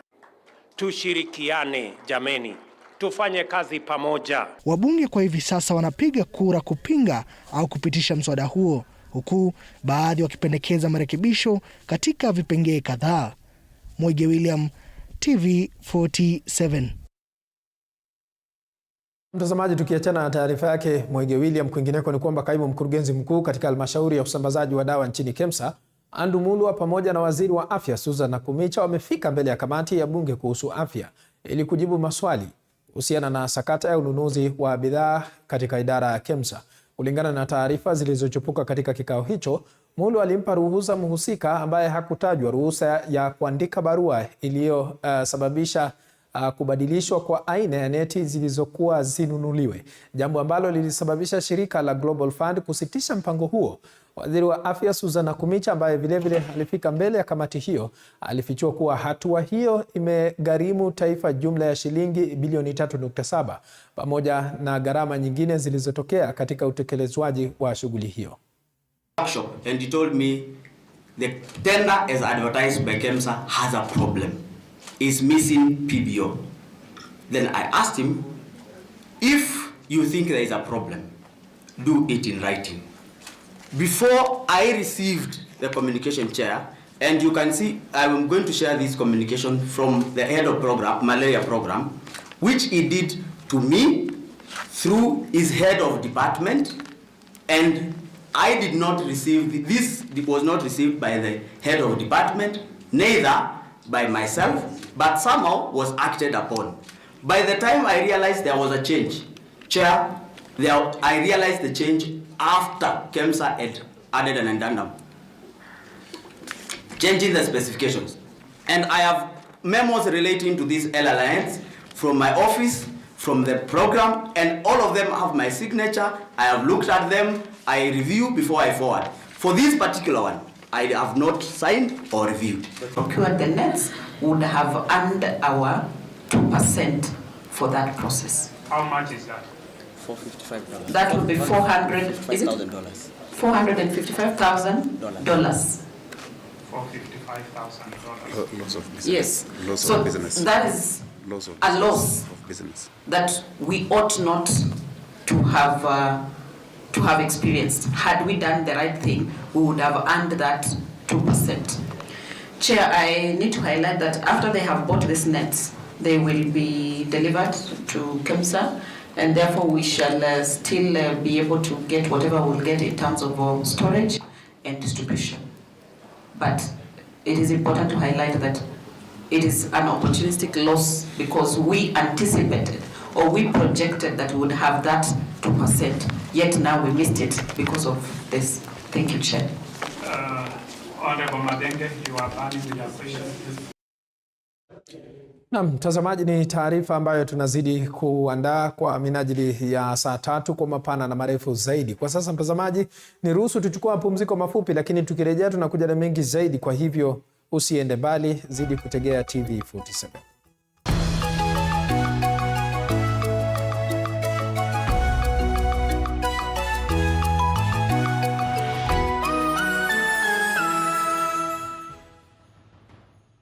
You are watching TV 47, the home of untold stories.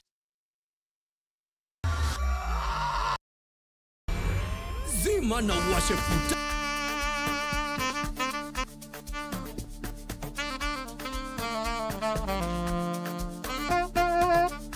For the biggest of guests, from politicians to entertainers to content creators to whichever kind of a person you want to think that you'd want to see on the show, this is the place to be. Dr. Funike tonight.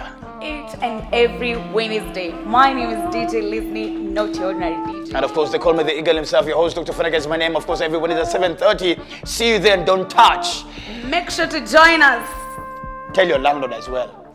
Jua unalipia parent. Sikose.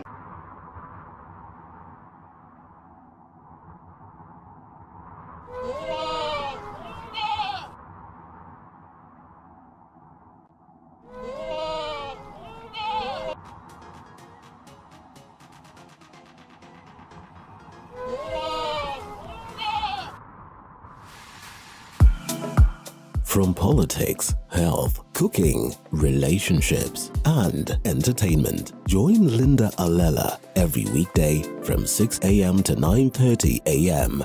only on Morning Cafe.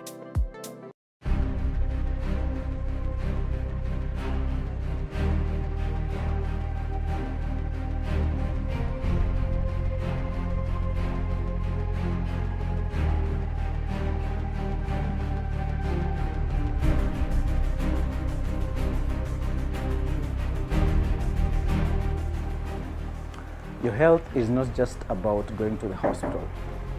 Your health is about prevention, it's about what you eat, it's about where you live.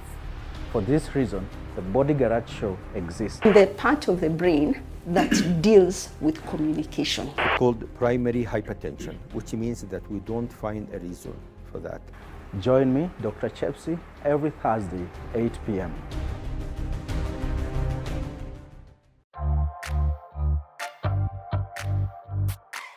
Hello and welcome to yet another edition of Beyond the Limit. We have not even scratched the surface when it comes to knowledge about disability.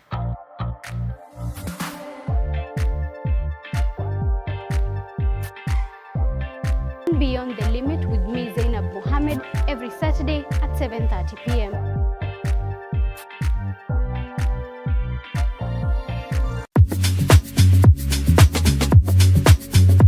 You know what pops in my house more than the rainbow? Walls. You know what I love between me and him? Space. Don't worry, dishes. No one is doing me either. Hey, not much. Just hanging around. Pull yourself together. Enough on the jokes. Let's talk about real estate. Catch The Realtor every Tuesday at 6:30 p.m.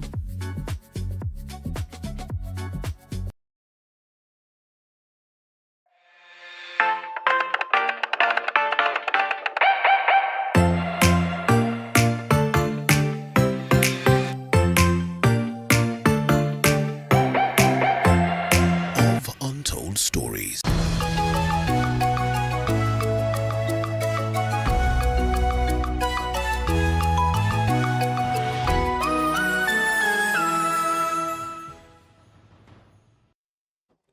Naam, karibu tena mtazamaji, nizidi kukuarifu mengi zaidi. Muungano wa wanahabari sasa umetishia kuwasilisha kesi mahakamani dhidi ya waziri wa biashara Moses Kuria.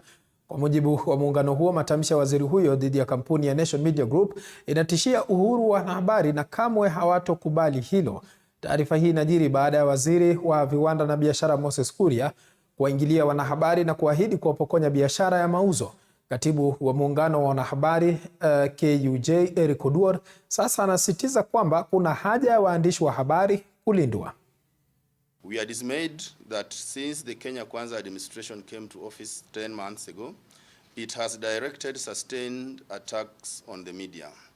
The most recent attacks have been triggered by a series of stories of corruption in government and other stories projecting voices demanding accountability on the part of the government. The media has a sacred responsibility to the people of Kenya and thus will continue without fear to report on public issues and project the different voices in society as well as speak truth to the power. Kwa hivyo hii ni ishara kwamba hii serikali tulionayo hivi sasa wanataka kuingilia na kuwaambia ni yapi ambayo watafaa kufanya na yapi ambayo wanafaa wasiyafanye. The government should respond to concerns by Kenyans on the scandals exposed by the media in the past 10 months, which include diversion of condemned sugar into the market, repackaging and sale of subsidized fertilizer, questions over KEMSA, especially on the mosquito nets funds, concerns over the management of NHIF, which have rendered it unable to serve Kenyans, the questions over favorism in the duty-free commodity imports, including edible oils, maize, and rice, the use of advertising revenue as a tool to blackmail the media. Na mtazamaji, taarifa hiyo utaipata kwa mapana na marefu mwendo wa saa 3, lakini kwa sasa tunaangazia taarifa nyingine ambapo waziri wa usalama wa ndani Profesa Kithure Kindiki anasema kuwa mzozo ulioshuhudiwa katika siku za hivi majuzi kati ya Inspekta Jenerali wa Polisi Japhet Koome na tume ya huduma ya polisi NPS ulitokana na kutoelewana kwa masuala ya majukumu ya kila bodi kikatiba. Akizungumza alipofika mbele ya kamati ya bunge la kitaifa kuhusu usalama wa taifa, Kindiki anasema tayari amezungumza na pande zote mbili kuhusiana na uhuru wa kila bodi, akisema kuwa hilo litatatuliwa kwa kutafuta utafsiri wa majukumu yao kwa mujibu wa katiba kupitia mahakama au afisi ya mwanasheria mkuu ambaye ni mshauri wa serikali. And therefore, from where I sit, the solution is not with the minister, it's not with the Inspector General, it's not with the Commission. Even to a large extent, and I say this with deep respect to this committee and Parliament, I don't think Parliament has the solution. From where I sit, the solution is in two fronts. Either the courts of law, who have mandate to interpret the law, or the Attorney General of the Republic, who has the mandate under Article 156, paragraph 5, to be the chief legal advisor of government institutions, government generally. That doesn't mean, Honorable Chair, that the committee doesn't have mandate to do what it is doing. Neither does it mean that the minister has no role in trying to find a way forward on this matter.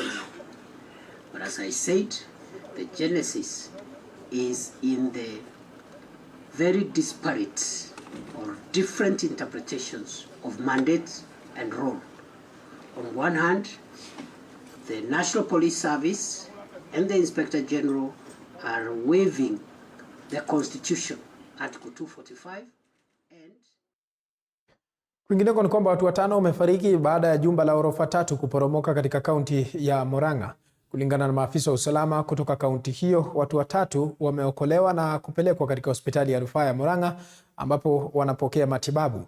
Sababu ya kuporomoka kwa jengo hili lililokuwa bado linaendelea kujengwa haijabainika.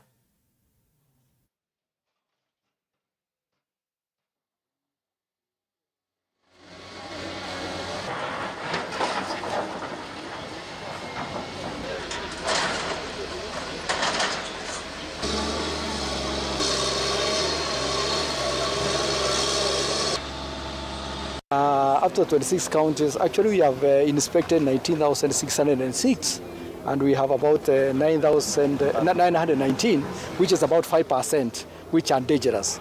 The others are either unsafe or fair, which can be repaired. We've commenced investigations. Of course, preliminarily, we can tell that by the time it was collapsing, it was on the last floor, which was floor number 5. As per the details that are there, but investigations have commenced to indicate or bring out what the actual cause would have been. This building was done in June 2022 before we came into office in late August 2022. And there are no records of the approval of this building, and because the records were not being kept properly. That explains why we have been pushing Murang'a people to put their records in digital form. Mtazamaji, tukiachana na taarifa hiyo, kwingineko ni kwamba kongamano la kimataifa kuhusu maji na usafi wa mazingira mwaka 2023 limeendelea kwa siku ya pili mjini Mombasa, huku washikadau wakitoa wito wa ushirikiano kufanikisha huduma za maji, kuboresha usafi wa mazingira na kupunguza bajeti ya kutafuta tatizo la uharibifu wa mifumo ya maji ambao kwa sasa uharibifu huo umefikia 45%, hasara ya shilingi bilioni 11.2 kati ya mwaka 2021 na mwaka 2022.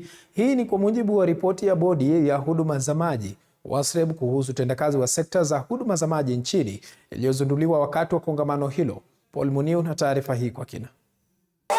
Ripoti hiyo inatoa wito kwa uwekezaji katika sekta ya maji katika kaunti, ikizingatiwa kuwa 36% pekee kati ya 54% ya idadi ya watu ambao wanategemea mamlaka hizo ndio ambao wanapata maji. Hata hivyo, serikali imedhamiria kutoa huduma zaidi kwa kaya milioni 6 ndani ya miaka 5 ijayo kutoka kaya milioni 3.9 zilizounganishwa na maji safi na salama. Water service providers, our companies, must start seeing water development agencies as partners, as institutions that can link them properly with the national government to build their capacity. Because in terms of quality delivery, the national government has a constitutional responsibility to support capacity building of the water service providers. Malengo hayo yanatazamiwa kuafikiwa na mpango wa kujenga mabwawa 100 na mabwawa ya nyongeza 1000 ndani ya kaunti ili kuhifadhi maji ya matumizi na ya kilimo. Kwa mujibu wa naibu wa rais, hatua hiyo itahakikisha kuwa taifa linapata chakula cha kutosha na hivyo kushusha gharama ya vyakula. Kaunti ya Nairobi imenakili asilimia ya juu zaidi ya idadi ya watu wanaohudumiwa na watoa huduma ya maji, ikifuatiwa na kaunti ya Kilifi, Murang'a, Kiambu na Embu. Halmashauri ya kudhibiti huduma za maji WASREB inasema italenga huduma zaidi katika kaunti za West Pokot, Wajir, Narok, Marsabit na Mandera ambazo zina idadi ya watu wa chini zaidi wanaohudumiwa na watoa huduma ya maji. Akihudhuria kongamano hilo hii leo, waziri wa ushirika na biashara ndogo Simon Chelugui na aliyekuwa waziri wa maji hapo awali amebainisha kuwa maji yanapungua kufuatia shughuli hasi za binadamu katika vyanzo vya maji. Encroachment of water towers has led to degradation of water catchment areas, resulting in reduced water volumes, dry riverbeds, and increased transboundary water conflicts. Water losses are high. Aidha, amesikitikia hasara ya uharibifu wa mifumo ya maji na kuwa maradhi mengi yanayoathiri jamii yanachangiwa na uchafu wa mazingira, haswa katika vitongoji duni, na kutoa changamoto kwa mamlaka husika kushughulikia tatizo hilo. If we fix sanitation, we will reduce the budget, the expenditure on medication by almost the same amount. That money can be used to develop, invest in sanitation facilities. So it's our desire and prayer that as we push investment in sanitation, we should build a connection between health and provision of sewerage and sanitation services. Kongamano hilo litaendelea hapo kesho. Paul Muniu, TV 47, Mombasa. Na mtazamaji, asante sana kwa taarifa yake Paul Muniu kwa taarifa hiyo. Kwa sasa wacha tuchukue mapumziko mafupi, lakini tukirejea tunakuja na mengi zaidi, kwa hivyo usiende mbali.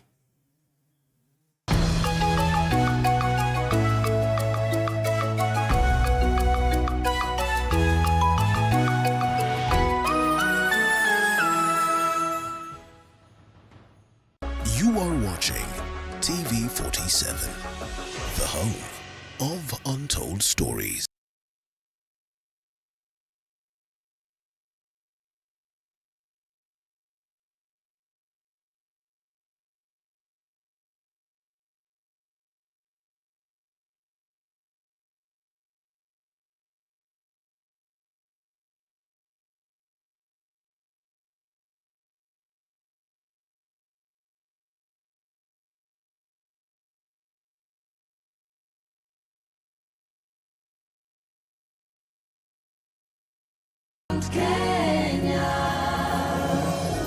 I am so excited to have joined MKU. The flexibility in the payment of fees makes education very affordable. With over 165 fully accredited programs and the state-of-art learning facilities, you literally have the world in your hands in terms of career choice. The learning is not only uninterrupted, but also supported through ICT. And within no time, you're done with your studies. Join us and start your career journey. Intake is in progress. Mount Kenya University, unlocking infinite possibilities. Mount Kenya. Watu magabi, kisho yimbe, isibeli tunisana. wafikisa sizobona unkulu wakho Jabu. Safike sathi kuyozalwa imbulu enkulu. Kwahlangana amehlo ngangabaza ukuthi impela yafika imbulu. Inkosi yabanamandla. Welcome to the Mwai Kibaki Convention Center, the premier events venue. Our state-of-the-art facilities are designed to meet all your needs, from large-scale conferences to intimate meetings and everything in between. Located in the heart of Thika, the Mwai Kibaki Convention Center offers stunning views of the city skyline and is easily accessible from all major transportation hubs. Our facility features ample parking, free Wi-Fi, advanced audiovisual equipment, and our technical team is always on hand to ensure your event runs smoothly and seamlessly. Don't take our word for it. Make your next event unforgettable at the Mwai Kibaki Convention Center. Contact us today for bookings and reservations. Email multimedia@mku.ac.ke or call us on 0708 212204 or 0727 441733 or 0721 438 629 to learn more about our services and book your event. Uko tayari?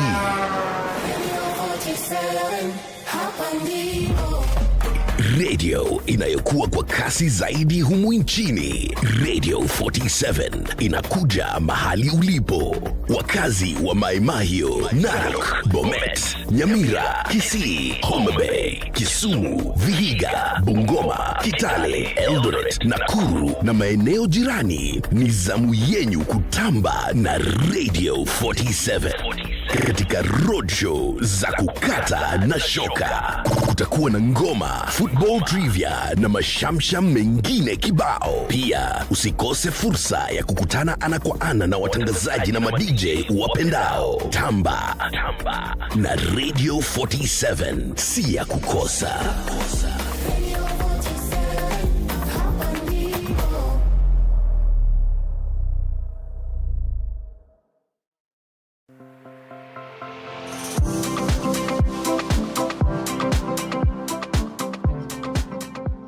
Welcome to Nyali Golf View Residence, where a luxurious accommodation is inspired by the Indian Ocean. This exclusive residential community offers the ultimate in coastal living along Links Road, Nyali, near Mamba Roundabout.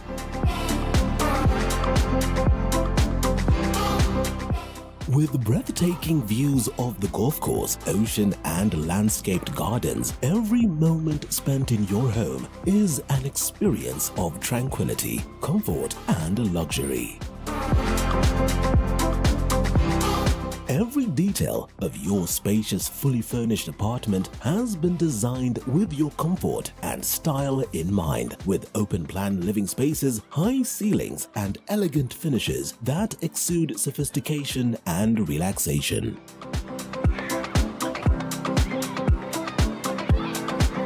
Experience resort-style living with a wide range of amenities, including a state-of-the-art fitness center, swimming pool, children's playground, 24-hour security, and concierge services. Experience the ultimate in luxury living and golfing at Nyali Golf View. Contact us today to schedule a visit and discover the lifestyle of your dreams. Nyali Golf View Residence, luxurious accommodations inspired by the Indian Ocean.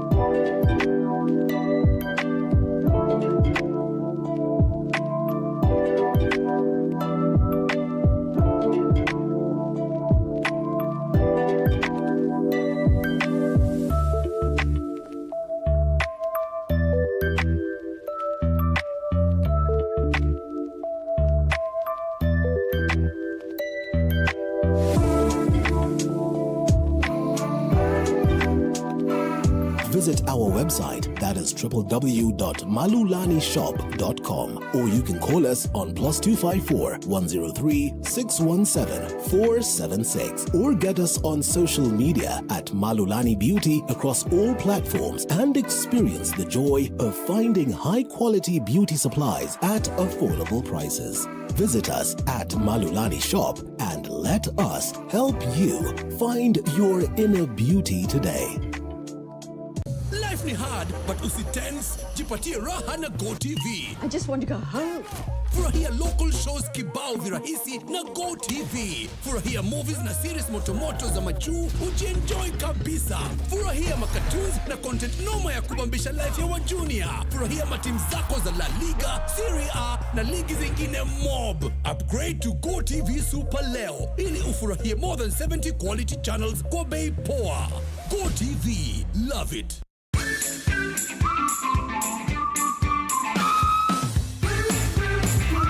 Do pimples have you covering up and hiding? Well, let's treat acne in 3 easy steps. Acne's Creamy Wash for acne-prone skin removes excess oil and dirt. Acne's Soothing Toner soothes inflammation, nourishes and hydrates skin. Acne's Sealing Gel clears acne-causing bacteria. Mentholatum Acne's, a new beginning for clear skin.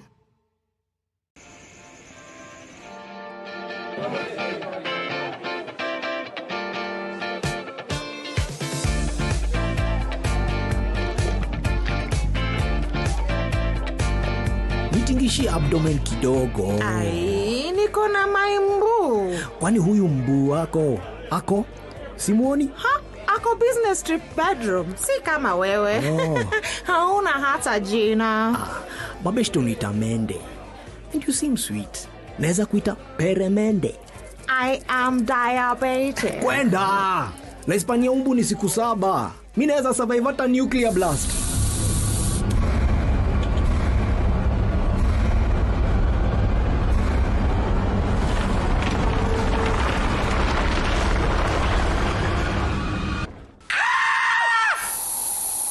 Moskill kills mosquitoes, cockroaches, and all household insects.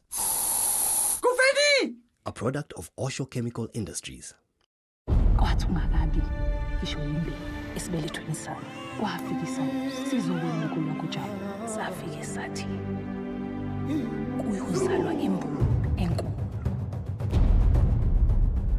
kwahlangana amehlo ngangabaza ukuthi impela yafika imbulo inkosi yabanamandla. Home of untold stories.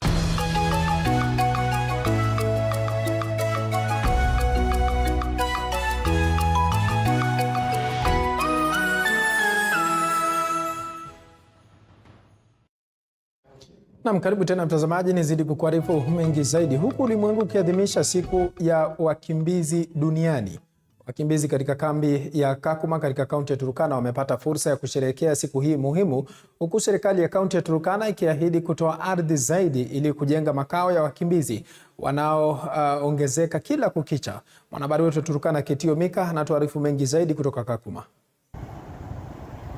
Ni katika kambi ya wakimbizi ya Kakuma, kambi iliyo na wakimbizi zaidi ya 300,000 kutoka mataifa 23.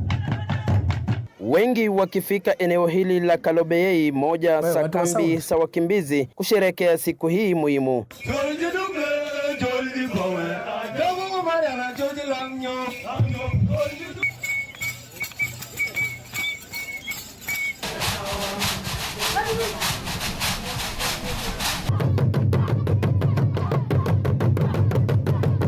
Sara Sitatenga, mama na raia kutoka taifa la Kongo, anaishi eneo la Kalobeyei Village 1, anasema siku hii imempa matumaini ya maisha licha ya yeye kuwa mbali na nyumbani. Kiria wakati wanasema siku ya wakimbizi ni siku kama ya kudharau watu, kuona watu kama hawafai. Lakini kwa sasa nimeelewa kama ni kitu kizuri, kwa sababu ni wakati mtu nawe unaonyeshana duniani, unaonyesha vitu ambaye unaweza kufanya. Pengine kuna kitu tumekutana hapa Kenya hakuna, hapa Turkana hakuna. Tumewaonesha Waturkana nao wametuonesha. Gavana wa Turkana Jeremiah Lomrukai akiahidi ushirikiano baina ya jamii ya Turkana na wakimbizi, huku serikali yake ikitoa ardhi zaidi kujenga kambi ya wakimbizi hao. I want to assure all refugees residing in Turkana that the county government stands firmly by your side. We have continuously expressed our readiness to partner in ongoing projects and our willingness to allocate additional land to accommodate any increase in the number of refugees. Viongozi mbalimbali akiwemo katibu katika Wizara ya Uhamiaji na Huduma kwa Wananchi Balozi Julius Bitoka na kamishna mkuu wa Umoja wa Mataifa wa wakimbizi Filippo Grandi wametoa wito wa umoja na amani miongoni mwa wakimbizi na jamii ya Turkana. As we acknowledge their struggles and this year's theme of hope away from home, we must also recognize the strength they embody and the potential they bring to our societies as we support them. Affirm yourselves as men and women, not refugees, as people with dignity and with achievement. Licha ya kupata uhuru katika kambi hii, Ndapiaro Ndairora kutoka Rwanda ni mwanabiashara ila anapitia changamoto sihaba. Sikuwa na amani kwa sababu mimi na bwana yangu tuko, kabila zetu ni tofauti. Kabila yake ni Hutu na mimi kabila yangu ni Tutsi. Sasa wanipendi kwa kabila yake, wako wananipenda, ikasababisha nikiatoka na huko kwetu nilikuwa namaliza masomo. Hata hivyo, Gavana Lomrukai amewataka wakimbizi wa Kakuma kujipa matumaini na kujihisi nyumbani huku serikali ikiendelea kutoa huduma zaidi kwao. We are fully aware of the immense challenges you have endured and we recognize the need for us to come together in solidarity, fostering an environment of inclusivity and understanding. The population you've had of 293,000 refugee population is higher than the Turkana West population of the host community. We have made a home away from home. In schools, we learn to learn. Kitio Mika Masai kutoka Kakuma kwenye kambi ya wakimbizi ikiripotia TV 47. Naam, tukitoka katika maeneo ya Kakuma kwa sasa tunafululiza hadi katika kaunti ya Baringo ambapo wakazi wa eneo bunge la Mogoto katika kaunti ya Baringo wamepinga kufunguliwa kwa kichinjio cha punda wakisema kuwa kutachangia pakubwa uhalifu hasa wizi wa mnyama huyo, kadhalika kuleta laana katika jamii. Hii hapa taarifa kamili.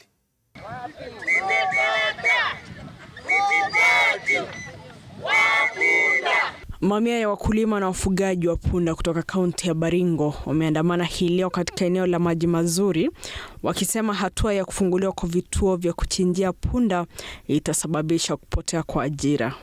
Punda si kitu ya kuchinjwa, ni ya kufanyia sisi kazi, kubeba maji, kubeba kuni, kubeba chakula ya ng'ombe, kubeba kila kitu.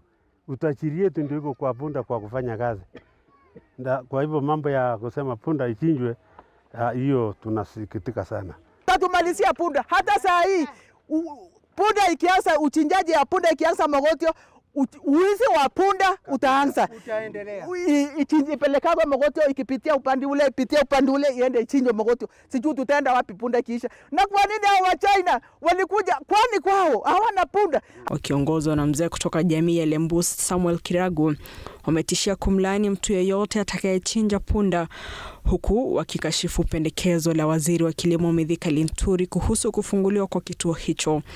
We are open. I'm very happy mimi nimesikia mambo kama hayo, sababu kama hawa watu wanaweza kuchukua punda whether ni inachinjwa hapa inatumwa China, si tuwawekee punda wakule tu export food tupate foreign currency ya kutoka kwa punda ama namna gani? Kwa upande wake Josephine Kinangai ambaye ni mtetezi wa haki za punda amesema punda huchangia pakubwa kwa kazi za nyumbani mbali na kusomesha wanao hadi chuo kikuu, na sasa wanawataka viongozi wa kitaifa na kaunti hiyo kuingilia kati.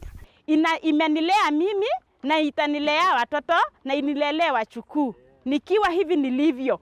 Kwa hivyo ningeomba tu president wetu Ruto achukulie hatua hii jambo tukiwa wakulima, kwa sababu alituambia ya kwamba ataanzia kiwango cha chini. Unapata huyo kijana kupitia huyo punda anapata almost 5,000 to 6,000 a day. Je, tukichinja huyu mnyama tunaleta umasikini Kenya?